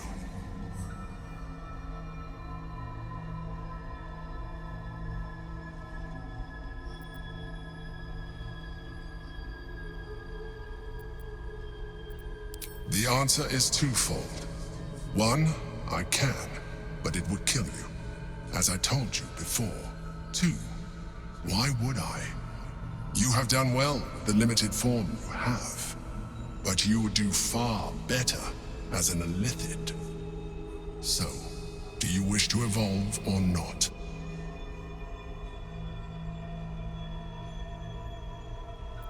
You will be able to do things you never thought were possible.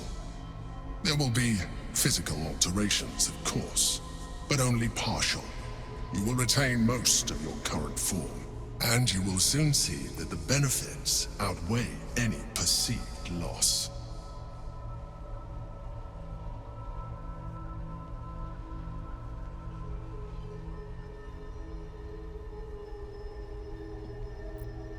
Even as you say the words, you feel a lurch of disappointment.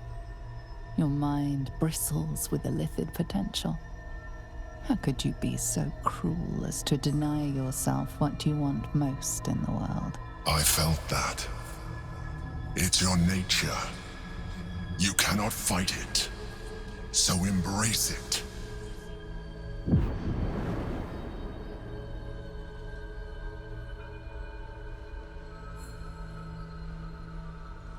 It wants to evolve, but it cannot do so alone.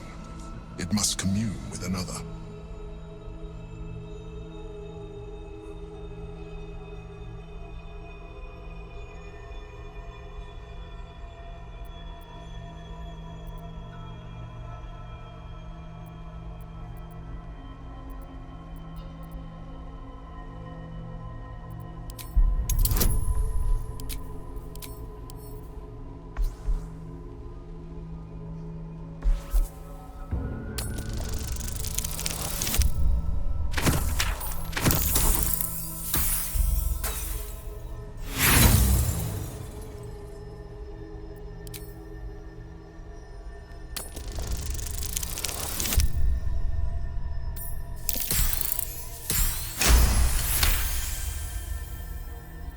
A wave of disappointment, stronger than any you've ever felt.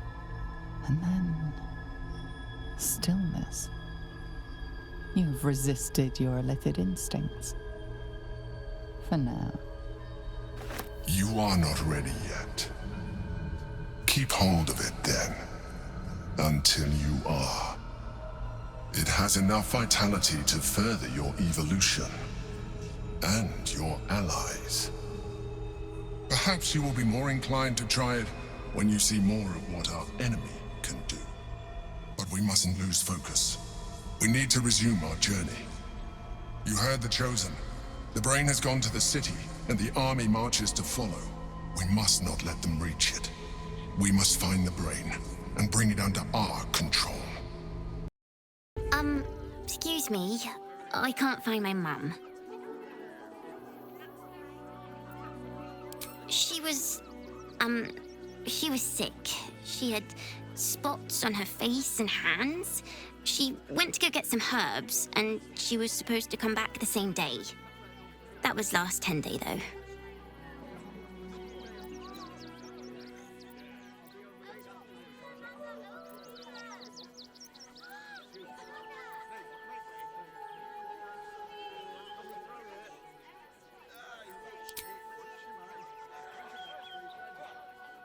Wow.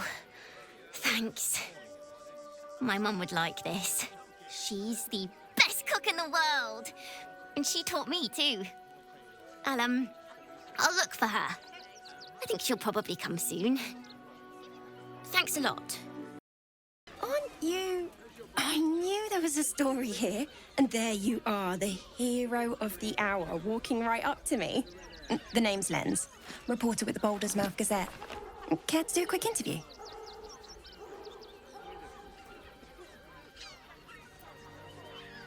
And I wouldn't dream of keeping you from it. So, you've arrived at Baldur's Gate. What's brought you here at a time like this?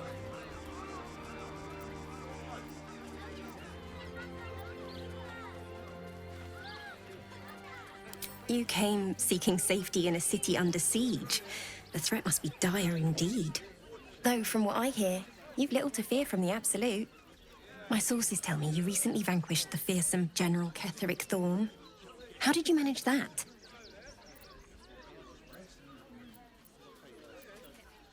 I'm a journalist. It's my job to know everything.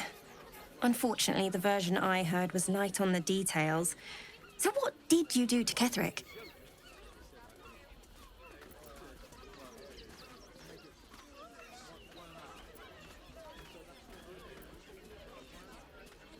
I'm sure you were much more than that. You proved to be quite the thorn in his side. His absolutist friends can't be very happy with you. The cult's threat is far from extinguished. What's your plan of attack? Perhaps it couldn't... You must have some strategy. Don't worry.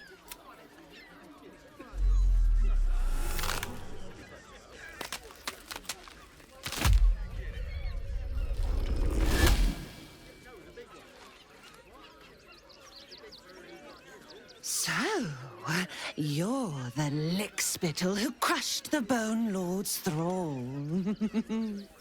I know the truth. You come for our nether stones. Come to prize one from the tyrant's death grip.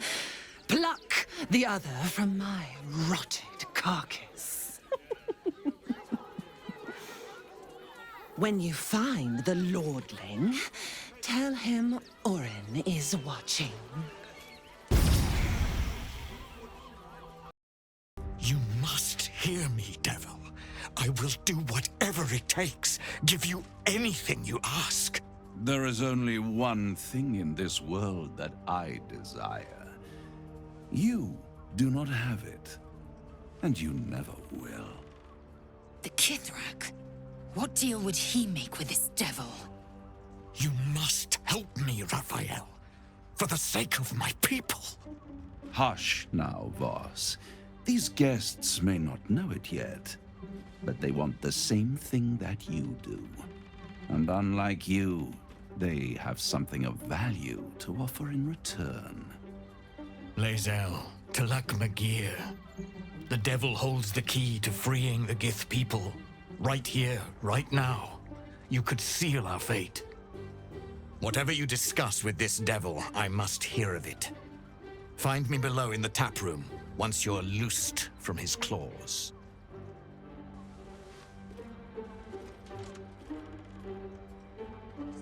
I'm glad you came.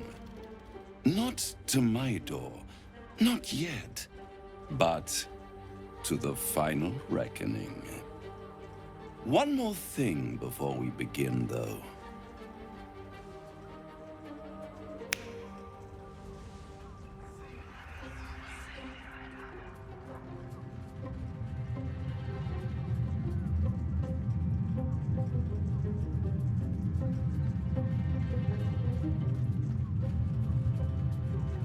For the first time since the Nautiloid, your mind is clear. It's unsettling.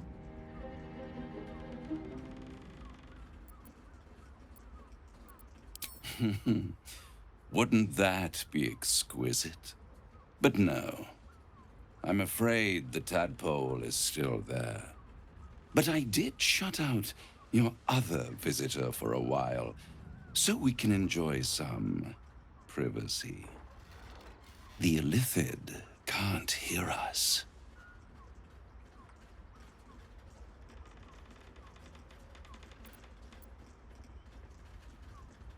I brought you here because I'm true to my word, and I can make all of this tadpole business go away. Which means you and your lovely friends can remain blessedly free of tentacles. Let us speak plain. I'll admit, you've impressed me. I wasn't sure you'd make it this far. But no matter how far you come, you're still on the road to ruin. A road that leads directly to a confrontation with the Elder Brain. At best, it will kill you and everyone else in this city. At worst, it will assimilate you, and you won't have enough free will left to even wish you were dead. You have the key to destroying it in the palm of your hand, though.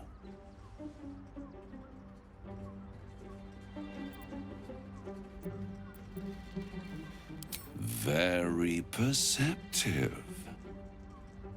Yes. I can give you the means to break him free. Speak, devil. We're listening.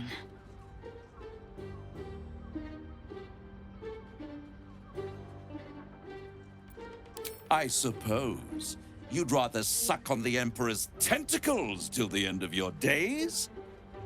Orpheus is your only hope of surviving this horror show without devolving into an Illithid.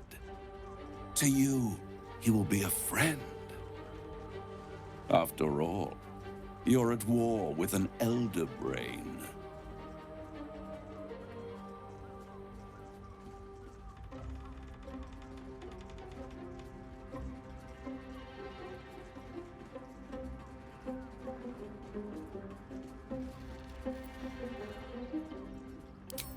If I'd realized you were so gullible, I'd have tricked you into selling your soul for a pocketful of beans when we first met. To the Emperor, you are nothing more than a beast of burden, one that will transport it to the Elder Brain. An ox requires food, and the occasional beating to keep it moving. You are simpler. The Emperor's words serve as both carrot and stick. Perhaps it is true that Orpheus would ally with you against the Elder Brain. But if he proves uncooperative once free, you may have to kill him.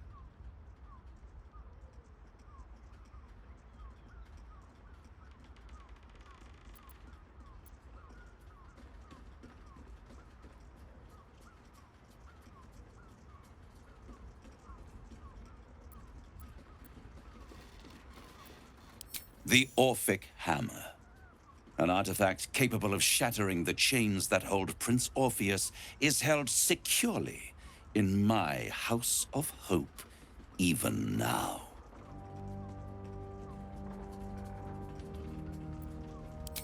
Good and truth rarely go hand in hand, but in this case, they are happy bedfellows, and we can be too. I swear to you, I have the solution to your problem.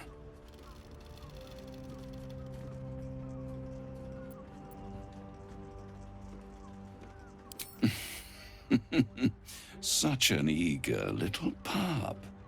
Surely you realize there is an exchange to be made.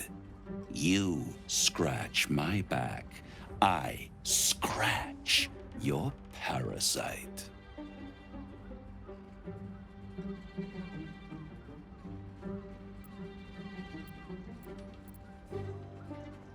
You really do think highly of yourself. My sights are set on something much more valuable than your soul. Succulent though it would be. I want the crown that dominates the Elder Brain. And you, Lae'zel of Kalir, want to free the Forgotten Prince, do you not? I want nothing more. Then it is settled, is it not? A crown for a hammer. A bargain of a lifetime, Lae'zel of Kalir. Handing that crown to this devil will be like feeding gunpowder to a lava worm. Agree to nothing.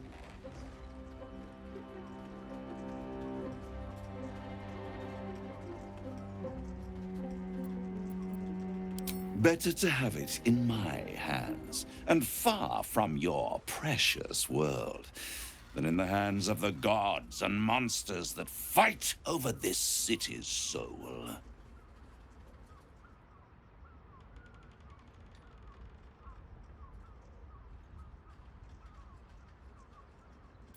Then you will die, along with every other soul in this city.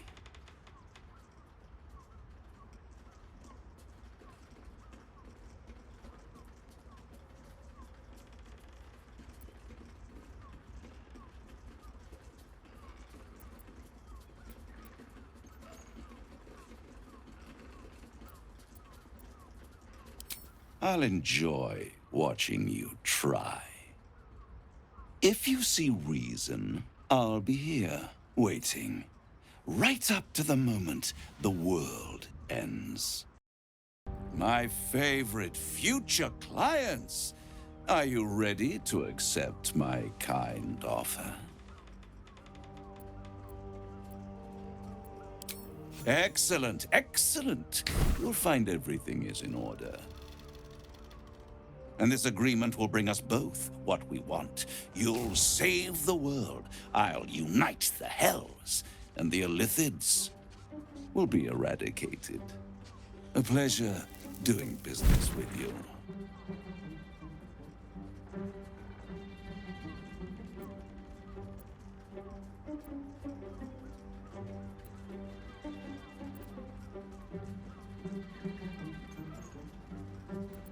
You should have a little more faith. You will find yourself in Orpheus's presence before the end comes.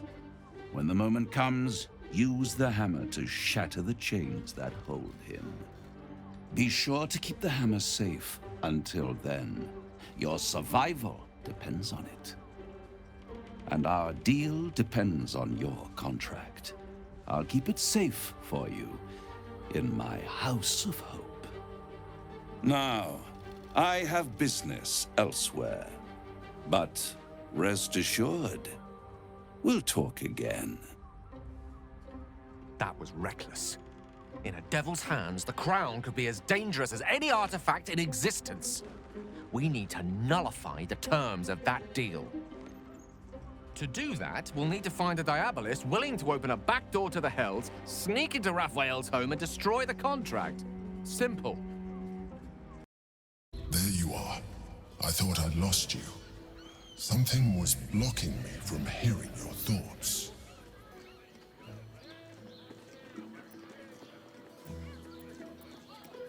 Raphael. Well, thank you for your honesty. Of course, I should have known the devil would come sniffing. The stench of impending chaos is irresistible to them. And what did he want with you?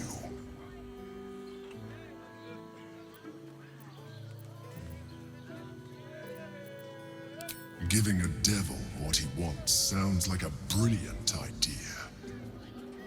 And what did he offer you in return for bringing it to him?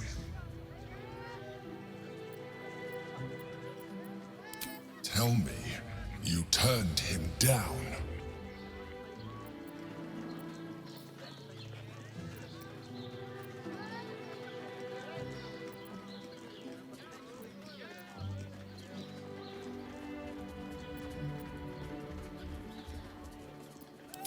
I was absent for one moment. If there is one thing you can be certain of, it's that the devil will come to collect. But that is your problem. I will not let you put our survival at risk. I have Orpheus well under control. Stay away from him. Now come. We have an Elder Brain to destroy. Voss, friend to the Comet. Lae'zel of Kalir, warrior of warriors.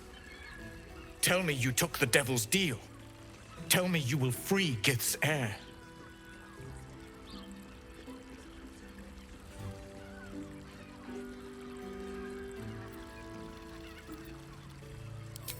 So quick to share it with him. This is not wise. The Prince of the Comet is not dead. The Prince of the Comet will come again. The Prince of the Comet will liberate us from the Lich Queen's tyranny. Can it be? Will the mighty Prince Orpheus soon illuminate the astral plane? Gith's son will soon ride against Vlaakith, Voss, and I will follow him into battle. And you will wield the greatest gift Mother Gith ever granted her dauntless children. A silver sword. I will carry it for the honor of Gith, the great liberator, and her unforgotten son. Istik, now that you have the hammer, you must find a way to enter the astral prism. Once inside, smash Orpheus's bonds. His cry will shake the plains, and I will fly to your aid. The Prince of the Comet will sear the heavens again. Let the Lich Queen tremble. Think again. I will not permit your entry.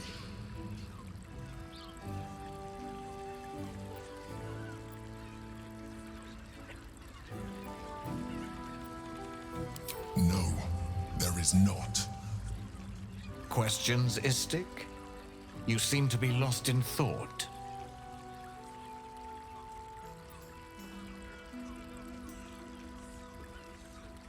The Prince of the Comet aches for Githyanki liberation more than he abhors Geich. He might seethe when you free him.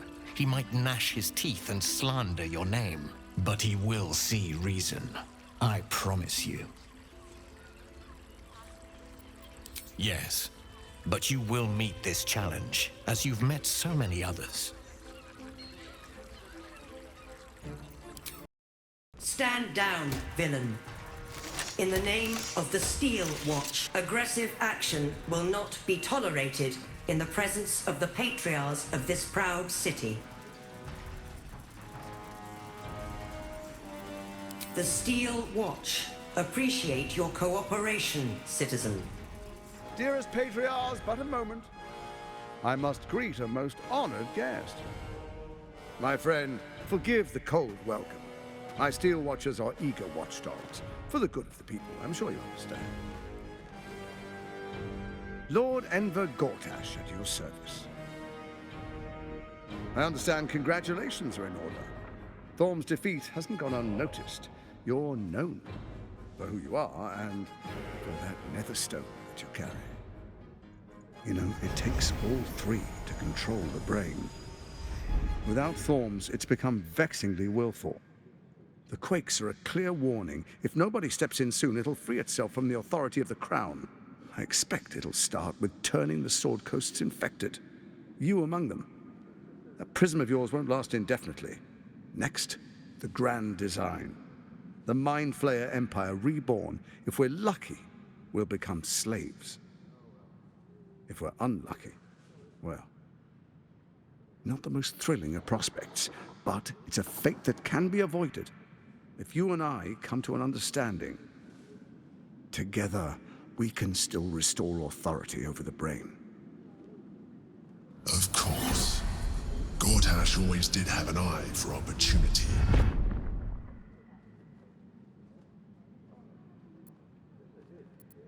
It's not, but it will not follow new orders unless the Netherstones are united to give the command.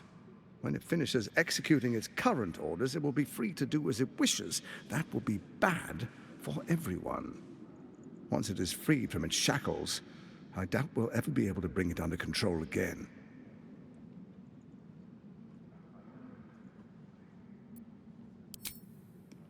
There's an old wisdom. A brittle alliance can never be mended. It can only break. With Ketheric gone, Orin proved treacherous. Baal's chosen wants the Netherstones for herself. She only cares for blood. And your blood and mine are of particular interest to her.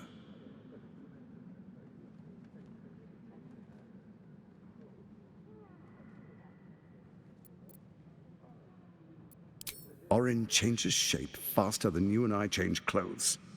She might be anywhere. She's targeted me as well. I'm well protected, but she's extremely good at what she does. If Orin obtains all 3 Netherstones, she'll plunge the coast into chaos and paint the city in blood. I can't let that happen. I want to lead this city to glory, not scorch its earth.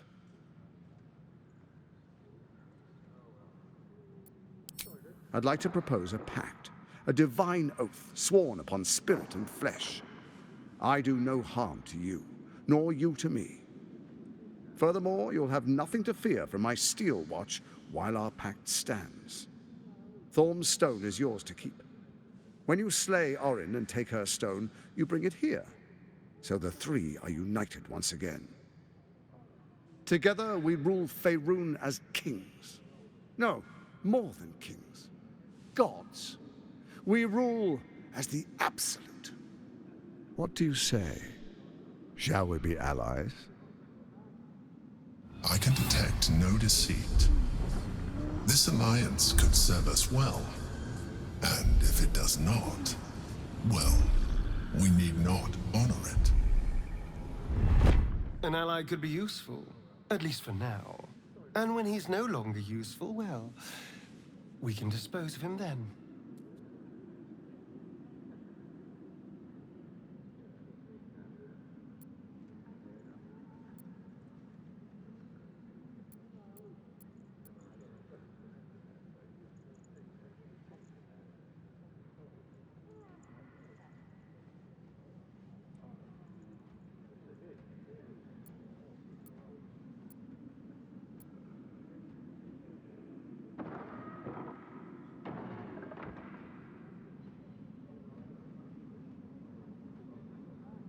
So Ketheric was ready to betray our alliance too. I can't say it comes as a surprise, but you should know this. I initiated this plot. I brought Ketheric and Orin together to create the Absolute. They knew this would only work if we stood united and coordinated our powers. Their ambition blinded them to reason. I don't suffer the same affliction. In short, you can trust me.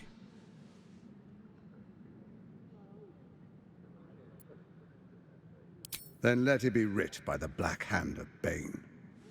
I, Lord Enver Gortash, swear I shall do you no harm. We will rise together over Toriel as a roaring sun. Let me demonstrate why you made the right choice. Your camp is compromised. One among you is an imposter, a faceless. Who, I can't say. I'd suggest a thorough investigation. You'll find I speak the truth. A doppelganger in our camp? A little redundant of me to say, but that could be anyone. The faceless in your camp is like a knife at your throat. Remove it quickly, or any alliance between us would be exceedingly short-lived. Even horror has a home. Find her nest and slay her there. For all its charms, Baldur's Gate has long had a cancer at its heart. A hidden temple devoted to Baal. That's where Orin became what she is, where she worshipped and schemed. And now, it's where she hides from my watchers, when she's not spilling blood in the streets. You're resourceful. I trust you'll sniff it out. If the trail goes cold, follow the bodies.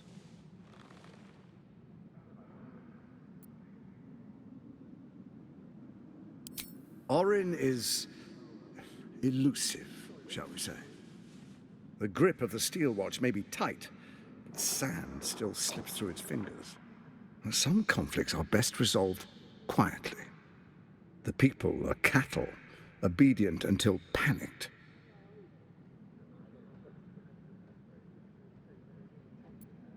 First, Orin the Red, bloody dagger of Baal, causes panic in the streets through killings in the Absolute's name. Next, the threat of the Absolute's monstrous armies formed by Merkel's general, Ketheric Thor. In such circumstances, people crave strong leaders. Leaders that bring law, order, and protection. Leaders like me, Bane's unyielding hand, author of justice. You are soon to witness the people of Baldur's Gate granting me complete power over them, all out of fear of the Absolute. Next, we will declare curfew and begin infecting the masses.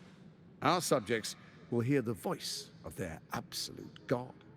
The faithful will do anything in the name of their God.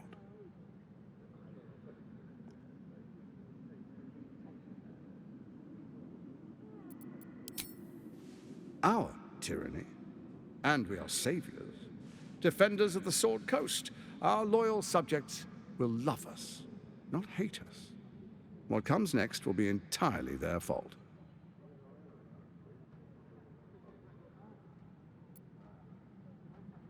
Powerful connections. Let's leave it at that. More importantly, just. Now, come, be witness as I make history as the first Archduke of Baldur's Gate.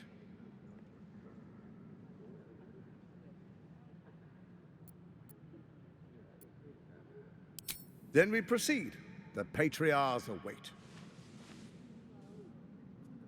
Distinguished Dukes, Patriarchs, dearest Ravengard, I will heed your call. A new chapter begins.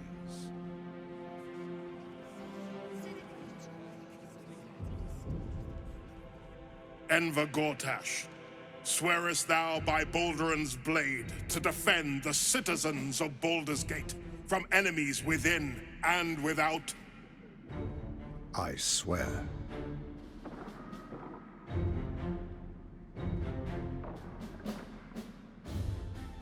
Swearest thou true faith and fealty to the same, by word, deed, and decree, so that none may suffer? I swear. Gathered guests, grant ye consent?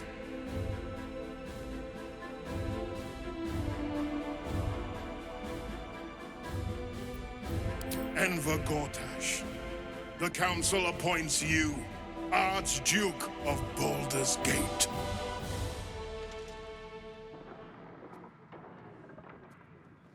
My friends, the Steel Watch stands ready. Let its blade fall on any who would diminish our city. And you, honored guest, will find me in my office above when you return. Do not come empty-handed. Look, investigator. Brilgor might have been a criminal, but he was no murderer. You're missing something. You have to be. Enough, Yanis. Listen to yourself. You are defending a man who ritually slaughtered your high priest. The evidence speaks for itself. Brilgor killed Father Lorgan, then, be it out of shame or profane duty, offed himself with the same blade. Case closed, Sister Yanis. Shitey little elephant. Oh, I apologize, stranger. Language like that hardly befits a rector of Ilmater.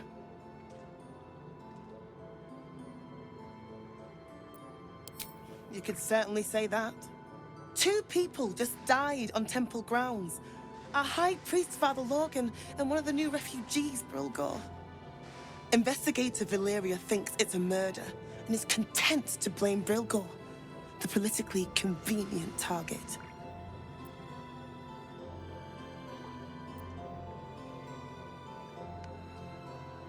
Feel free to look around the temple, but fair warning, the investigator won't change her mind without significant new evidence. Valeria never found the murder weapon, so that could be a start.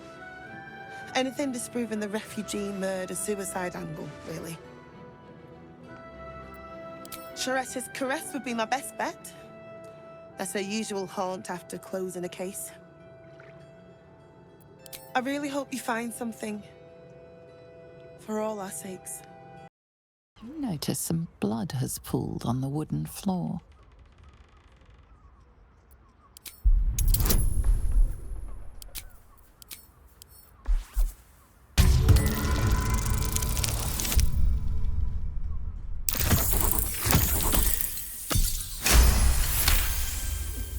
You notice the blood's source. A body hidden under the bed. I presume you've found something interesting to discuss, if you're interrupting me again?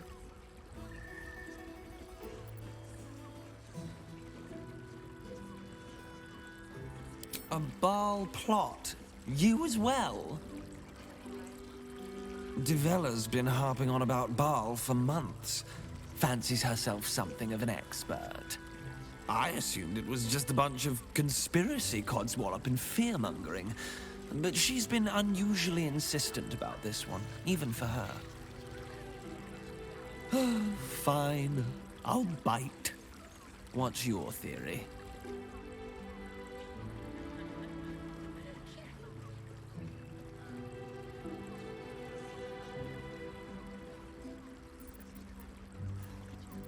No need to wave documents at me.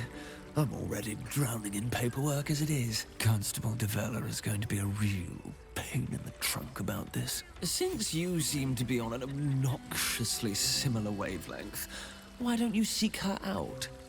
She'll be at the Elf Song Tavern. Show her the list, and I'll stay and inform the Fist here. Oh, and you'll need this pass. It'll give you access to the lower city.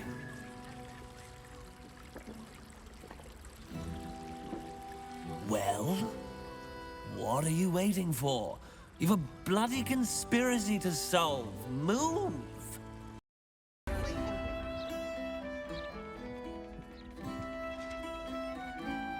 Oh, bollocks! I told those idiots not to let anyone through. You. Name, rank, and reason for interrupting an active crime scene. For your sake, the last one better be bloody good.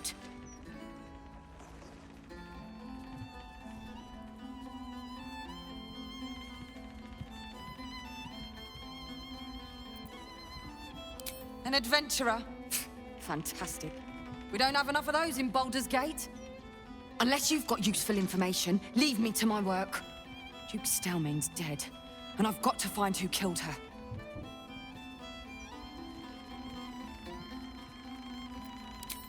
Good. That's it. Proof that I was right. I've been working on an assignment, see?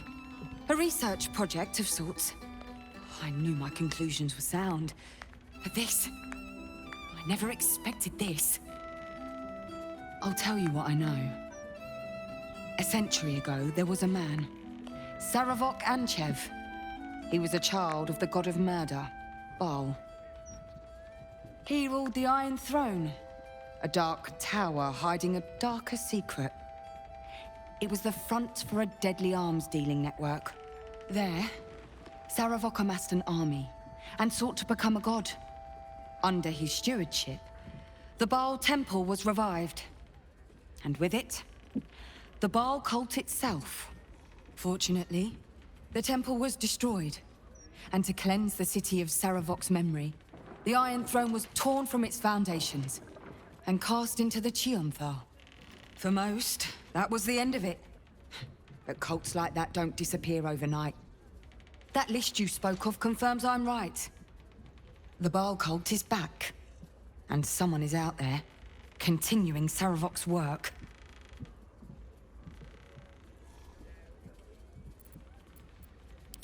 I've not ruled out the possibility that it is Saravok himself.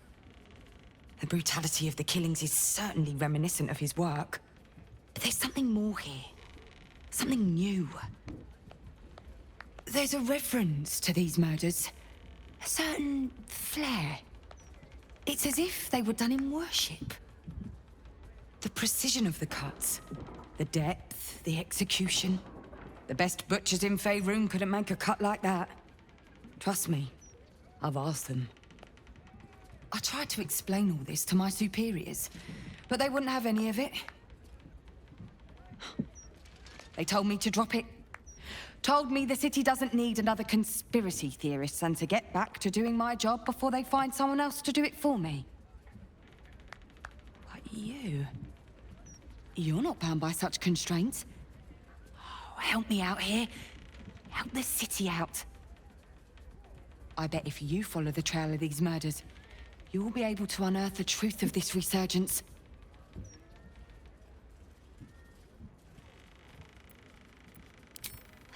Believe me, I wish I could, but I need this job.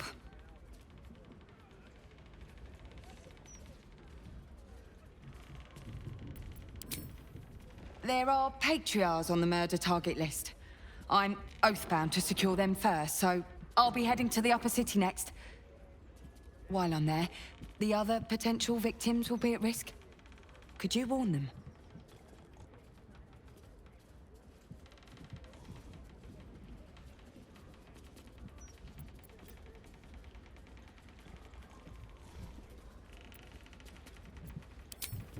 Not from round here, are you? We're in Baldur's Gate. This is just how things work.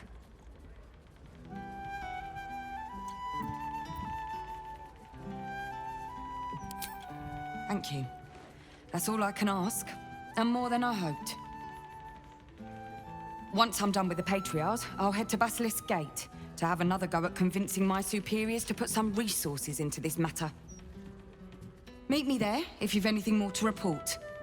And good luck. Lae'zel, glad you could join us. The Kithraki have spread word of that artifact that you carry. Tell me, Lae'zel of Kalir, what reward do you think the Astral Prism will fetch once I pluck it from your corpse and present it to Vlaakith? What honors, what riches will the Undying Queen grant me when I hand her the failed prince? This artifact contains the key to our freedom. It is not for the Lich Queen to take. I know exactly what the prism contains. The traitor prince who would hand us to Gake. The false heir's head will make a fine trophy for Vlaakith. As for you, I will leave nothing behind but meat and shattered bone.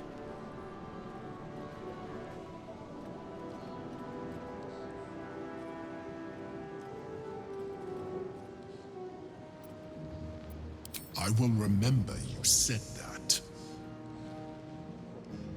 That's quite all right. I was not asking for it. Hataka! No! No! Leave me alone! Are you real? Is it really you? You have to help me, please! A scary lady. She said her name was Orin. She found me and my cat Grub, snatched us off the streets, and she made me eat him. Then she told me to start running. She said that when she catches me, she's going to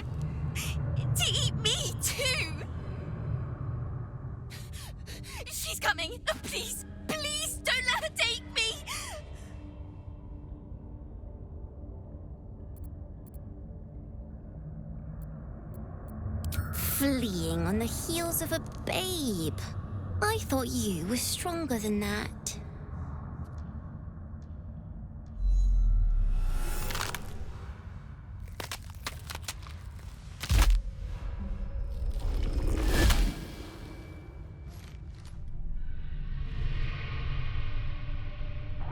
Look at it, crawling and sniffing and rooting around in the filth. Is it my netherstone you seek, little piggy? Or did the child's little pet leave you no appetite for the main course? Do you not savor the slaughter of such innocence?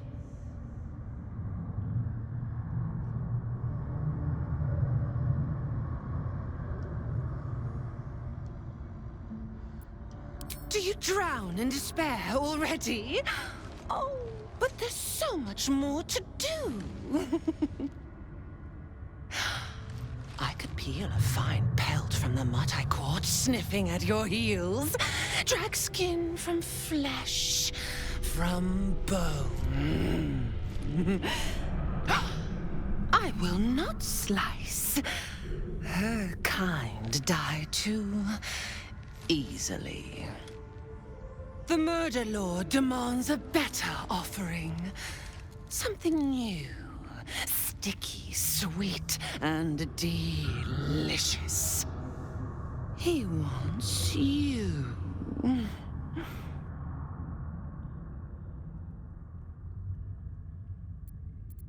Kethric's killer turned the corpse lover to carrion when you took his stone. Oh, but he was a dull kill. No blood to spill, no guts to rip. A desiccated husk, all dust and hollow. You must be sharpened before you set your edge against my skin.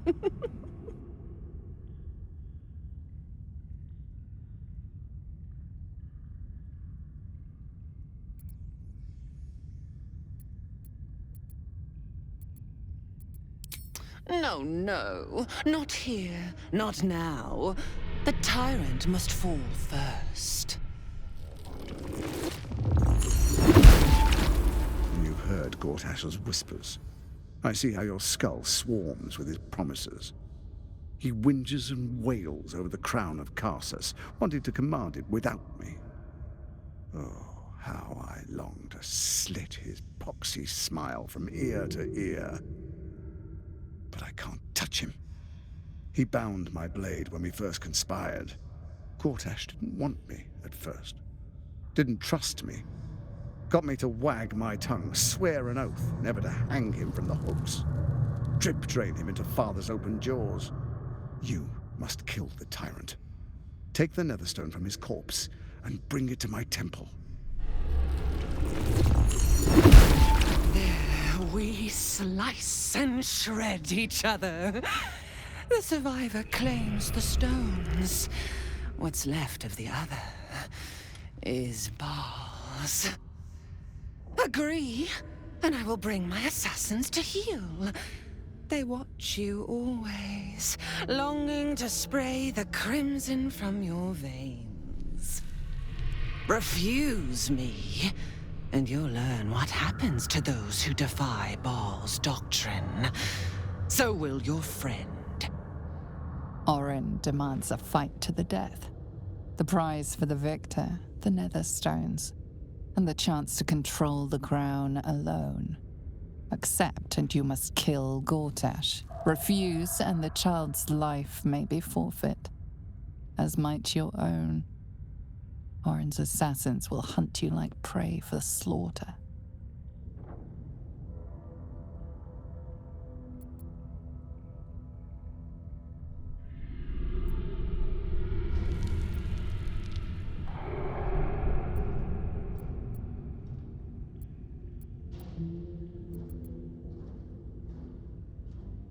The tyrant has you all twisted into knots, tight and tangled.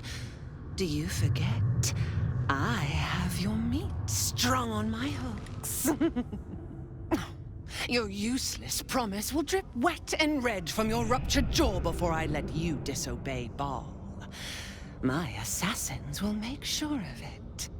Once you've remembered your place, seek out the Steel Watch's cradle in the lower city. Skewer their skull meat. Make them rust and blood. Then the lordling will be yours to butcher.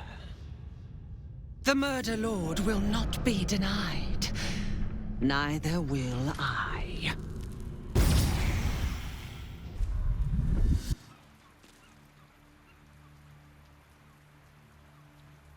Queen Vlaakith.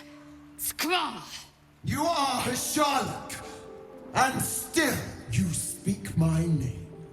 I've seen the captive Orpheus with my own eyes. Spoken to Gestil Kithrak Voss. You lied to us. Enslaved us. The betrayer Voss lies! I have only a moment, and you, Hasharlak, will listen. We are Githyanki. We move mountains. We snuff out stars. We shake the plains. The traitor Voss has lied to you. The heretic prince would shatter us in an instant. The great dominion shrunk to the head of a pin. Can this be true? Is the Githyanki prince really a threat to his own people? Or simply a challenge to Vlaakith's rule? Return to the astral prism. Slay Orpheus the Pretender. Serve me, and I will ascend you. You will be no mere warrior, nor Kithrak. You will be Barta Vlaakith, commander of dragons. My only, my chosen. A final chance. Kneel before me. Make your promise. Lae'zel's thoughts become yours. The sight of Orpheus looms over her mind. Voss's words echo within it. She means to forever turn her back on Vlaakith.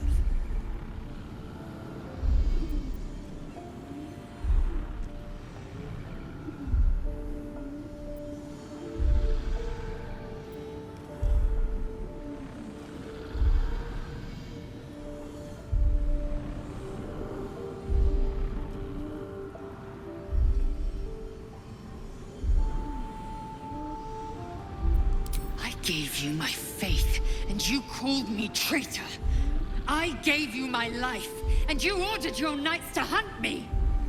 I have witnessed too much, and you have given me too little. Finally, I can see. Orpheus will live, and I will hear his creed. This is my word. Your word is nothing! You are nothing! The Kithraki will bring you. I will tear your flesh from your bones and devour your skull's marrow while you beg for death. I will consume you. I will unmake you.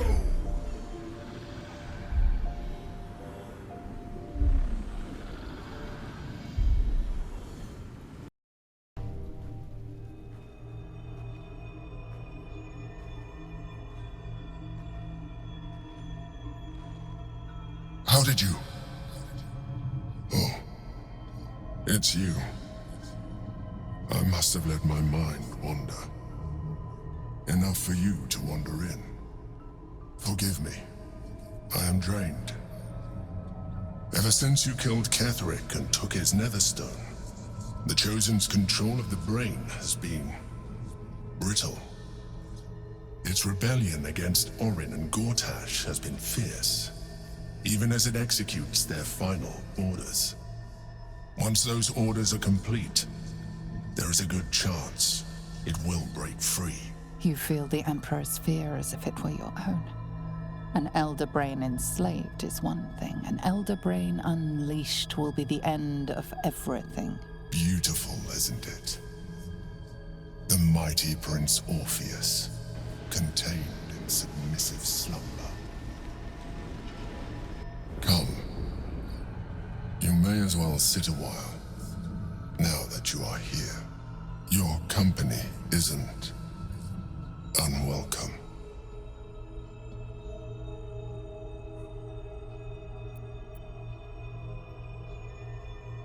Trying to guard us. The brain is restless, but I am distracted, and my lack of focus is endangering us. I'm haunted by memories. They are relentless. I can think of nothing. No one else. Duke Stelmane, or Belin, as I knew her. I wasn't ready for her death. You thought you were my first ally. Far from it. I have long sought the allyship of others. It is the only way to succeed. Though my relationship with Belin was different from my relationship with you.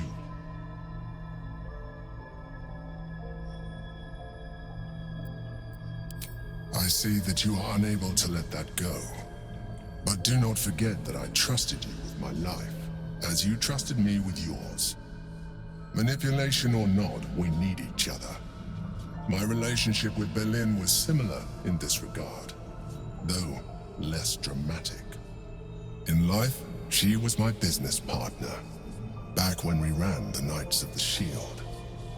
A difficult task for a mind flayer. Duke Stelmane trusted me, and the city trusted her. I conceived the plot, but Belin took center stage. It was she who met with the merchants, politicians, and patriarchs. It was she who negotiated deals and signed off on agreements. Her rooms played host to the most important conversations in the city. Together, we brought order to chaos. At its height, everything that happened in that city went through the shield. Through us. I could not have done any of it without her. Just as I cannot do any of this without you. But now, she is gone.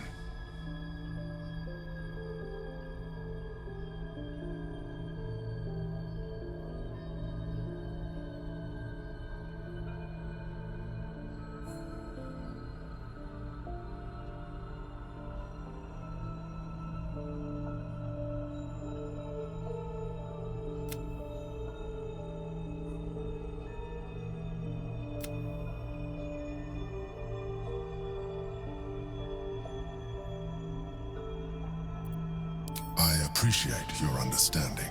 What I feel is deeper than superficial cures can reach, and not entirely unwelcome. Most people think that mind flayers are soulless husks who feel nothing. I am glad you are not most people.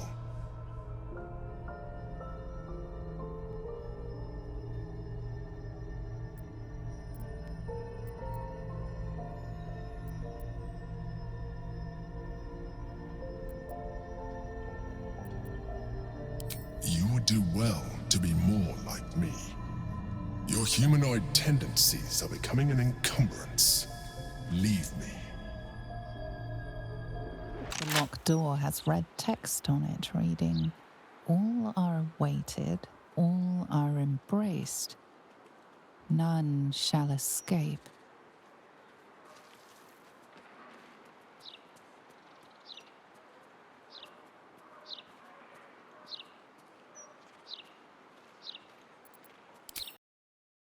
You gaze upon murder's progeny, child. His most ill-trusted zealots. His faithful departed. Prodigal servants. Each returns to do his bidding eternally.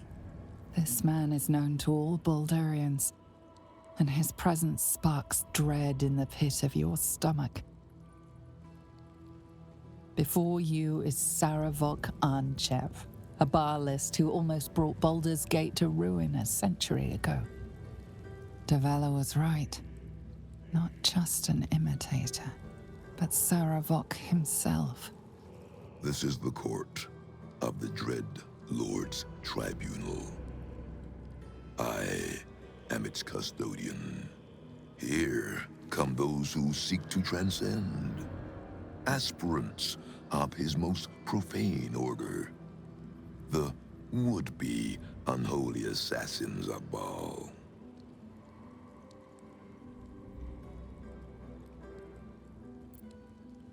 A long while ago, my wretched sibling brought me back. The fairest of Baal spawn soul-bound me to this husk.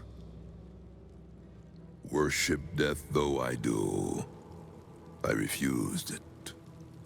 I roamed the coast, gathering those who still held Baal in their black hearts. The cult survived, festering beneath the city, with me as the gate's everlasting poison. But no more, for poison is too slow a death. Now is the time for slaughter. With these killings, the glory of the Baalists has risen beyond what we dreamed possible during those dark days. But the worship of my lord is led by another now. My granddaughter, Arin. The youngest unholy assassin ever to follow in Baal's bloody trail. And his chosen. She is the architect of Baal's design. Baal has never had a more gifted prodigy. Arin's gifts surpassed even her mother's. Her mother knew this, and she could not bear it. When Arin was but 7 years old, she tried to smother the child as an offering to our Lord. I heard the screams. I ran to help. I feared for the child's life. But the cries were not Arin's. It was her mother's blood that soaked the sheets. Arin had cut off the very hand that tried to end her, and made a plaything of it. And as she toyed with her dead mother's hand, a deep quiver rose up through her throat. The Lord of Murder speaking through the child.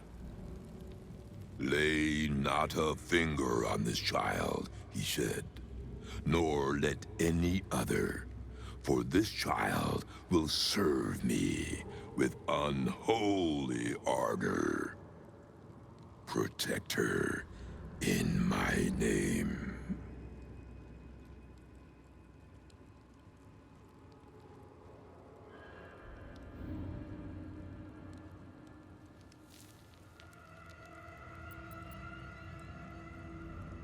This was Arin's tribunal. She was judged, and she was found exceptional. My lord made his choice. I abided by his words. And so it is that Arin now leads his temple and draws aspirants to his creed. But Arin is not the subject of our judgment here today. You wish to become an unholy assassin of Baal.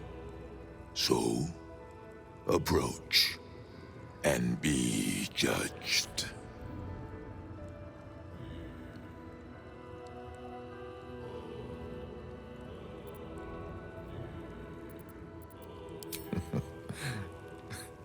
This is where you reveal yourself.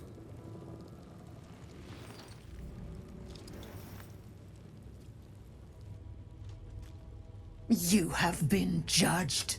You have been found wanting, unworthy. You will make a most beautiful offering to the Lord of Murder. Citizen, thank the gods you're here. My wrinkles are starting to chafe. As an officer of the law, I demand you free me at once. Thanks for freeing me so quickly. No idea what those Barlist Burks had planned with me, but those chains were starting to chafe. Though I do wish you'd figured this all out before I... put the blame for Father Lorgan's murder on that poor refugee. Well, at least it's over now.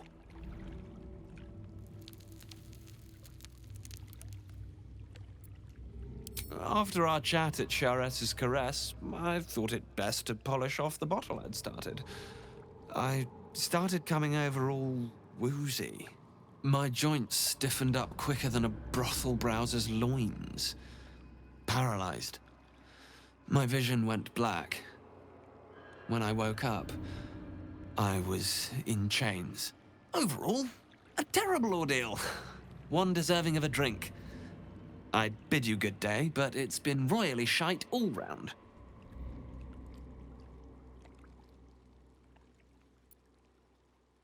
You might not be finished. I am. It's plain to see that I'm well out of my depth here. But you gave these reprobates a proper seeing to. You clearly have what I don't. Courage, insight, heroism. The city needs you. I overheard these pigs talking. There's a Baal temple deep within the old Undercity that the cult is using. A century ago, it was destroyed by a group of heroic sorts.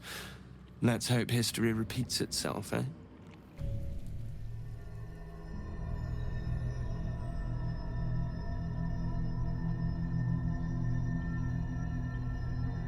They say that home is where a person can be their truest selves, without guile, without pretense.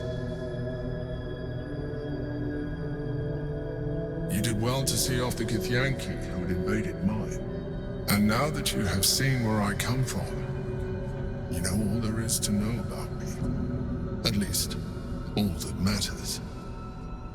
The very first reward I gifted myself on completion of my first adventure. The garments with which I concealed and later constructed my appearance as the Emperor. We spoke of my relationship with Duke Berlin Stillmain, a story I have told no one else. I have no more secrets from you. No need to resort to subterfuge. We are true allies now, working towards a common goal.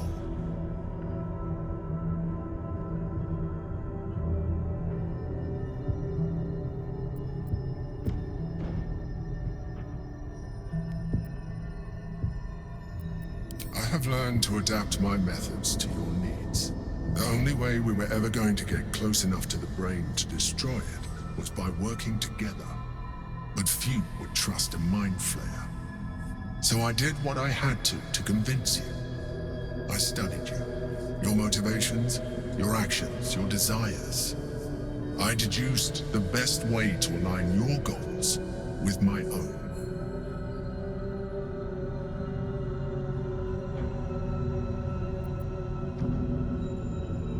That you are complex and full of contradictions. It was no easy task, but I had to persist. I needed your absolute dedication to the cause. I anticipated the challenge, and I anticipated your resistance. What I didn't anticipate was how much I would enjoy your company, your mind.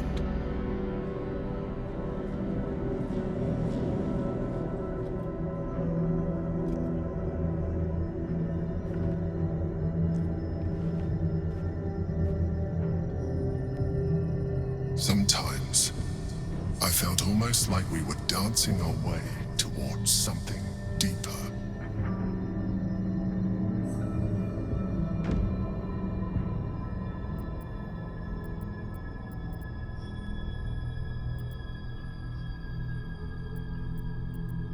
I'm sorry. You're right. Now's not the time. Forget I said anything. Let's move on to more important things. The Elder Brain's hive mind has grown to monstrous proportions. And through the crown's magic, it has complete control over each and every member. It was intelligent before, but now, with its hive mind established across the city, it is well on its way to becoming indestructible. You should reconsider your attachment to your physical form. You have seen what an illithid can do. Imagine some of that could be in your grasp. Not enough to warp your appearance beyond recognition, but just enough to enhance your potential. And believe me, it will radically increase our chances of success against the Elder Brain. Think on it. The vessel returns, most shamefully unleaking. Prove your faith. You hold proof of faith, but to hold and deserve are different. How have you proven yourself in the Dreadlord's eyes? Unorthodox, but a show of faith nonetheless. Walk in blood. Stone seals this chamber against the world. The Baal amulet trembles in frightened awe.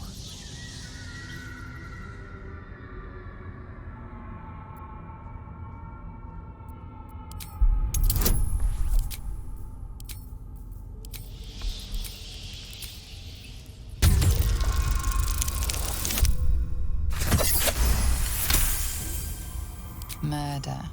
Bloody murder. Who else but Baal would these symbols honor?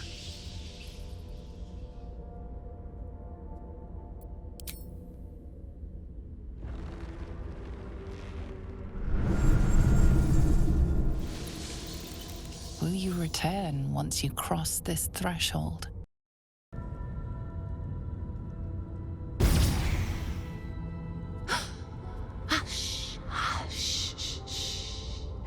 I hear footsteps, trip-trapping on the Murder Lord's stones.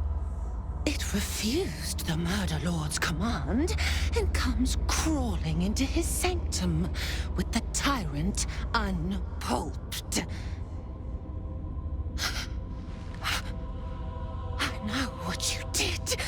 Spilled my grandfather's crimson. He was mine. He showed me how to slice and slit. He guides my dagger still. Oh, did it think it could protect? Did it think it could save? Only the blades can offer salvation.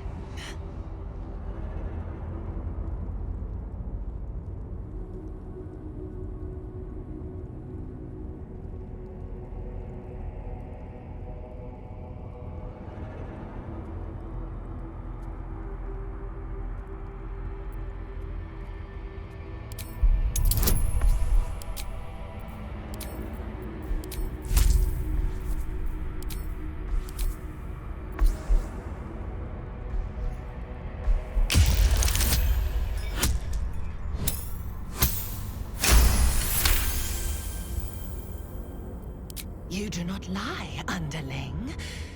It is your blood I am destined to spill. Your death spit will stain these walls, little lamb. Oh, your murder should have been exquisite. A crypt-born effigy to greet Baal's bleeding dawn. And now it will be nothing. Come to me, Father.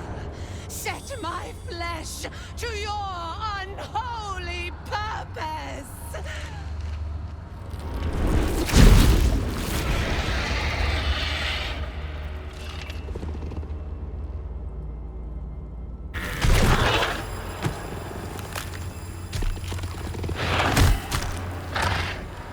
A metallic tang fills the air as the Slayer's form is drained. Ashes, blood to blood, you have robbed another god of his chosen.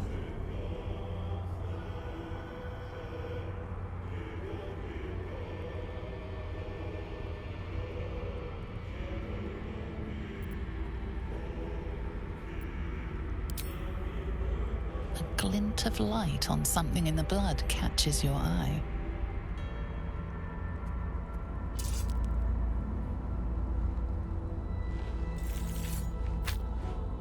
A netherstone. I'm sure Gortash will be eager to learn of his rival's demise. Seek him out. He is all that stands between us and the Elder Brain. You came for me. That lady, she killed Grub. I don't like it here. I'm going home.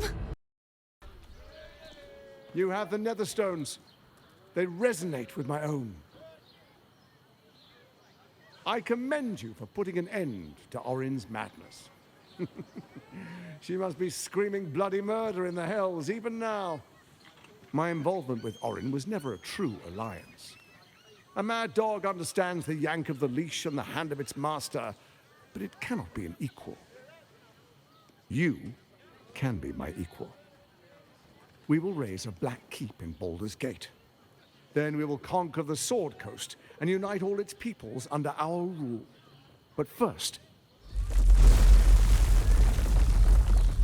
the brain awakens. We must act now. Faithful, come forward.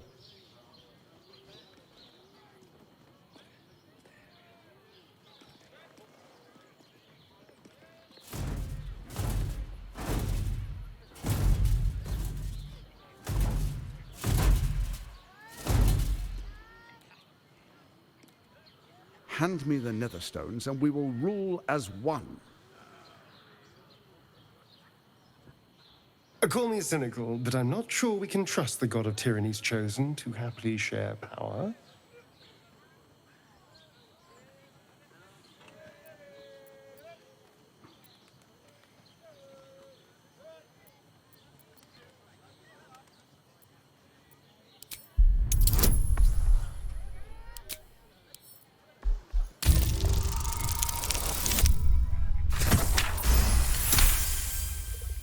You spot the hint of a smile. He is testing you. He wants you to refuse.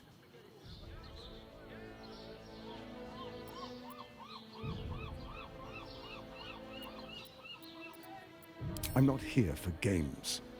Hand me the stones, or face the black hand of Lord Bane.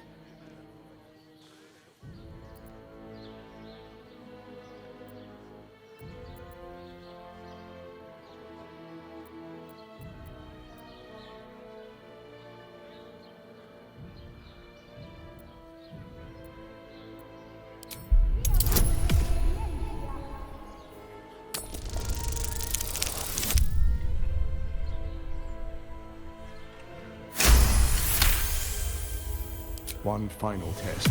Will she defy me and prove her worth? Or will she cower?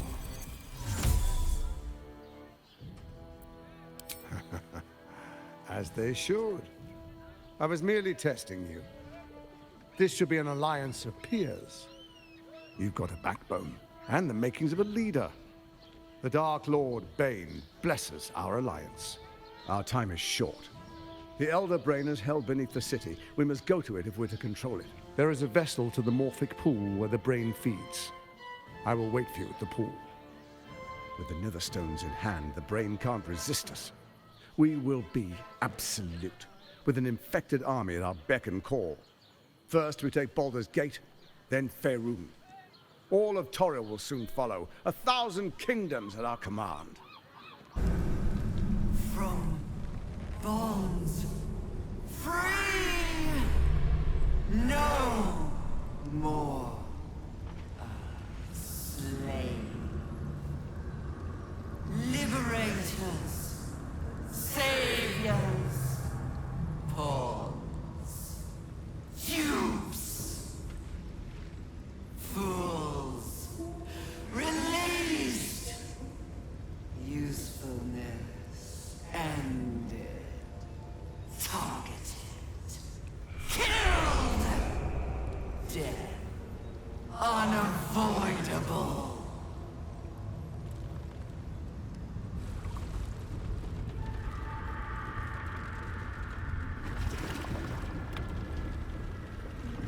Pristine darkness in every direction.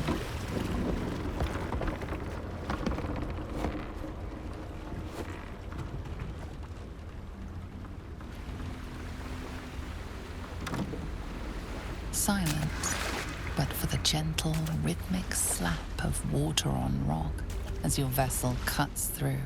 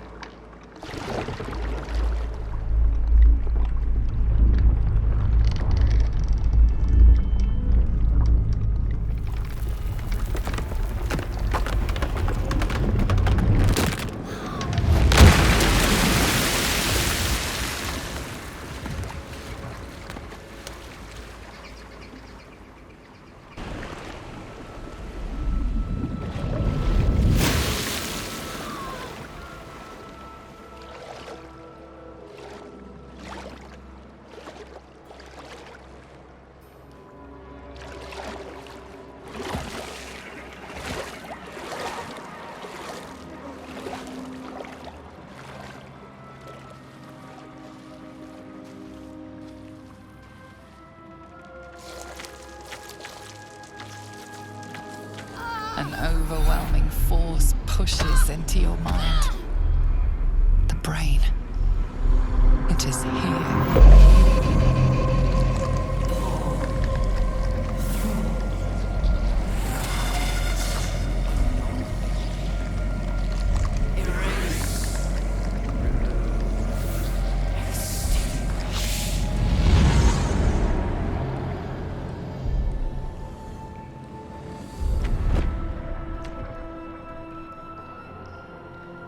The brain is about to break free. We have no time to lose. We either shackle it by the force of our will and usher in a new age, or the city breaks. We've survived shadows, defied gods, and overcome many challenges to be here. But that doesn't mean you're ready for what comes next. For that, you will have to be much, much stronger.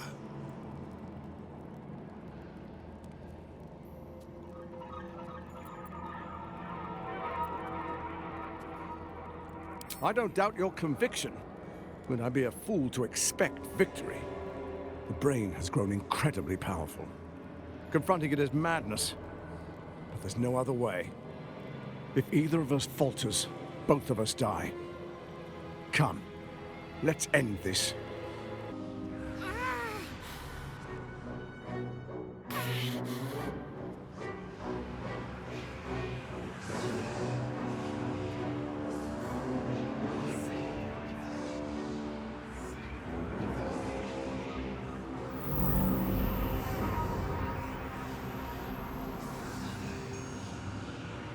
It's close.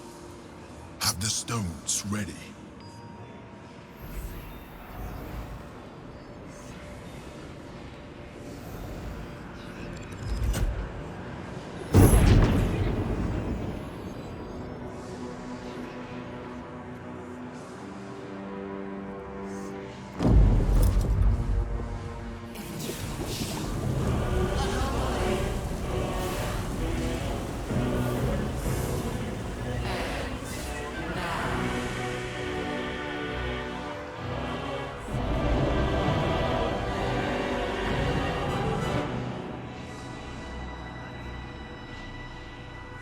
You think you know why you are here?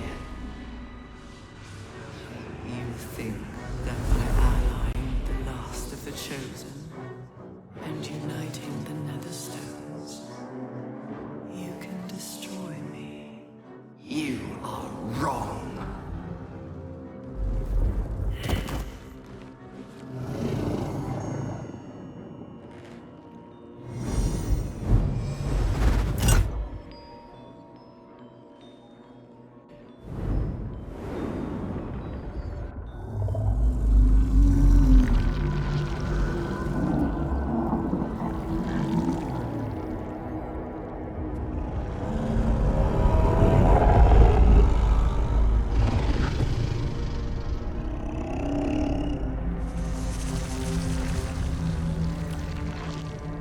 It's messing with your mind. Don't listen to it. Use the stones.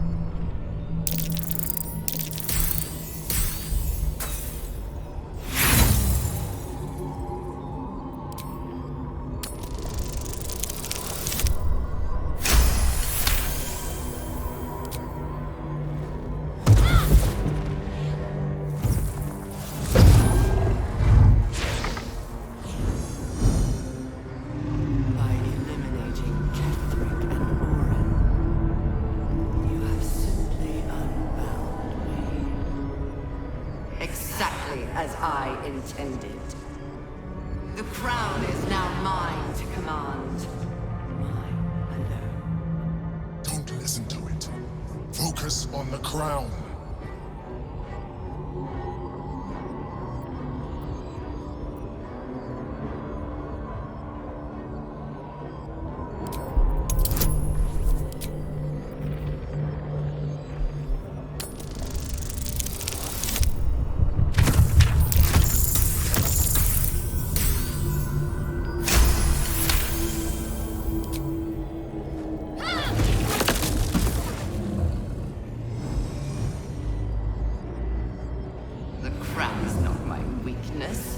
It is what made me what I am.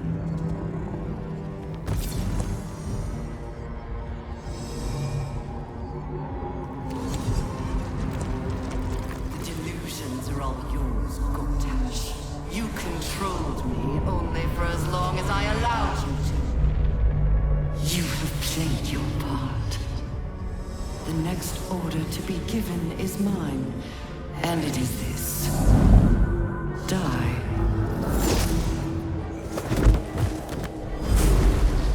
By get Silver Blade!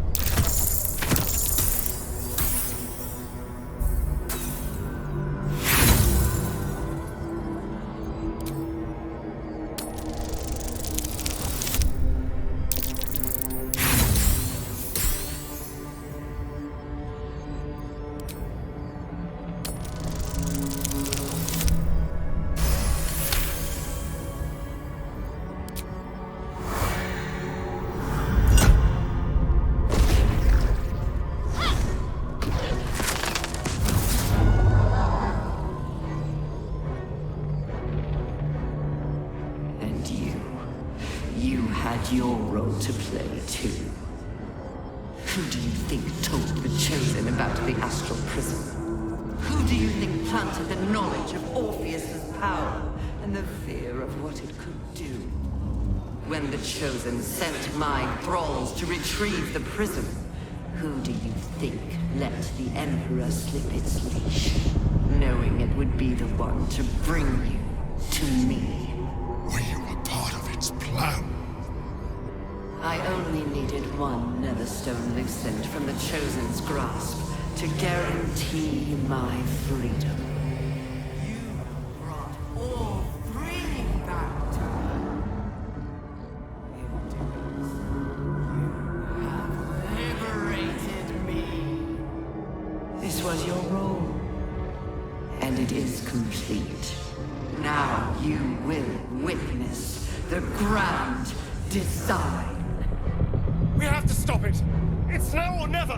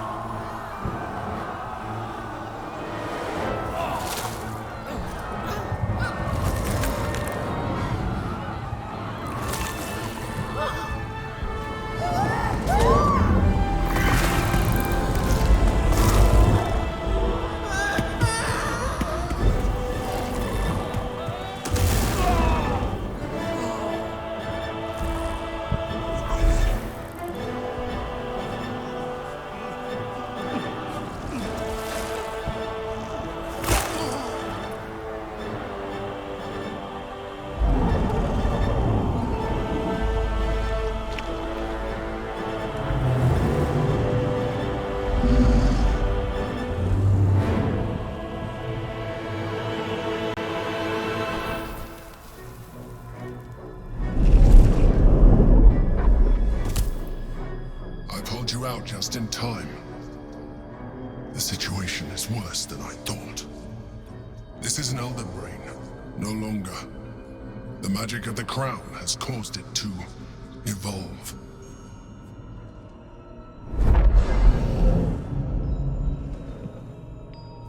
It has become something more.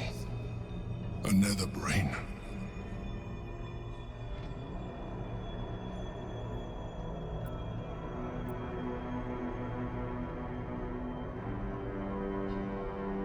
I thought so too.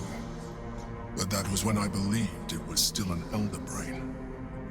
It has been anticipating our every move from the start.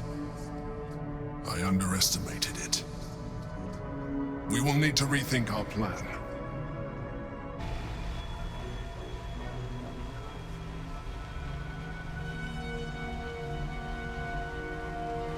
I have assessed our encounter with the Netherbrain from every angle. I know why we failed. The problem was not the stones. The problem was you.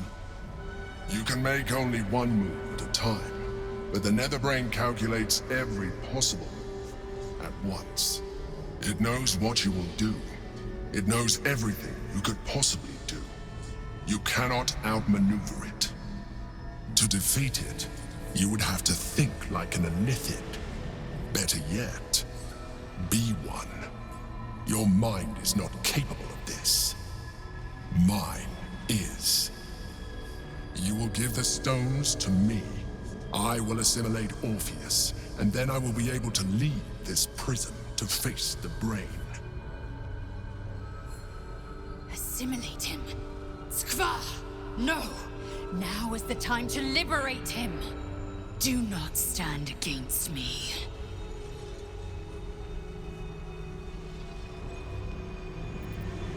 I will consume his thoughts, his knowledge, his brain. So you would kill him. He is Gith's heir. You'd be the Githyanki people's betrayer. You'd be my betrayer. I realize he is of some significance to you, but he is of even more value to our cause.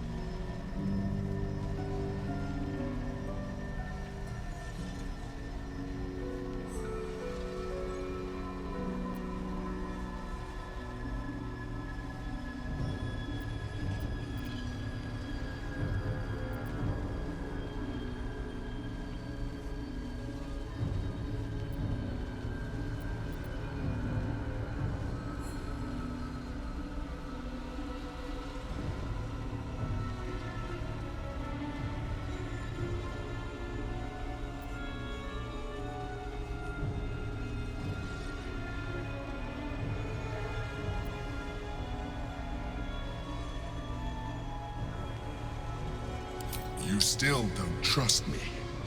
After all we've been through. Remember, I have been your salvation from the very beginning. Your knight in shining armor. I freed you from the Nautiloid. Prevented you from crashing to your death. I have protected you ever since. At no small cost to myself. I came to you as a leader, but I did not shy away from showing you vulnerability. I needed you as much as you needed me. I was not above recognizing this. When you discovered my true identity, I did not flinch from the truth. I never lied to you, not once. I am just like you. We have the same enemy, the same story. I encouraged you to fulfill your potential, all while protecting you from harm. Now I ask you for the last time to trust me. Release the Netherstones to me. Do not forget, there's a card yet to come into play. The Orb. If you do not want to surrender the stones, you can still use it to ensure the brain's destruction. Along with my own, of course. This is a risk we cannot take. Your hubris drives you even now. You failed before. I cannot trust that you will not fail again. You must trust me. Hand me the stones.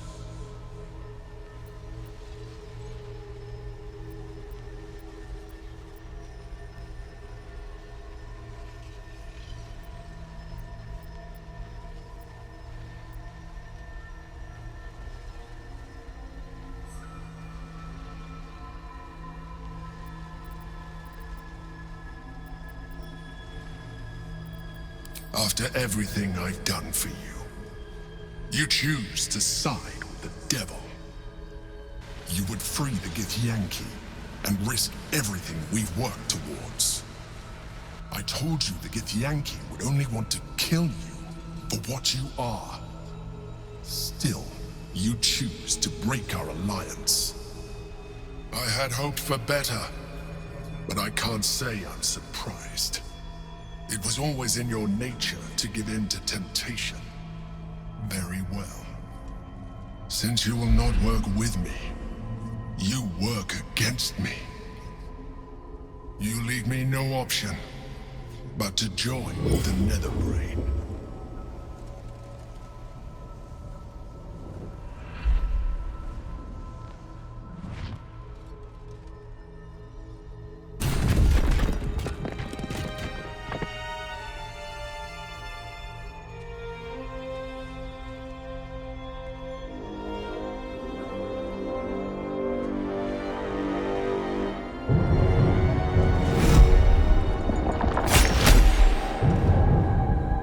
The Githyanki prince takes his blade, a silent cry pierces your head. It's unlike any sensation you've ever felt. You freak of Illithid. You took advantage of my powers, and you slaughtered my honor guard. Nonetheless, it seems we must be allies. Your Majesty, the Prince of the Comet, Gith's true heir. It is an honor. Do not patronize me. You rejected the Illithid when it no longer suited your needs. No doubt you freed me because it suits you now. I will neither forgive nor forget your abuse of my powers.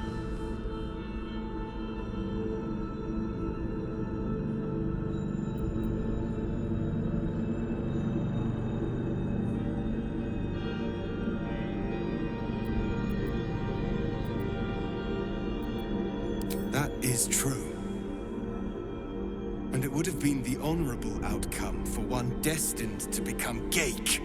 You had the opportunity to surrender yourself to my honor guard. They would have given you a noble end. They would have freed me, and I would have stopped the Elder Brain before it evolved into a Nether Brain.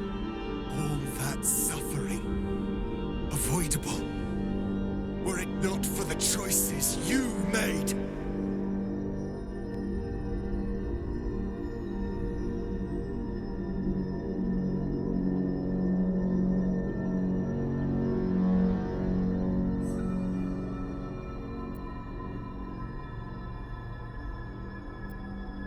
Yes, I do.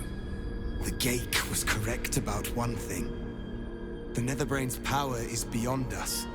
The hardest metal in the world would not cut through its mind, for it is made of thought itself.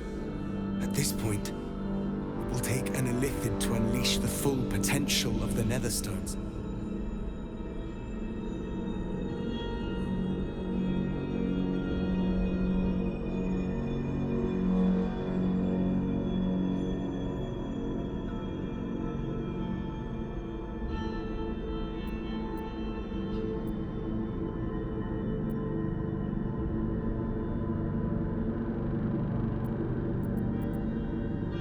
There is not. We face a Netherbrain. For there to be one way to defeat it is unlikely enough. There will not be another.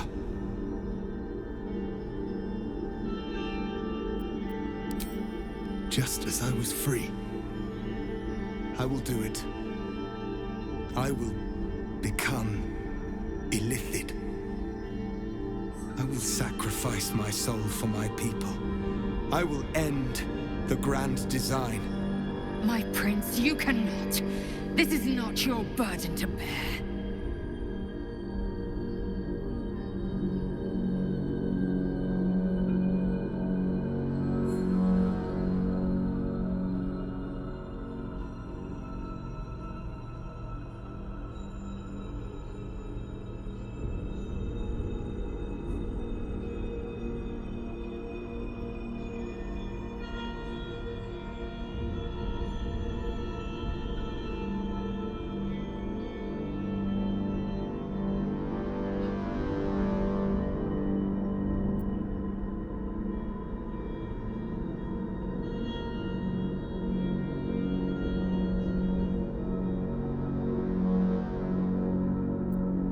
The brain will be only too pleased to claim me.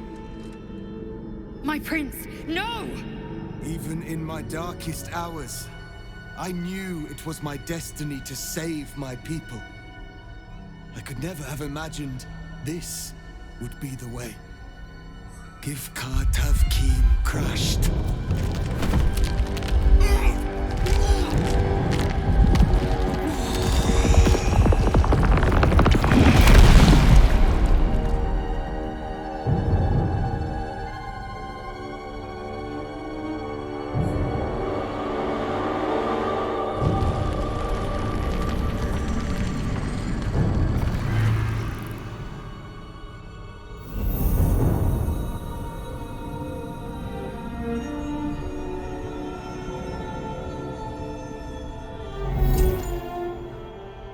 All to wield these.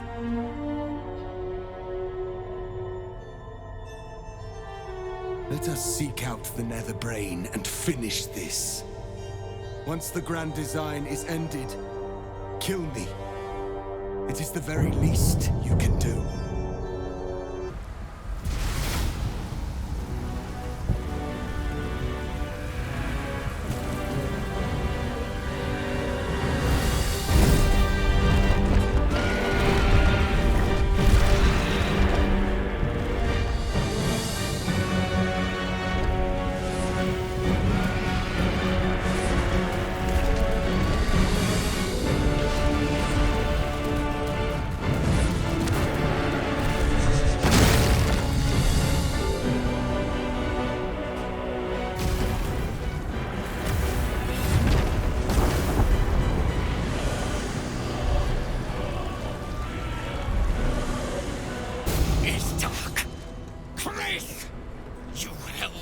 Of a people in your hands! How dare you take our prince from us! How dare you parade around this abomination! Silence your blasphemous tongue, Voss! Voss! Give Tavkim crush! What? Stand down! The true heir has spoken! No. It can't be.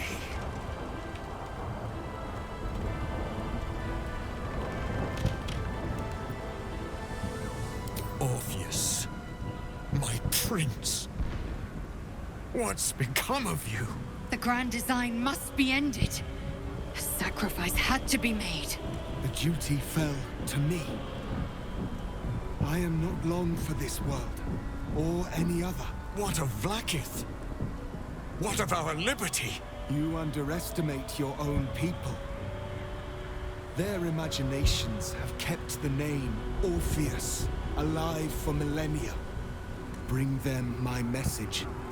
Tell them my fate. Some will doubt.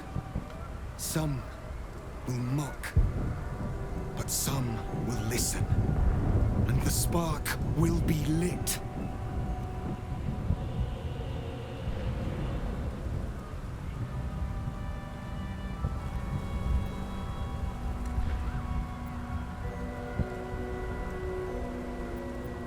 Find your nerve, my friend. Today, we strike at the brain. This champion holds the key to the grand design's end. Answer to her as you would to me. Your Majesty. I have spoken. As you wish. I stand at the ready. Your friendship, your constancy. When I fell to despair, they elated me. Thank you, my friend. Shavazai. Shavazai. Now, to the Netherbrain. Let it be the first victim in the war for the skies. We have lost much already, and we will lose more before the day is out. But even when the last soul falls, Baldur's Gate will stand. For Baldur's Gate is more than just a city. It is more than a place of opportunity for those of mercantile spirit. More than a place of refuge for those who are lost. More than a home for friends, loved ones, and adventuring souls. Baldur's Gate is a place where anyone can find what they need, if they're just willing to fight for it. Today, Baldur's Gate needs us. Today, we fight for...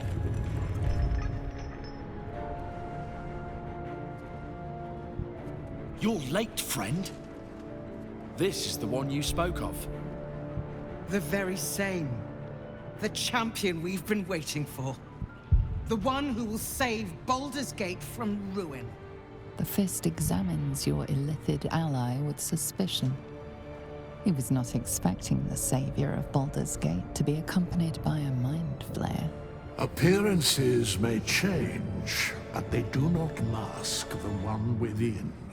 This one, I know. Observe with whom it traveleth. Friends. This mind flare will fight with thee. It will save thy city and thy lives. The Fist eyes your illithid ally with suspicion, softening to curiosity. His hostility melting at the recognition that there's more behind those eyes than malice. My steel is yours, and I'm not alone. I have marshaled the best the Flaming Fist has to offer. We will fight to the last. The Moon Maiden's silver light is a shield in dark times. Today, it is mine to wield. And I hold her sword. I'm in the mood to crack some skulls after that fuckery in the Temple of Baal. The City Watch will be glad to oblige me. The journey has been brutal, but I stand here a Hell Rider once more. And I would die a proud man if I died this day. Glad to have you with us, and not a moment too soon. The air is thick with anticipation. All eyes are on you. They're expecting a speech, something to stir their hearts and put fire in their bellies for the fight ahead.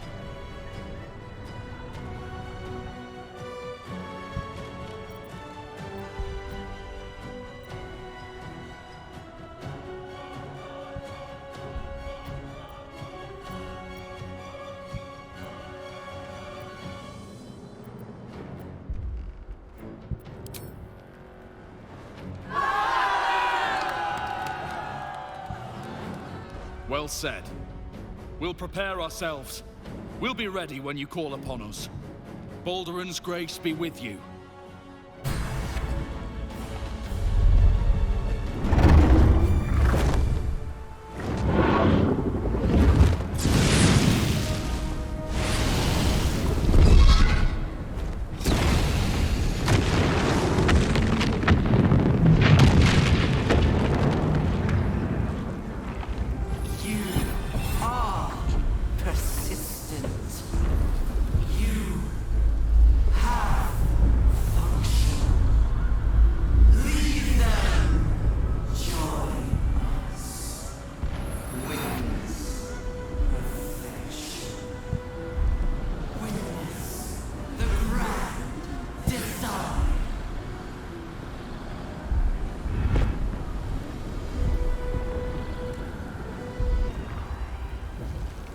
Can't you feel it? We're almost there. Once we ascend the Netherbrain stem, we'll be in touching distance of the crown, of reclaiming the powers of Karsus himself. I'm ready. Are you?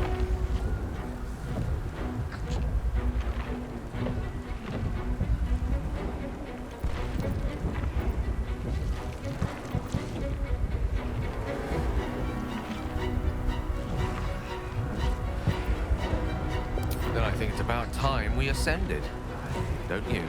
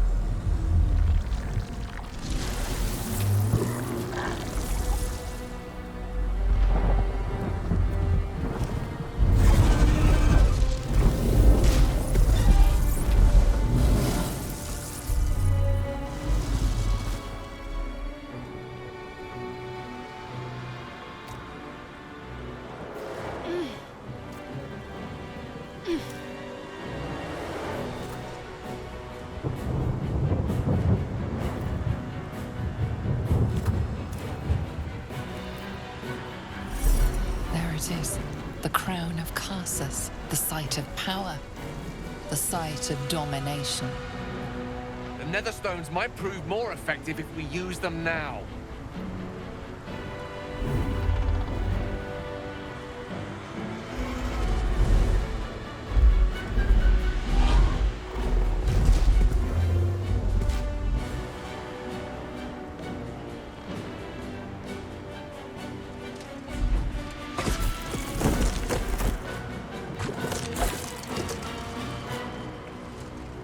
Face.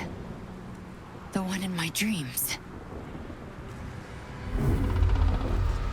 I know you. I know everything about you. Your thoughts, your feelings, your weaknesses. And so do they. Impossible. Pain. Fear. Terror! Reconsider. Assess. Implore. Surrender. There. At last. It is subdued. Spare me. Join me. Wield me. Become absolute! And thus, I honor my mother's legacy. The grand design, once again, ended by my line. The brain is on the cusp of its final thought, and it's taking all of Orpheus's strength to keep it there. An opportunity, perhaps. We could do it, you know. We could rule the world.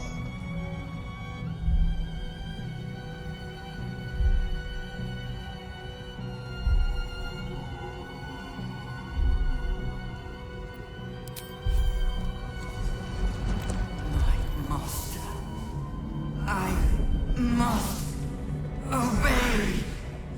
I must end.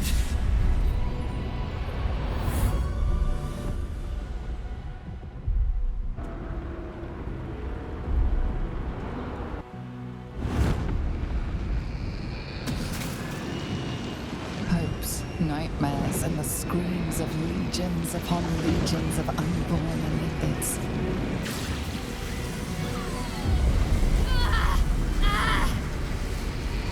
The pain rips through you, obliterating all thought, all feeling.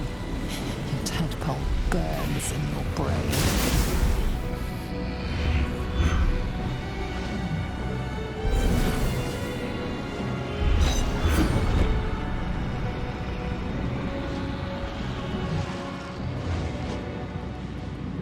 Silence. For the first time in a long time, your thoughts are entirely your own. And then, gravity.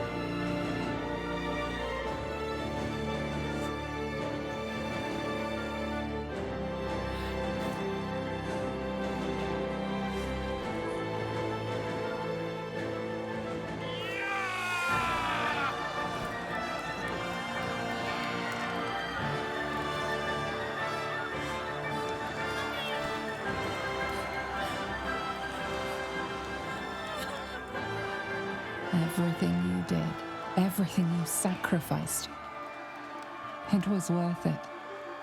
For this.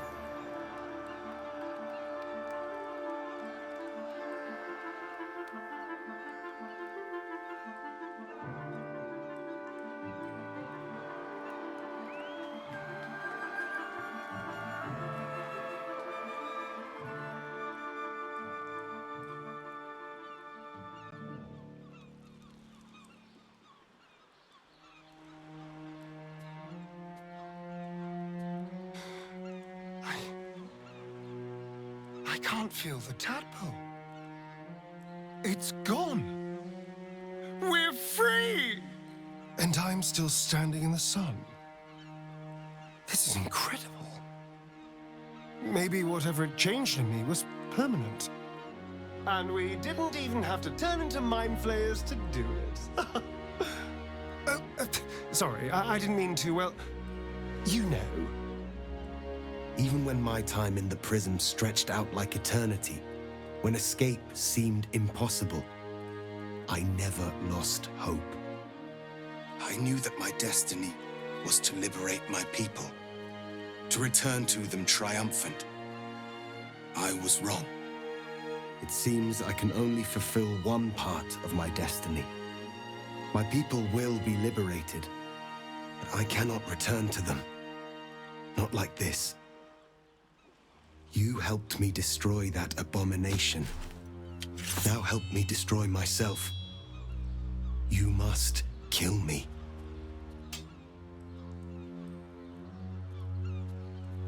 But first, Lae'zel, I need your promise. Carry my hope. Carry my burden. Call my dragons, Kulos and Kuthos, and ride to the Astral Sea. Destroy Vlaakith. Release our people. Be our future and our legacy.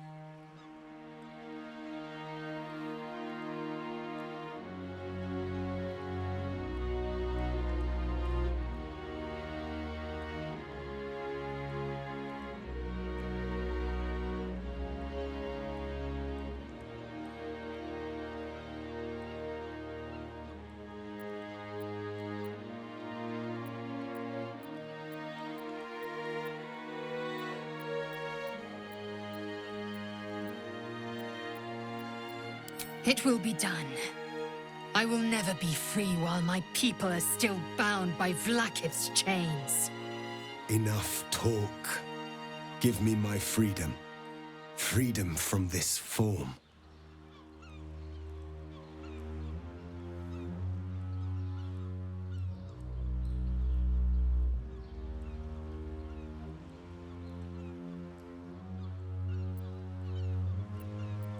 Yes. But for how long? My mind screams. It will never stop until it has slipped away from me entirely. I will not be Geik. I did what I did to save my people. The rest is up to them. Someone else must rise within the ranks to lead the revolution against Vlaakith. Give me my freedom from this form. Release my soul to the astral seas, while I still have one to call my own.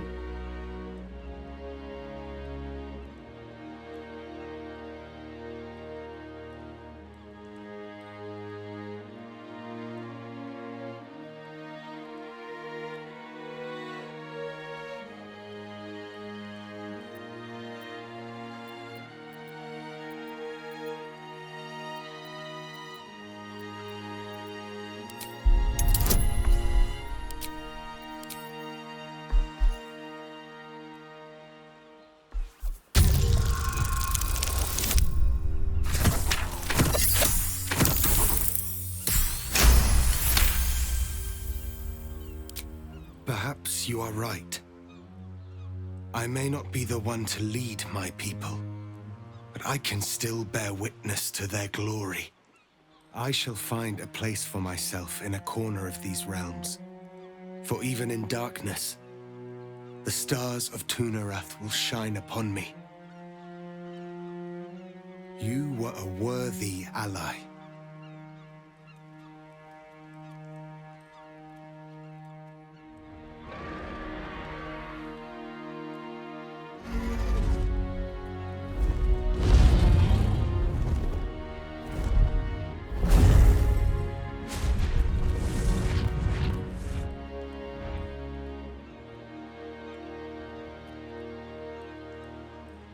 The Githyanki are departing in peace. Curious sight in a day already full of them. With the Githyanki gone, there's nothing left but the silence of the city, smouldering, waiting to be rebuilt. But it seems that Gale's mind is elsewhere. The crown. It's somewhere in the Chiontha. If I salvage the stones, I could retrieve it. Perhaps even wield it. With the crown in my hands, I would be unstoppable. I would be more than the greatest wizard who ever lived. I would be a god.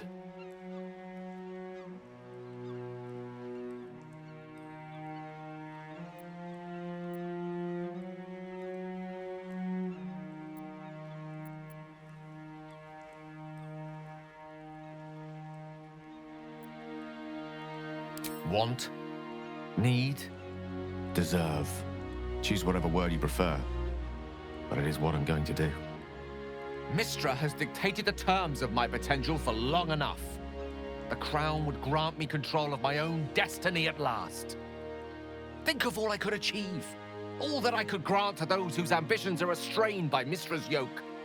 I could raise a new Netherrealm, right here in Faerun.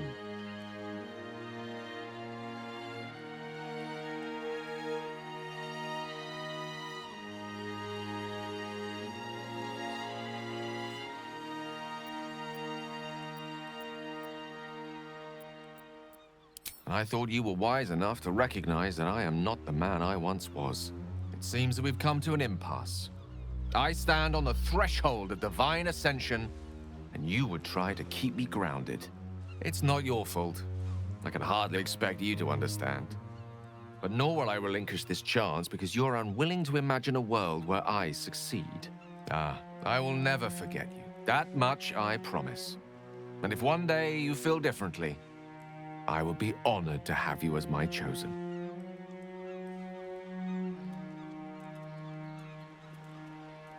Gale will be but one god among many, doomed to squabble, to battle, to vie for control and power. And we will be the pieces they play with. But somehow, I do not think Mystra will allow it to happen so readily. He chose his fate. Now, let us make the most of ours. So, what's next for us? The world is our oyster, and she has many pearls we can choose from.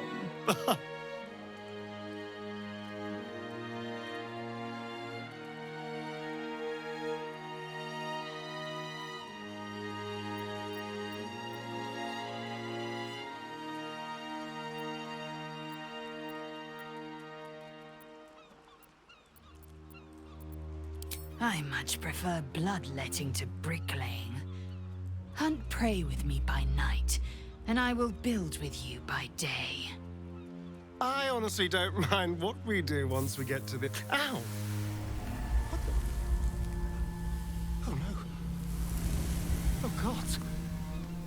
Well, it was nice when it lasted. Ah! I'm sorry. I have to go. That's the last of Astarion the sun will ever see. May he fare well in the dark.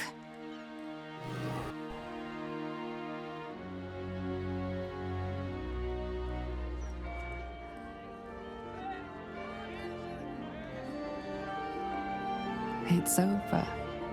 And it's all because of you. You, who were destined to become a thrall. Thanks to you, there will be no Illithid empire, no death god's tyranny.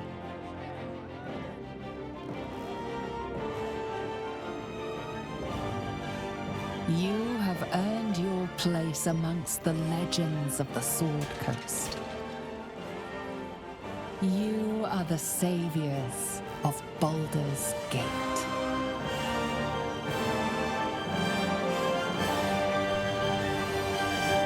Quiet at last. The din of battle has ceased. The voice of the Netherbrain has been silenced. In the days to come, the dead will be buried, rubble will be cleared, and life will go on. For the city, and for you, for the first time in too long, you can afford to dream of the future. So, what shall it be?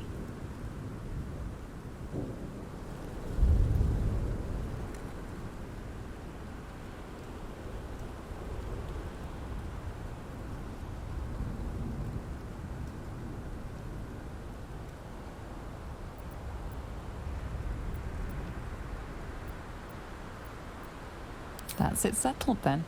You'll strike out once again and see what the roads untravelled reveal to you. Hard to abandon the adventuring life once you gain a taste for it.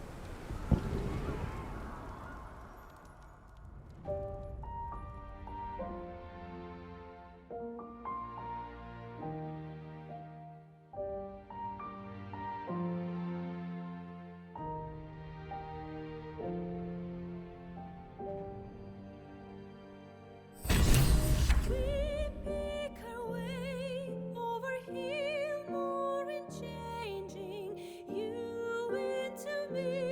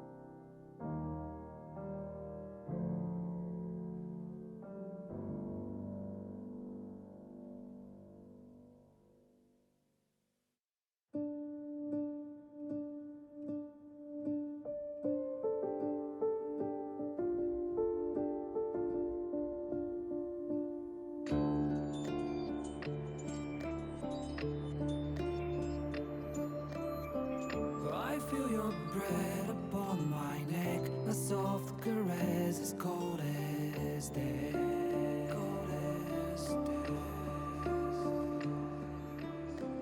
I didn't know you well back then. I blame it on luck and pain. Luck and pain. Your blood like wine, I want it in. Oh darling, get me drunk and make me feel it's not my fault, I'm not to blame. These ain't my sins, I broke my chains. There's more to do and I still want to live.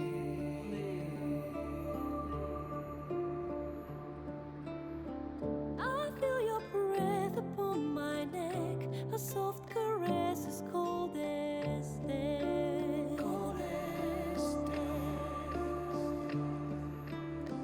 I feel your heart beat in my soul. Our futures bound, our bodies know. Bodies know. Your blood like wine, I want it in. Oh darling, get me drunk, invite me. It's not my fault, I'm not to blame.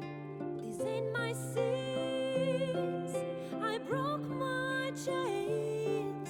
There's more to do if I can only leave.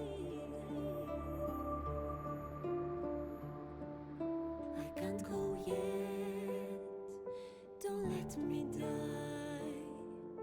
I'll never stop until I'm done. But just tonight, maybe I'll rest in peace.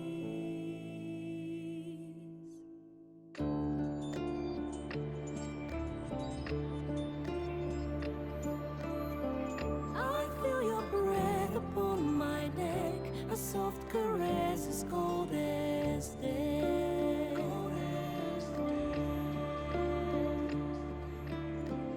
I hear your heart beat in my soul. Our endings bound, our bodies know.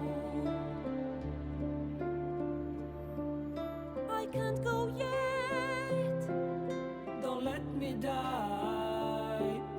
I want to live, My only one. There's more to do if we can only live. The clock won't stop and this is what we get.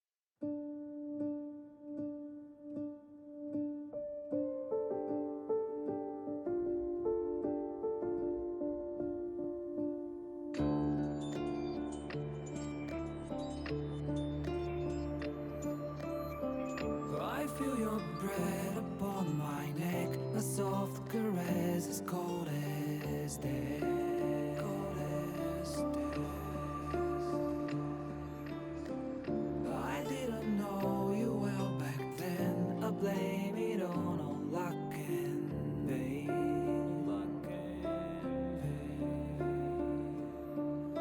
Your blood like wine, I want it in.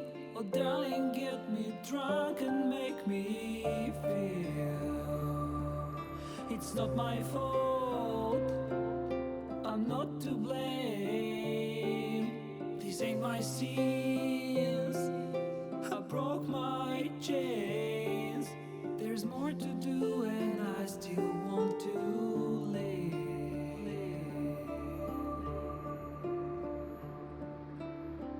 I feel your breath upon my neck, a soft caress as cold as death. Cold as death. I feel your heart beat in my soul, our futures bound, our bodies know.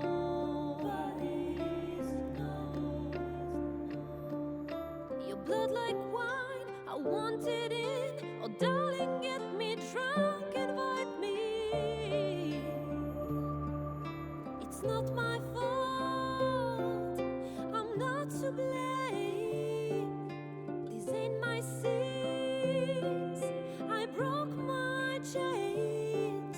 There's more to do if I can only leave.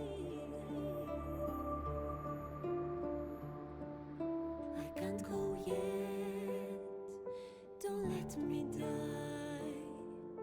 I'll never stop until I'm done. But just tonight, maybe I'll rest in peace.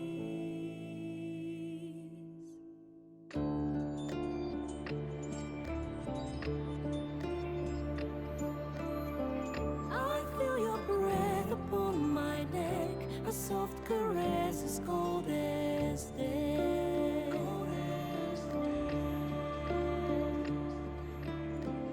I hear your heart beat in my soul, our endings bound, our bodies know.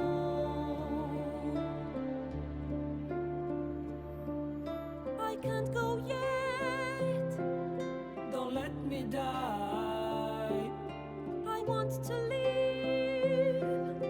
my only one. There's more to do if we can only live. The clock won't stop and this is what we get.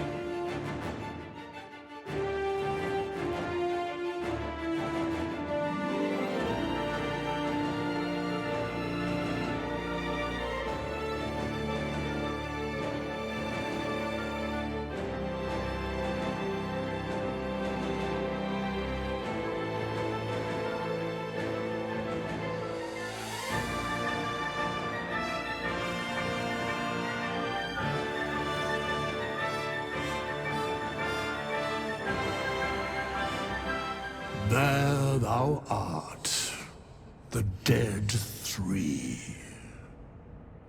Thy faces gods, thy actions barely worthy of the name. Didst truly believe thy ploy would succeed? Didst believe I would not notice? Thou sought to bolster thy strength by taking away the souls of mortals. But souls vanish when their hosts become mind flayers. Didst think the other gods would not notice? Gods thou may be, yet thou hast proven thyself fools, everyone. The supplication of Bane, the whimper of Baal, the death mule of Merkel. Felled by mortals, I overestimated thee. They did not.